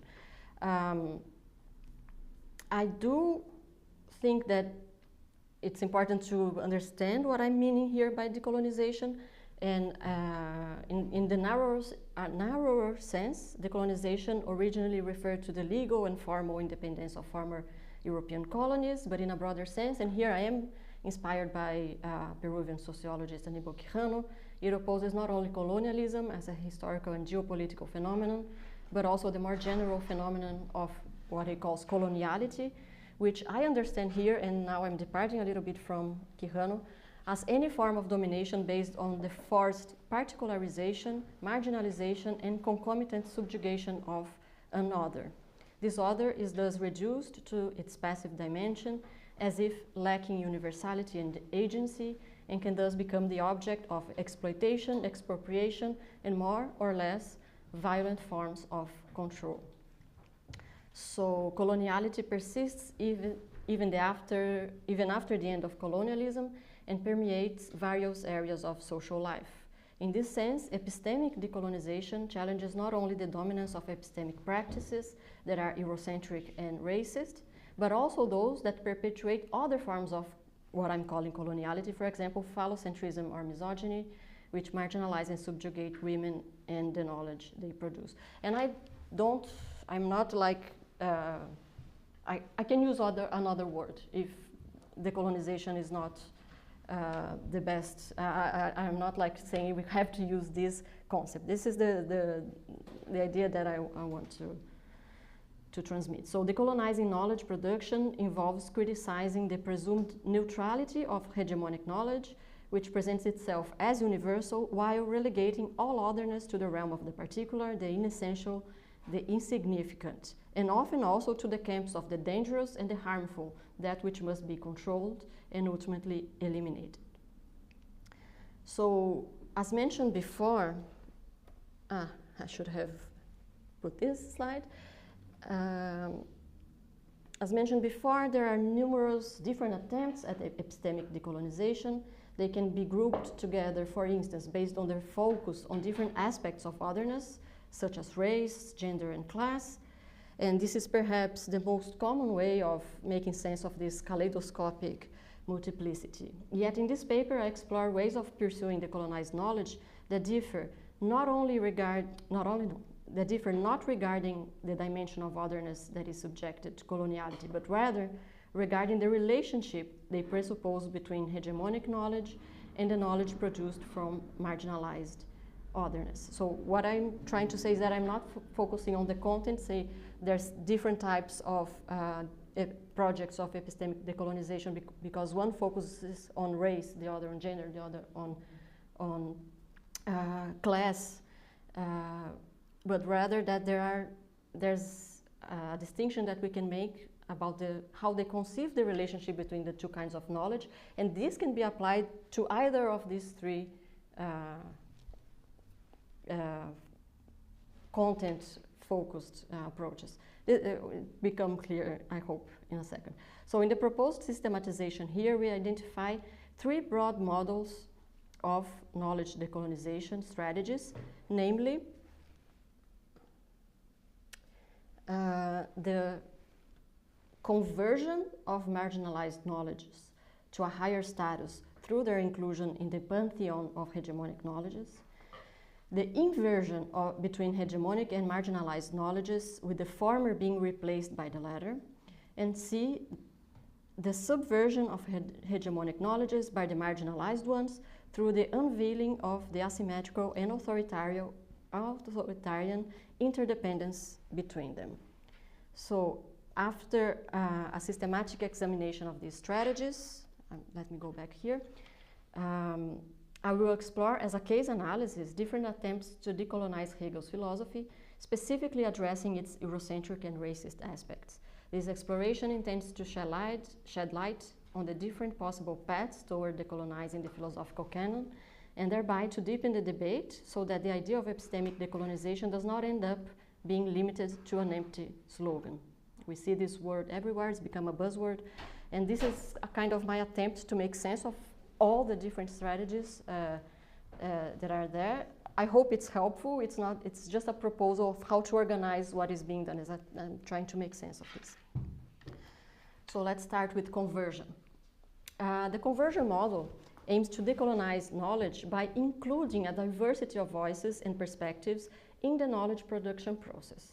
It challenges the traditionally white, European, and male-dominated canons by valuing the contributions of marginalized groups. This model takes, in general, two main forms. Firstly, it seeks to make visible the significant contributions of marginalized groups to established forms of knowledge. In this vein, for example, many recent projects highlight the participation of women in the history of knowledge production. So we see all these projects of women in philosophy. So you list a lot of women that were important to philosophy, and then you try to include them in the pantheon of important philosophers. Secondly, the conversion strategy also values forms of knowledge production that go beyond the hegemonic canon based on Western rationalism. So this includes, for instance, incorporating previously excluded themes and theoretical frameworks into educational curricula, such as feminist, Amerindian, and Afro-diasporic epistemologies. The goal is to create a more comprehensive theoretical repertoire that recognizes and legitimizes marginalized knowledge.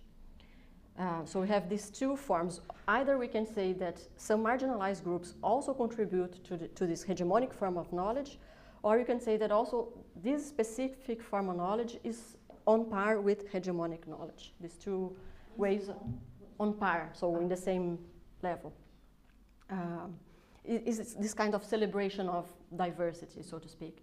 So with this, also the hegemonic forms of knowledge would be enriched. This is an idea that not only when you bring other voices into knowledge production, not only these voices are now more valued, but knowledge itself becomes more comprehensive and actually more truer, in a sense, more true, because it encompasses a broader scope of reality. So the conversion model strives for epistemic diversity, elevating marginalized knowledges to the same level of legitimacy as hegemonic knowledge, which is taken as true. So the hegemonic knowledge is true, but is limited and needs complementation. So the presupposed relationship between these two forms of knowledge, hegemonic and marginalized, is that of a parity to be recognized by the practices of epistemic decolonization. The inversion model shares with the inversion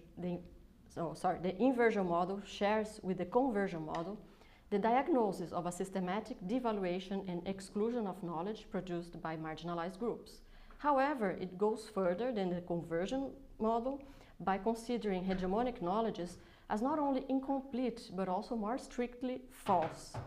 This model challenges the universality claimed by Western rationalism and identifies the exclusion of the other as an inherent characteristic of hegemonic knowledge. In the inversion model, the project of decolonization becomes more demanding. It is not just about including marginalized knowledges alongside hegemonic ones, but about unveiling the necessary falsity of the knowledge based on silencing and exclusions. This model calls for elevating marginalized knowledges to a position superior of hegemonic knowledges, which are considered to be permeated by coloniality. So decolonization projects following this inversion model critique or criticize Western rationalism for its classificatory, phallocentric, and Eurocentric biases, which have contributed to misogynistic, racist, and exploitative epistemic practices. They argue for a more holistic epistemic perspective found, for instance, in traditional communities and the practices of marginalized groups. In summary, decolonization based on the inversion model aims to displace hegemonic knowledges and replace them with marginalized ones. It seeks to create a theoretical framework that is not only more comprehensive, but also more genuine and adequate for understanding the relational nature of the world. Hegemonic knowledges are considered incomplete and false, and priority should be given to marginalized knowledges in practices of epistemic decolonization.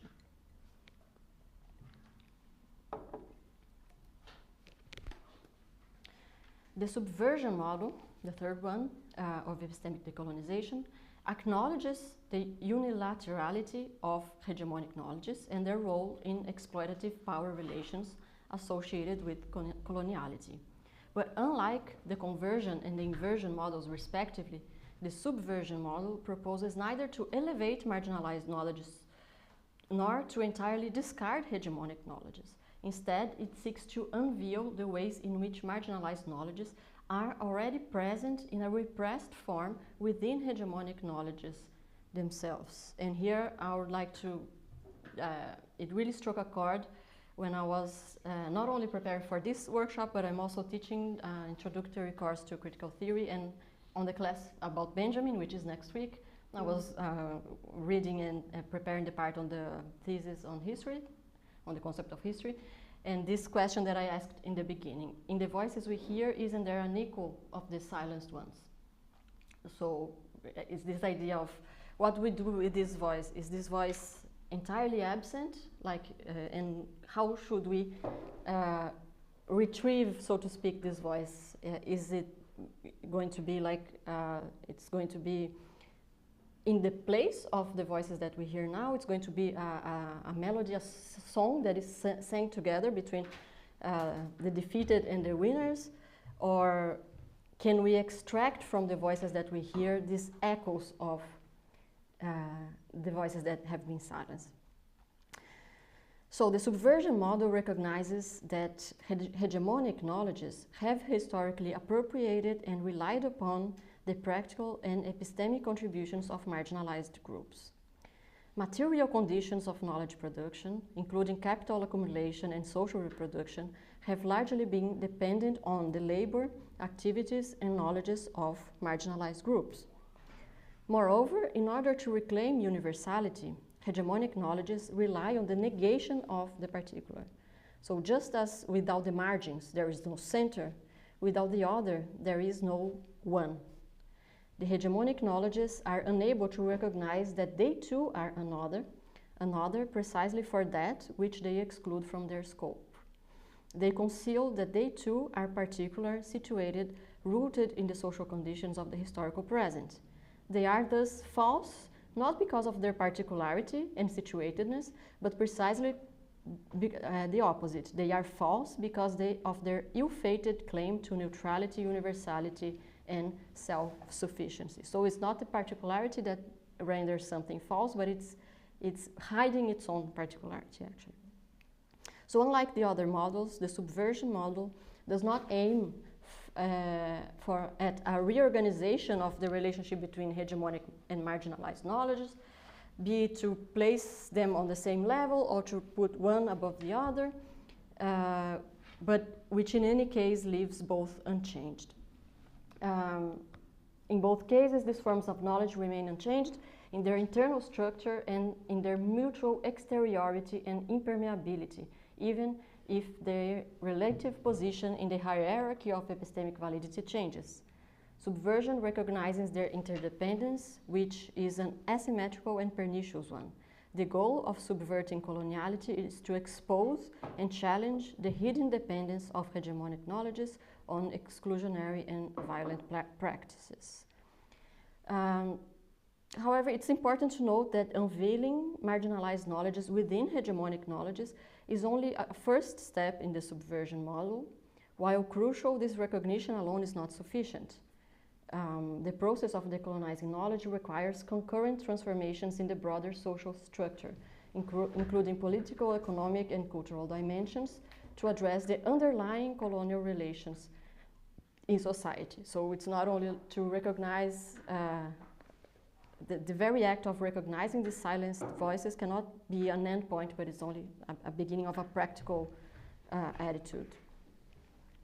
So this is the general systematic way that I try to organize this discussion. And now I'm going to go to the case analysis on Hegel's racism. And one of the authors here is Jamila Mascat, and she will be able to tell me if I'm employing this correctly or not. So let's see. So in the second part, I try to provide a concrete example of different attempts at decolonizing knowledge by focusing on Hegel and his racist Eurocentrism. Taken either as a precursor of revolutionary Marxism and critical theory, or as the epitome of the purest reactionarism and defense of the status quo, Hegelian philosophy offers a fertile ground for exploring the diversity of paths toward epistemic decolonization. Many authors have pointed out Eurocentric aspects of Hegelian philosophy, most notably his lectures on the philosophy of world history, where one can find extremely derogatory statements about non-European peoples, such as the native populations of Africa, Asia, and the Americas. Hegel states about the African continent, for example, that it, and I quote, "it has no historical interest of its own, except the fact that there we see men in barbarism, in savagery. In Africa, he says, there can be no history proper." All these are known horrible things that he writes. If events follow each other arbitrarily and capriciously, there's no finality, no state, no subjectivity, but only a series of subjects that destroy each other. Africa is the infant land, kinderland, shrouded beyond the day of self-conscious history in the black color of night. It is the place where the Highland principle, that of the impossibility of culture and Bildsamkeit, predominates. So statements such as these can no longer be accepted uncritically or swept under the carpet, under the rug, I don't know what's the correct expression, which poses the question of how to address the need to decolonize the Western philosophical canon, of which Hegel is an eminent figure. Let's see some strategies that have been adopted for this purpose. So let's start with conversion and the idea that non-Europeans can also philosophize. A first approach to counter Hegel's Eurocentric statements is to try and contextualize them within the broader framework of his philosophy, by relativizing their importance and even their authenticity, because the prelections, the lectures are taken from notes of students, so there are even some authors that claim that we cannot know if Hegel actually said those sentences, because he didn't publish them in his books. So by relativizing their importance and even their authenticity, the aim is to rescue the core of Hegelian philosophy from what is understood as an occasional Eurocentrism. This strategy has probably been the most common among Hegel scholars for a long time. In most cases, it seems to be merely presupposed, or it appears in footnotes and introductory remarks to Hegel's writings. A central point emphasized from this perspective is Hegel's decided refusal of the biological determinism that has taken shape in the pseudosciences of phrenology and physiognomy, for example, in the phenomenology of spirit. It is commonly stressed that Hegel defends, in turn, a universalist conception of humanity by asserting that man, I quote Hegel, man is rational in himself, therein lies the possibility of the equality of the right of all men and the nullity of a rigid distinction into human races and with and without rights. End of quotation. So, with the growing literature pointing to Hegel's Eurocentrism, some interpreters have also begun to look more closely at this question, even addressing the philosopher's most problematic works in this regard. So I think for a long time, these things were dismissed quite casually. So in a footnote, here he's being, but it's no problem.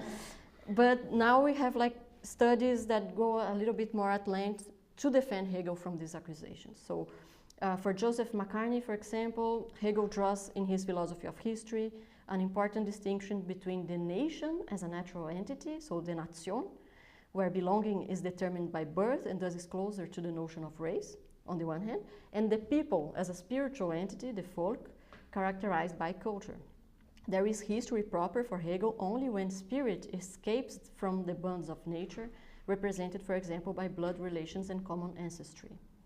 Thus, the subjects of history can only be spiritual entities, a people, and not natural ones, nations, tribes, castes, and races, which would mean that history in the Hegelian conception could not be understood through racist categories. One indication that Hegel's philosophy is not inherently racist, Joseph McCartney claims, is the fact that he recognizes that the art and religion of ancient Greek, an important turning point for the advancement of spirit, were significantly influenced by Egyptian and possibly Ethiopian culture, which would make Hegel even a precursor of Black Athena, the famous study by Martin Bernal, that proposes an alternative account of the origins of classical Greek civilization from the influence of African and Asian culture, especially Egyptian and Phoenician. Andrew Buchwalter is another interpreter who seeks to elevate non-European peoples to a status analogous to that of peoples of modern Europe. He recalls the importance Hegel attaches to the autonomy of the other in the process of achieving one's own autonomy.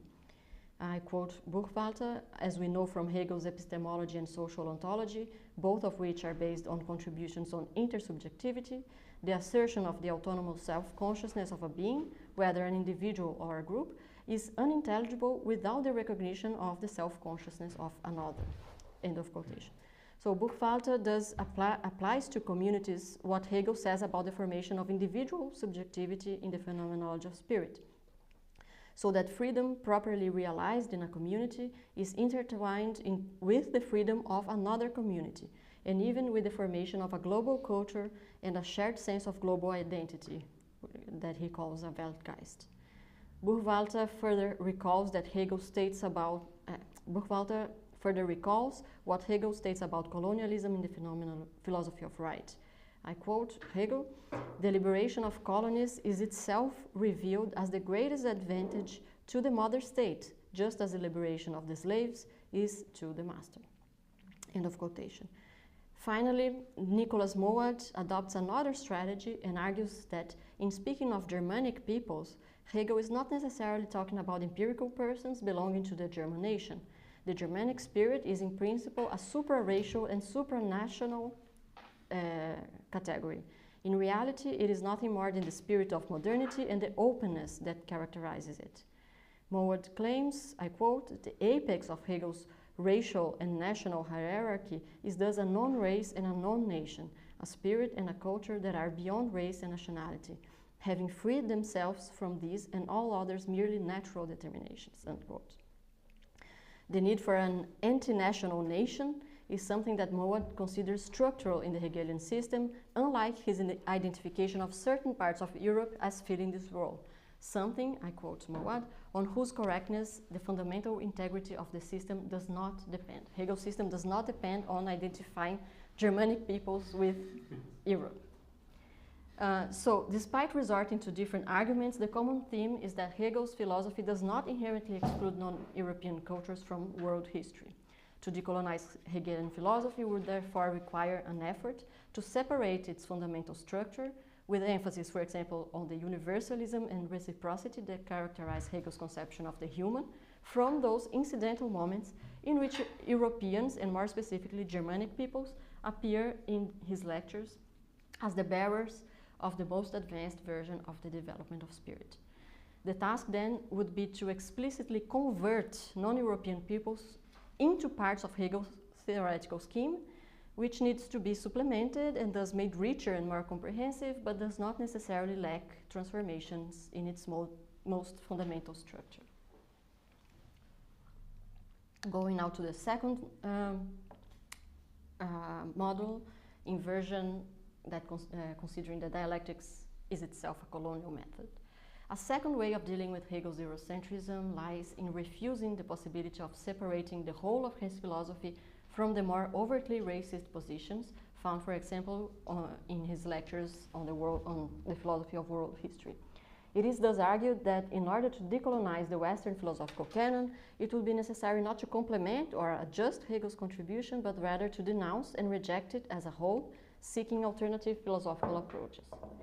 Many authors in this category focus primarily on developing competing proposals rather than unpacking Hegel's Eurocentrism in detail. So we see a lot of, there's in the paper I mentioned, I think, Mignolo and Boaventura Sousa Santos, who in the beginning of their books just say, Hegel is an example, and then they go on to develop something else. However, a growing number of interpreters have now conducted a more thorough analysis of Hegel's Eurocentric assumptions and their pervasive presence throughout his philosophy. Robert Bernasconi is one such interpreter and has extensively examined Hegel's racism. Bernasconi highlights how Hegel's philosophy aligns with the mid-19th century trend of organizing historical philosophies around the concept of race. He concedes, as McCartney defends, that Hegel distinguishes between race and nation as natural entities and people as a spiritual one, but he recalls that for Hegel, not all races or nations can become peoples, which results precisely in the exclusion of Africa from world history. And this is a discussion that McCartney and Bernasconi had in the Radical Philosophy journal in 2003. Bernasconi also challenges the argument used to relativize Hegel's Eurocentrism, which insists that the reason for the philosopher's prejudiced statements is that the sources to which he had access at the time tended toward a totally stereotypical characterization regarding African populations. From an analysis of the works of travel literature mentioned by Hegel, Bernasconi argues that rather than having been hostage to his sources, Hegel actually seems to have often exaggerated the stories that were reported. So he went to the primary literature to seek for the things that Hegel was drawing to talk about Africa, and some things he couldn't find in this literature. So some things were additions or exaggerations by Hegel himself.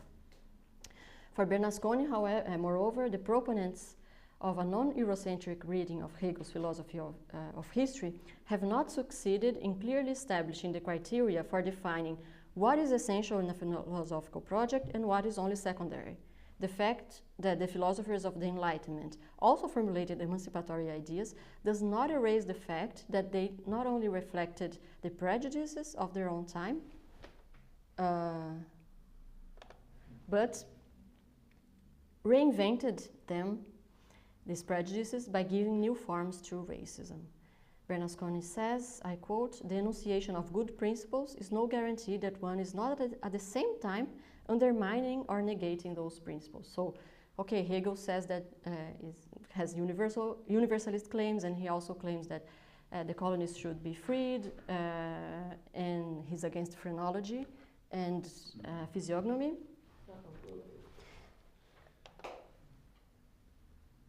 But that was the last slide, so I had just one. I have one quote, but then I think it's no problem. One thing does not cancel the other. You can have enlightened ideas and also subvert them at the same time.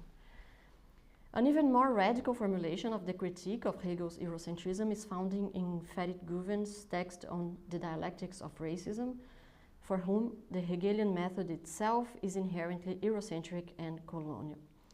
We have now, when I wrote this paper, there are other authors now that are also focusing on this. We have Reiterada and also Rocio Zambrana, who was more has adopted a more radical position against Hegel. The very idea that not his philosophy of the world history, and he talks about Africa, but dialectics itself is colonial.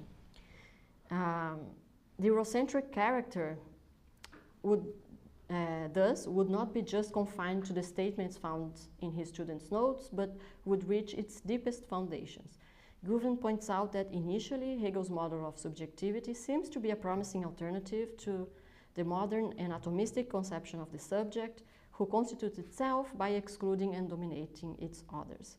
The specificity of the Hegelian model of subjectivity, on the contrary, is the necessity of the dialectical relation with the other, of mutual recognition, and an interdependent co-constitution. The Hegelian subject, I quote Guven, can incorporate, lend a voice to, and accommodate its other, not in terms of a static confrontation, but as a dialectical movement that becomes the other, passes through negativity and returns to itself, and thus constitutes the subject's own subjectivity. End of quotation. For Guven, however, this impression is misleading. The Hegelian model of the subject actually features the very problems in the relations between self and other in general, and between colonizer and colonized in particular. Firstly, because the possibility of dialectical movement is attributed by Hegel only to one type of subject, namely the European, who is capable of change, diversity, and transformation, and is not in a standstill time like the members of other peoples. Moreover, in the colonial system, the dynamics of the dialectical formation of subjectivity conceals an insidious relationship of domination, as the colonial power not only excludes and dominates the other in a direct way, but also defines that other, gives it a specific voice, and thus defines the possibilities of existence in and resistance to the colonial system. The power of the system, says Goethe, I quote, has to be measured today by its ability to incorporate its other, situating it precisely and insidiously in terms of the possible opposition to the system, end of quotation. So if you are defined by your resistance to domination, you are, or even resistance to domination is already determined by domination. So European privilege is thus the ability to assimilate and incorporate that which is different from it, so that, I quote, Hegel's conception of the subject, far from offering a possible framework for thinking a post-colonial notion of the subject, is the most sophisticated, most inescapable, and thus most insidious expression of colonialism, not so much in what it says, but in what it allows its other to say, end of quotation. So in spite of their differences, these authors argue that Hegel's Eurocentrism is not an incidental aspect that can be overlooked or relativized. Hegel's entire theoretical edifice would be committed to the racial prejudice that is expressed most openly in his writings on the subjective spirit and his lectures of philosophy of history, and the dialectical method itself is often taken as a theoretical expression of coloniality by postulating an otherness that is then assimilated.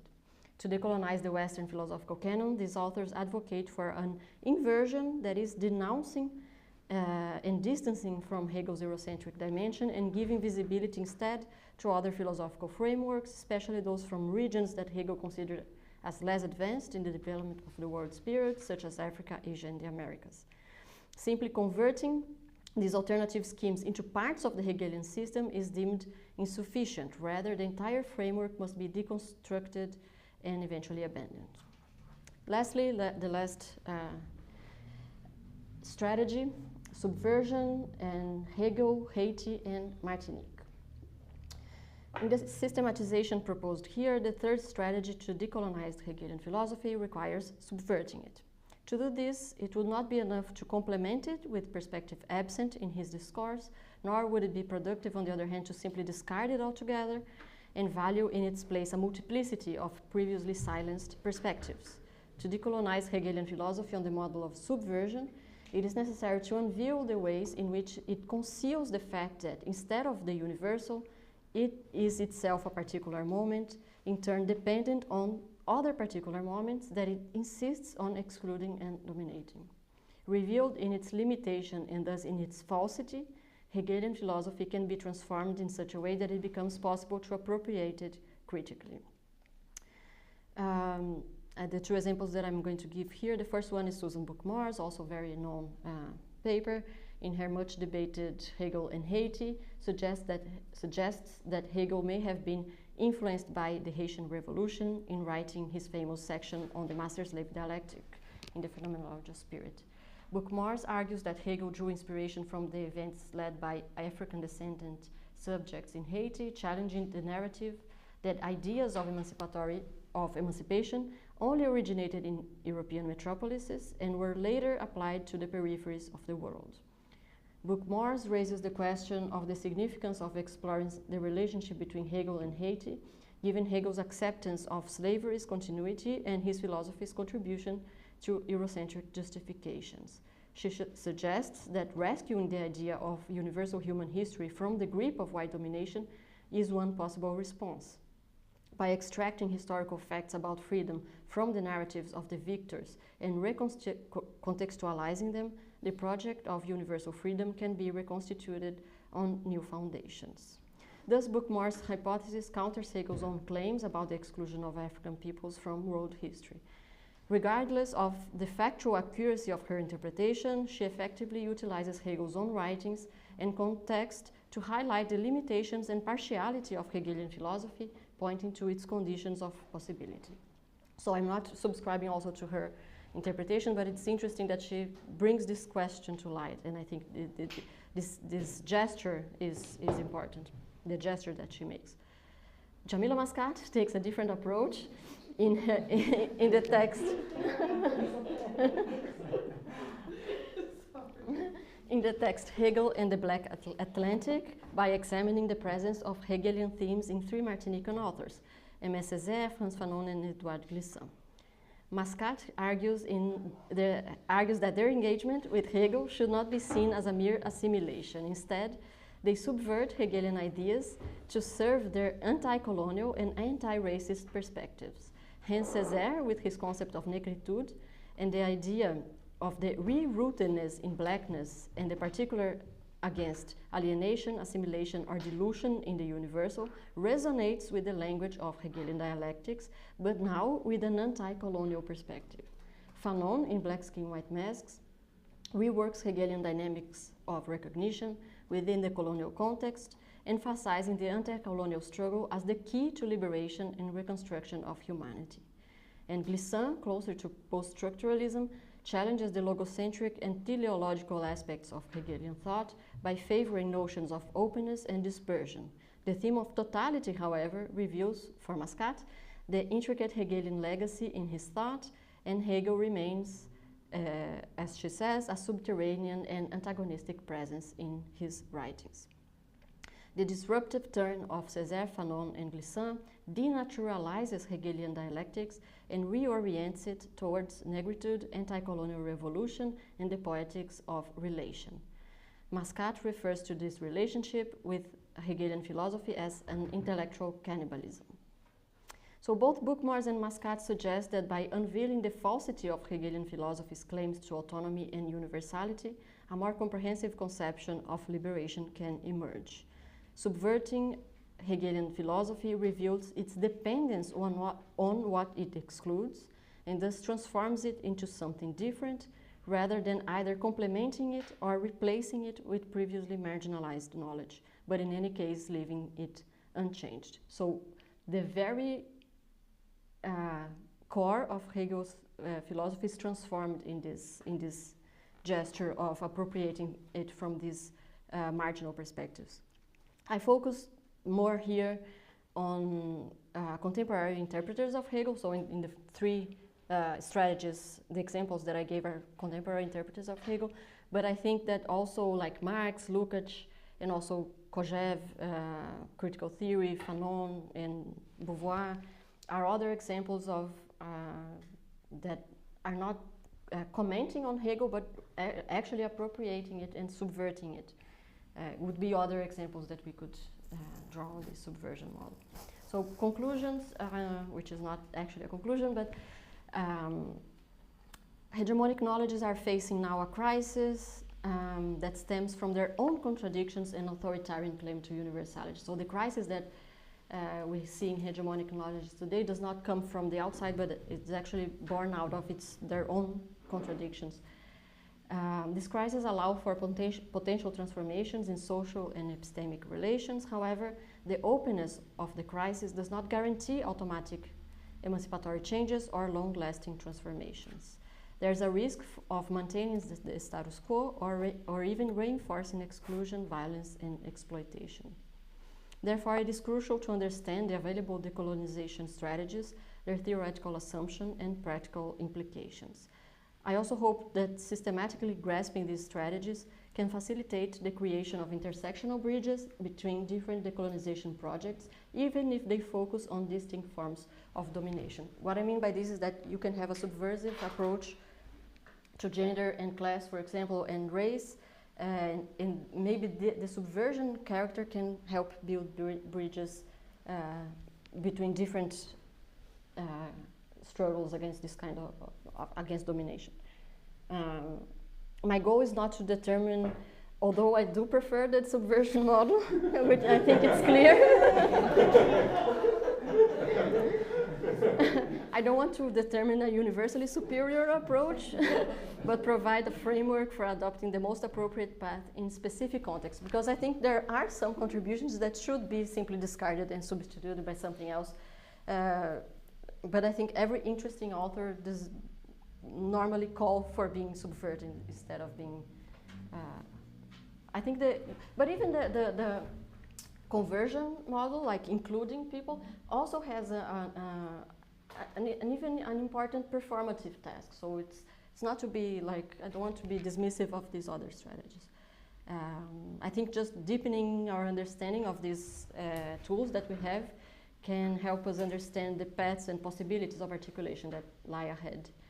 To finish, I would like just to read a very short quotation from Benjamin's fourth thesis on the concept of history, which I think resonates with all this that I have said. So, class struggle, which for a historian schooled in Marx is always in evidence, is a fight for the crude and material things without which no refined and spiritual things could exist. But these latter things, the refined and spiritual things, and I think knowledge production is included in this realm, these latter things, which are present in class struggle, are not present as vision of spoils that fall to the victor.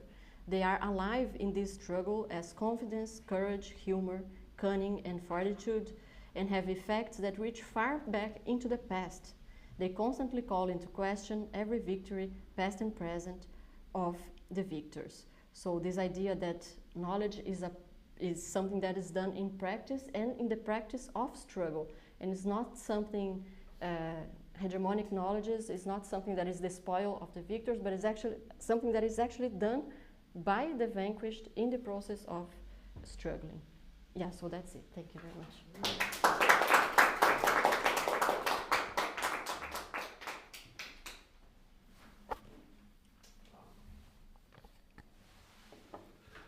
Thank you, Mariana. So, is there energy left for discussions, I guess?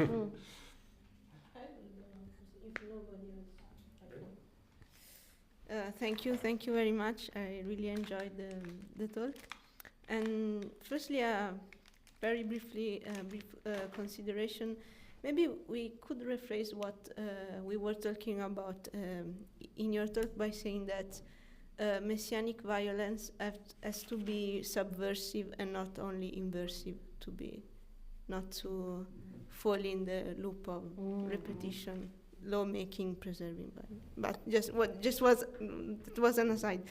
And then in your reconstruction, but tell me if my impression is not correct, it seems that only the latter model, so subversive approach, has a direct link to practice than to change, because at least also non-intellectual practice, because it is the only one where you have mentioned the fact that recognizes unveiling the interdependence between the hegemonic and the marginalized voice is only the first step.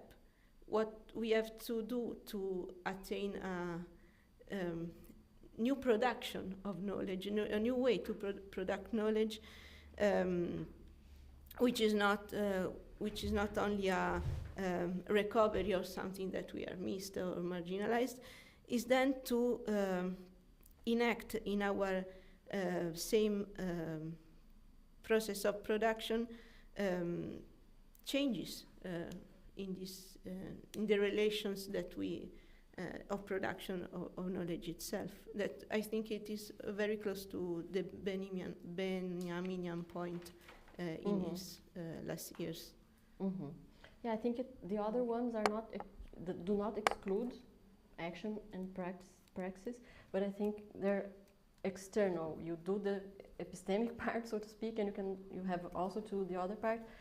I think the subversion model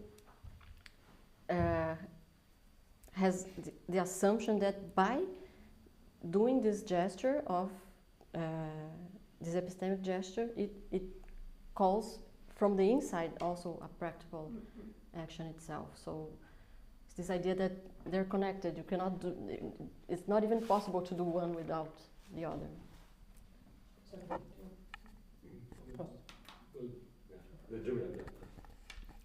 Thanks so much. Again, like I think I agree with everything you said. So it's hard. I agree with myself. No. I mean, also with the characterization of the posing of the problem. So, but I have questioners. I mean, of course, not on myself. I have question on, first of all, Roberto Schwarz, which I wish. I mean, I would like to read. So, misplaced idea. How is it in Fora do lugar.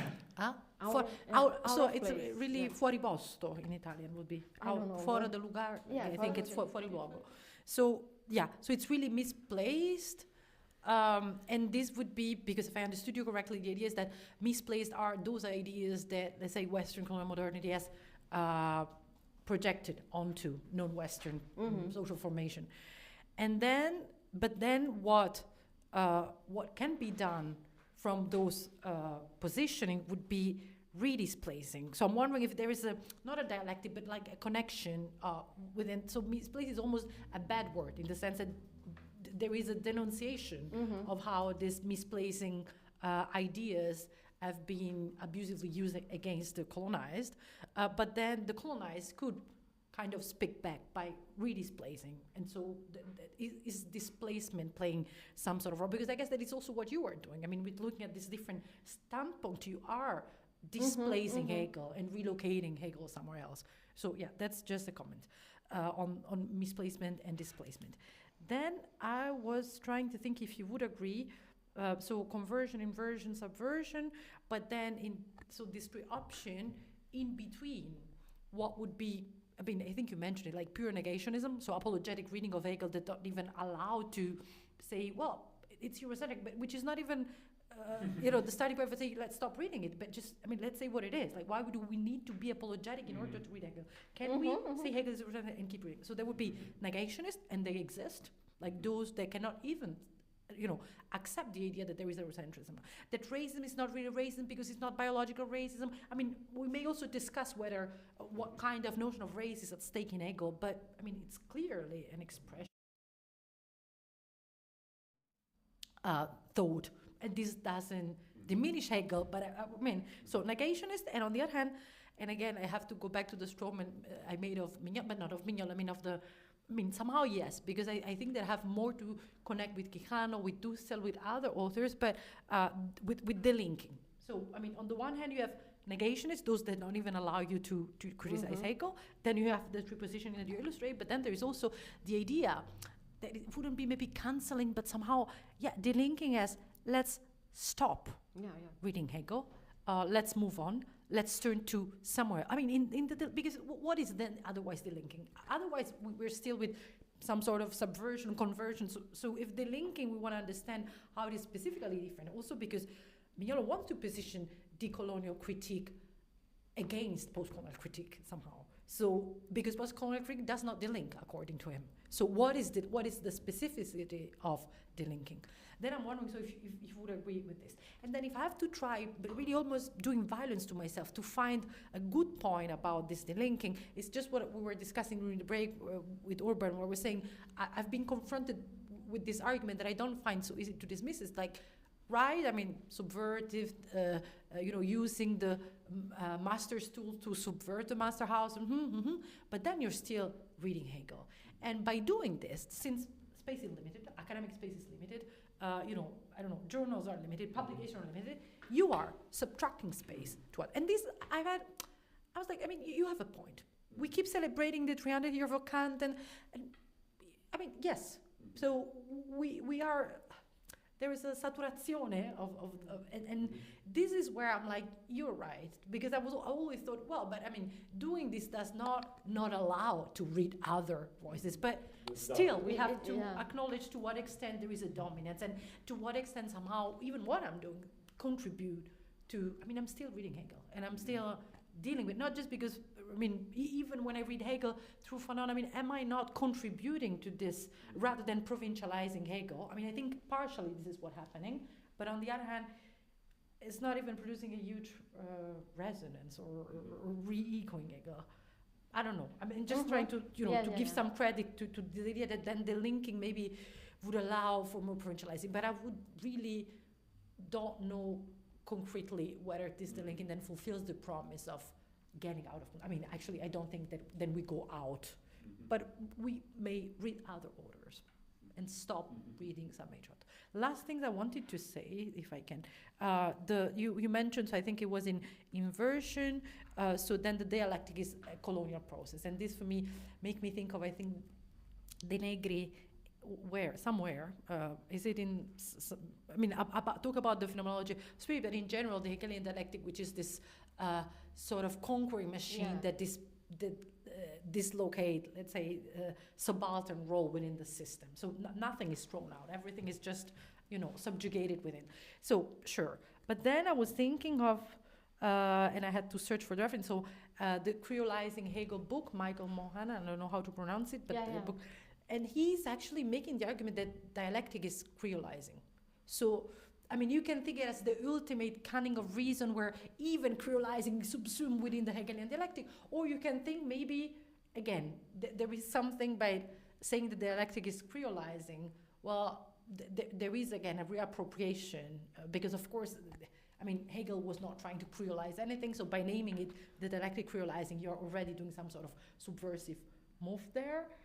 Very last point. It's more in connection also to what Julia said. You were saying, but maybe the only practical possibility are only subversion. I'm not sure, because subversion can also be an intellectual. Like when Spivak speaks of the affirmative sabotage or how to abuse the legacy of modernity, producing new uses, may also be only intellectual. But I have to admit that one of the way I start to thought the fact that the master tool, may actually dismantle the. They not necessarily do that, but they may. And historically, I think they did it. Is also thinking about this. So when you have objects that are not used for what they're meant to, so objects have let's say use value but also use purposes, and then you use them for very different uses. And my partner was working on a research on Latin American history, looking at again the creativity that we were talking about with Dario, how creatively you make of a weapon something that is not supposed to be a weapon. Or so how practically, this happened when in Curacao you use shells that are thrown, and shells are no weapons, but they become weapons. We can think of many other examples that I don't need to mention, but yeah, it's true that there was maybe a practical matrix in thinking what does it mean. Also sabotage as a practical, that's Spivak, but sabotage is the sabot. So the sabot, where different etymological understanding of how the sabot was used against the machine, or anyway, what was a weapon. So the sabotage comes from there. There's a practical dimension. Yeah. Great points. Thank you so much, Jamila. Quick reactions to what you said. First, the examples that you gave about the apologies and the linking as conversion and inversion.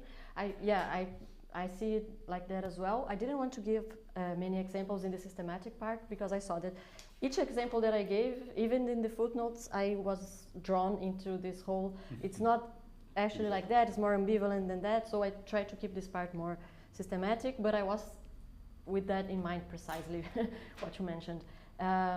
Second, I do see the value, that's what I tried to mention in the end about the value of the other strategies as well, because in the beginning I was kind of more also, no, the only this is the best method and etc. But I do think that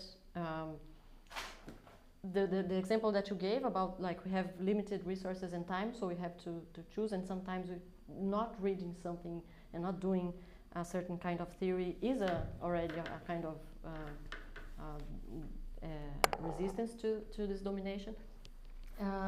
On the other hand, I think it's important to have some kind of literacy in the canon.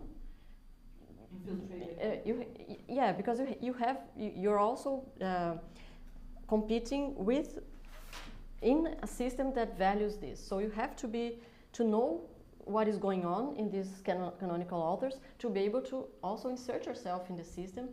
Not insert, nobody's out of the system, but you cannot you cannot know what you're criticizing if you know only the criticism from other authors of this object. You have to also engage with it a little bit, I think, if you want to criticize it. But even the conversion model, like this women in philosophy thing, which may sound silly on the one hand, but on the other, now I have like a young niece, and she has a lot of books that show women in these positions, and I think it's important that she also grows up with this inclusion of women in. So it's not that is not going to lead to a revolution or anything, but it has its value. I think it's limited, and I think subversion is more dangerous and it's more powerful at the same time. So I do see the value in the other forms as well, and dialectic as creolizing. Yes, I like this book a lot, and when we say Hegelian dialectic, it seems like he owns this idea, and he doesn't. He formulated in a way that was pregnant and he was. No, I mean he popularized an idea, like many people came to think about dialectics through reading Hegel, but you don't have to read Hegel to come to the idea of dialectics. I was watching a conference once, and they were discussing who invented the sex-gender divide, if it was Gayle Rubin in the 70s or actually Simone de Beauvoir in 49. And the person that was giving the lecture, I think it was Mary Altman, said, when an idea is good, more than one person will have it. So the way I came to this idea was through Hegel, but it's not Hegel's, he doesn't own this idea. So I think creolizing is another idea to speak of the same idea of an interdependence that can become authoritarian, and we have to unveil the ways in which this happens. Yeah, thank you so much. And also for not criticizing my use of your paper. Thank you so much, Mariana. I think you concluded the workshop in a really fantastic way, and it was so clear and systematic. I really learned so much about the ways you were thinking about these three concepts. That is going back to this question of creolization and the question of, the one of delinking, and it was like saturation, like you can only put so much on the syllabus. But it is, we face this problem in literary studies. What do you do? Like, what are you going to do? You can't just do the inclusive or conversive model of adding the black author to 17th century literature. I have to say, having discussed this for 2 days, I still kind of am a historicist when it comes to teaching literature, and I feel the kids have to know. They have to know the history of literature, and so then what do you do if you're teaching a 17th Renaissance literature? Well, my colleagues, what they would do, you're not just including, you are obviously trying to recuperate from the archive the voices that have been lost and witchcraft pamphlets and things like that, but you're also using the subversion model, which is clearly the most convincing, which is that of reading Hegel from a peripheral point of view, or trying to understand what Shakespeare's, to give an example, Shakespeare or Dante from a peripheral point of view. But I think it also displaces the notion of authorship. So it's also about what are we doing with authorship here? Because if you think of different, let's say, literary, but also maybe epistemological traditions, then in Western philosophy and literature, we fetishize the author. Yeah. So it's a singular, original author. It's Hegel or it's not. That is why there's this philological attention to the text. Like, what did he really say? Like, I am the preserver, the custodian of Hegel's meaning. And in other traditions, it's not like that at all. Like in Hindu philosophy, you are not simply learning from the guru, but in the very act of learning and the teaching aspect, you are transforming that thought. And there's no question of originality. It's not like you have to be more original than your teacher, but it is a different form of transmission of knowledge. That's why the creolizing was interesting, because it's a continuum, right? So you're maybe opening this up a bit more. You don't only teach Hegel and the white masters, but it is maybe a different model of how you would teach certain texts. For example, I don't know, I'm trying to move away from teaching courses in postcolonial literature. I think that, then it always it's a sort of ghettoization of you're going to have the course where you're doing the brown and black authors. And in fact, it's much more interesting to teach something like, global modernisms, or thinking about how these movements are inflecting and reflecting on each other. I mean, I'm speaking from my own subject area, which is literature. But it is an interesting question of how, I mean, obviously you don't understand Fanon without knowing Hegel. I mean, my understanding of Fanon is very partial because I don't know Hegel well enough to really understand the revolutionary aspect of what he was doing in a way in which a Hegelian would, because, or somebody who has studied Hegelian philosophy really well, like you have, would understand what he's doing. Then you really the true revolutionariness of his thought is how he has completely transformed that. Like it is historicist. I mean, knowledge is historicist to some extent. Now everybody's gonna shoot me down. But, I don't know. Yeah, I think that connects perfectly with something that also Jamila's response to Julia about the master's tools, etc. And this is something that also became clear now for me in the workshop, and I was not that clear about this displacement of authorship that you mentioned. Who says that these tools are the masters only, and not that how they were formed through the oppression of others, so they are not something that is essential, and they're not pure, they're not fruit of a single individual or even a single class. They're the way they're canonized. I mean, again, I don't want to defend, of course I'm too much in favor of expropriating the expropriated, so like we should expropriate all this possess Hegel, but maybe why the dialectic is a master tool. Exactly. Maybe this is being produced within this Western episteme that is dominant, and when I say it's dominant, I'm not even saying fuck you, I'm just saying it's dominant, it's hegemonic, it's the master knowledge, and those are the master narrative. That not to pay tribute to the ownership, rather to say, well, again, paying attention to the power relations as they exist. So we cannot pretend that the philosophical canon is not the master's canon. But there's a symbolic element to it, because I think a lot of what is done in Hegel studies is not actually dialectical, if we think it in its more, in the sense that Sami was talking about this non-dialectical moment in dialectics. I think a lot of the what's really interesting about these authors is reproduced in merely laudatory ways, but not in their true spark. I mean, it was revolutionary at the time to think of this, but then it became institutionalized, and then it became kind of, dialectic is also a buzzword. I mean, people throw it like anything that is interdependent is dialectic. Dialectic. Yeah. So we can read the master's tools, brush it against the grain as well, and find that not only like I'm not for the idea of like taking the master tool and dismantling the master. It's like looking at this object.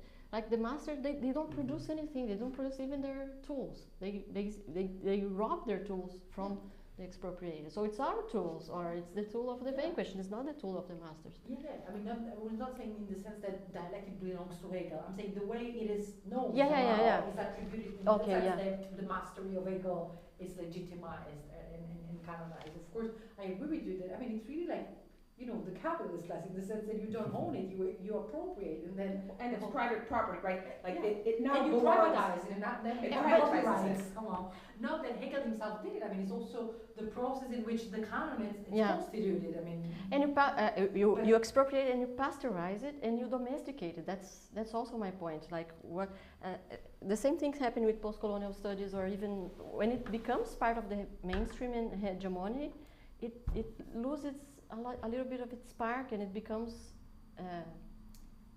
what's the contrary of dangerous, like innocuous. Well, neutralized or sanitized. Yeah.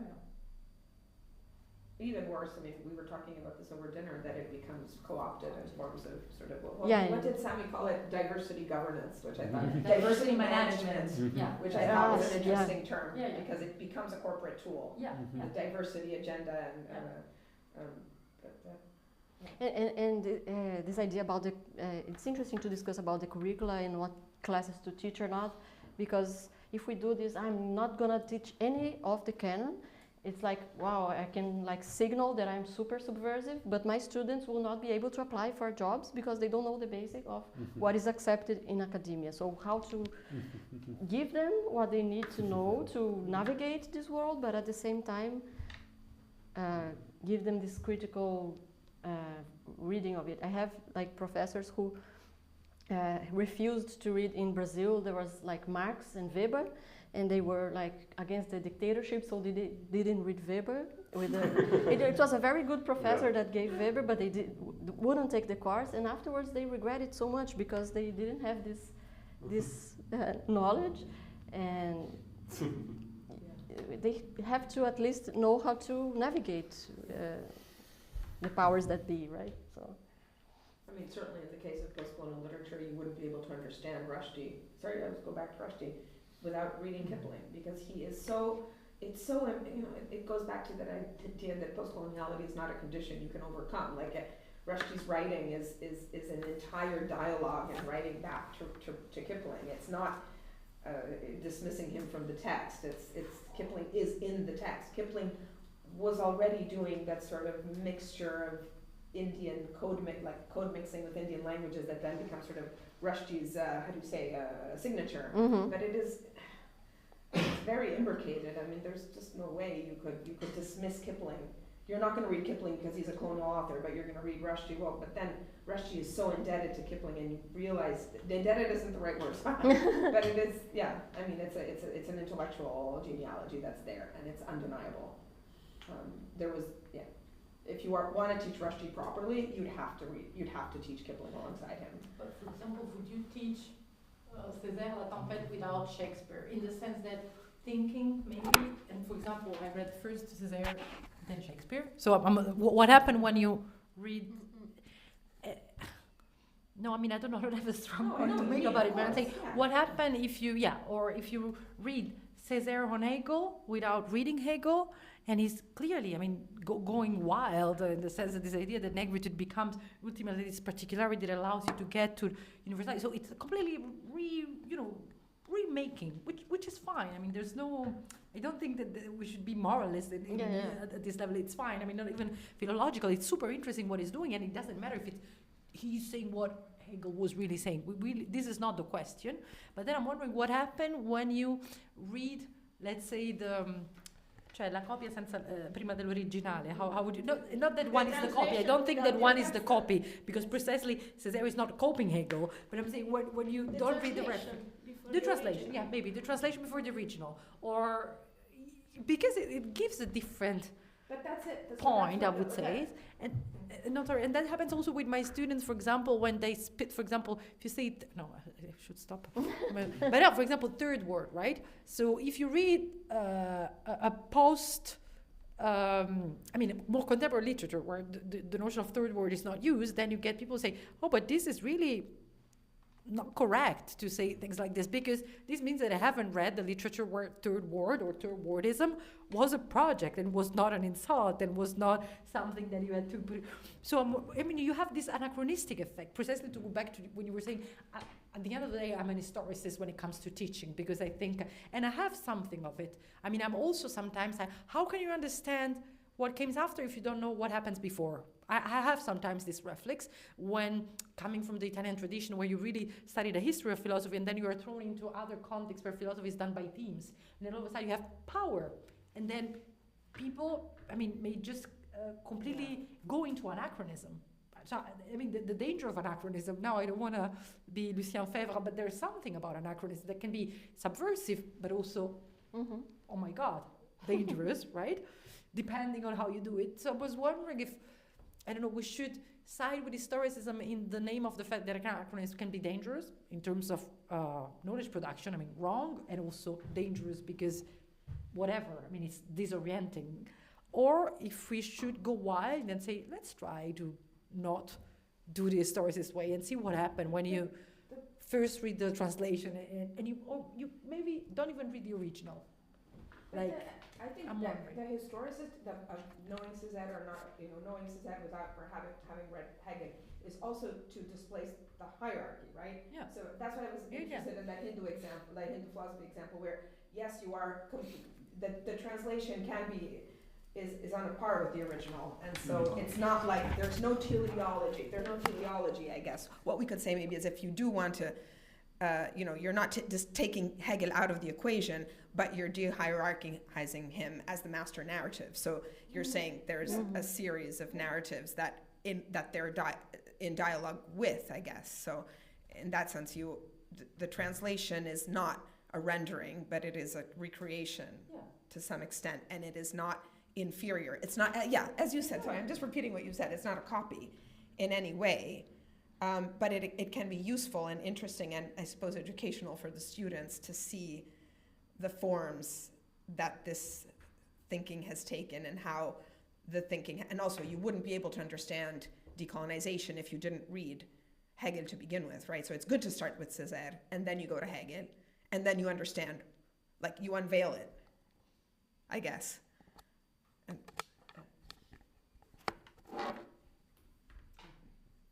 Maybe we can have a little pause. Okay, so we start when? Like 12 minutes pause, and then the final act of the round table.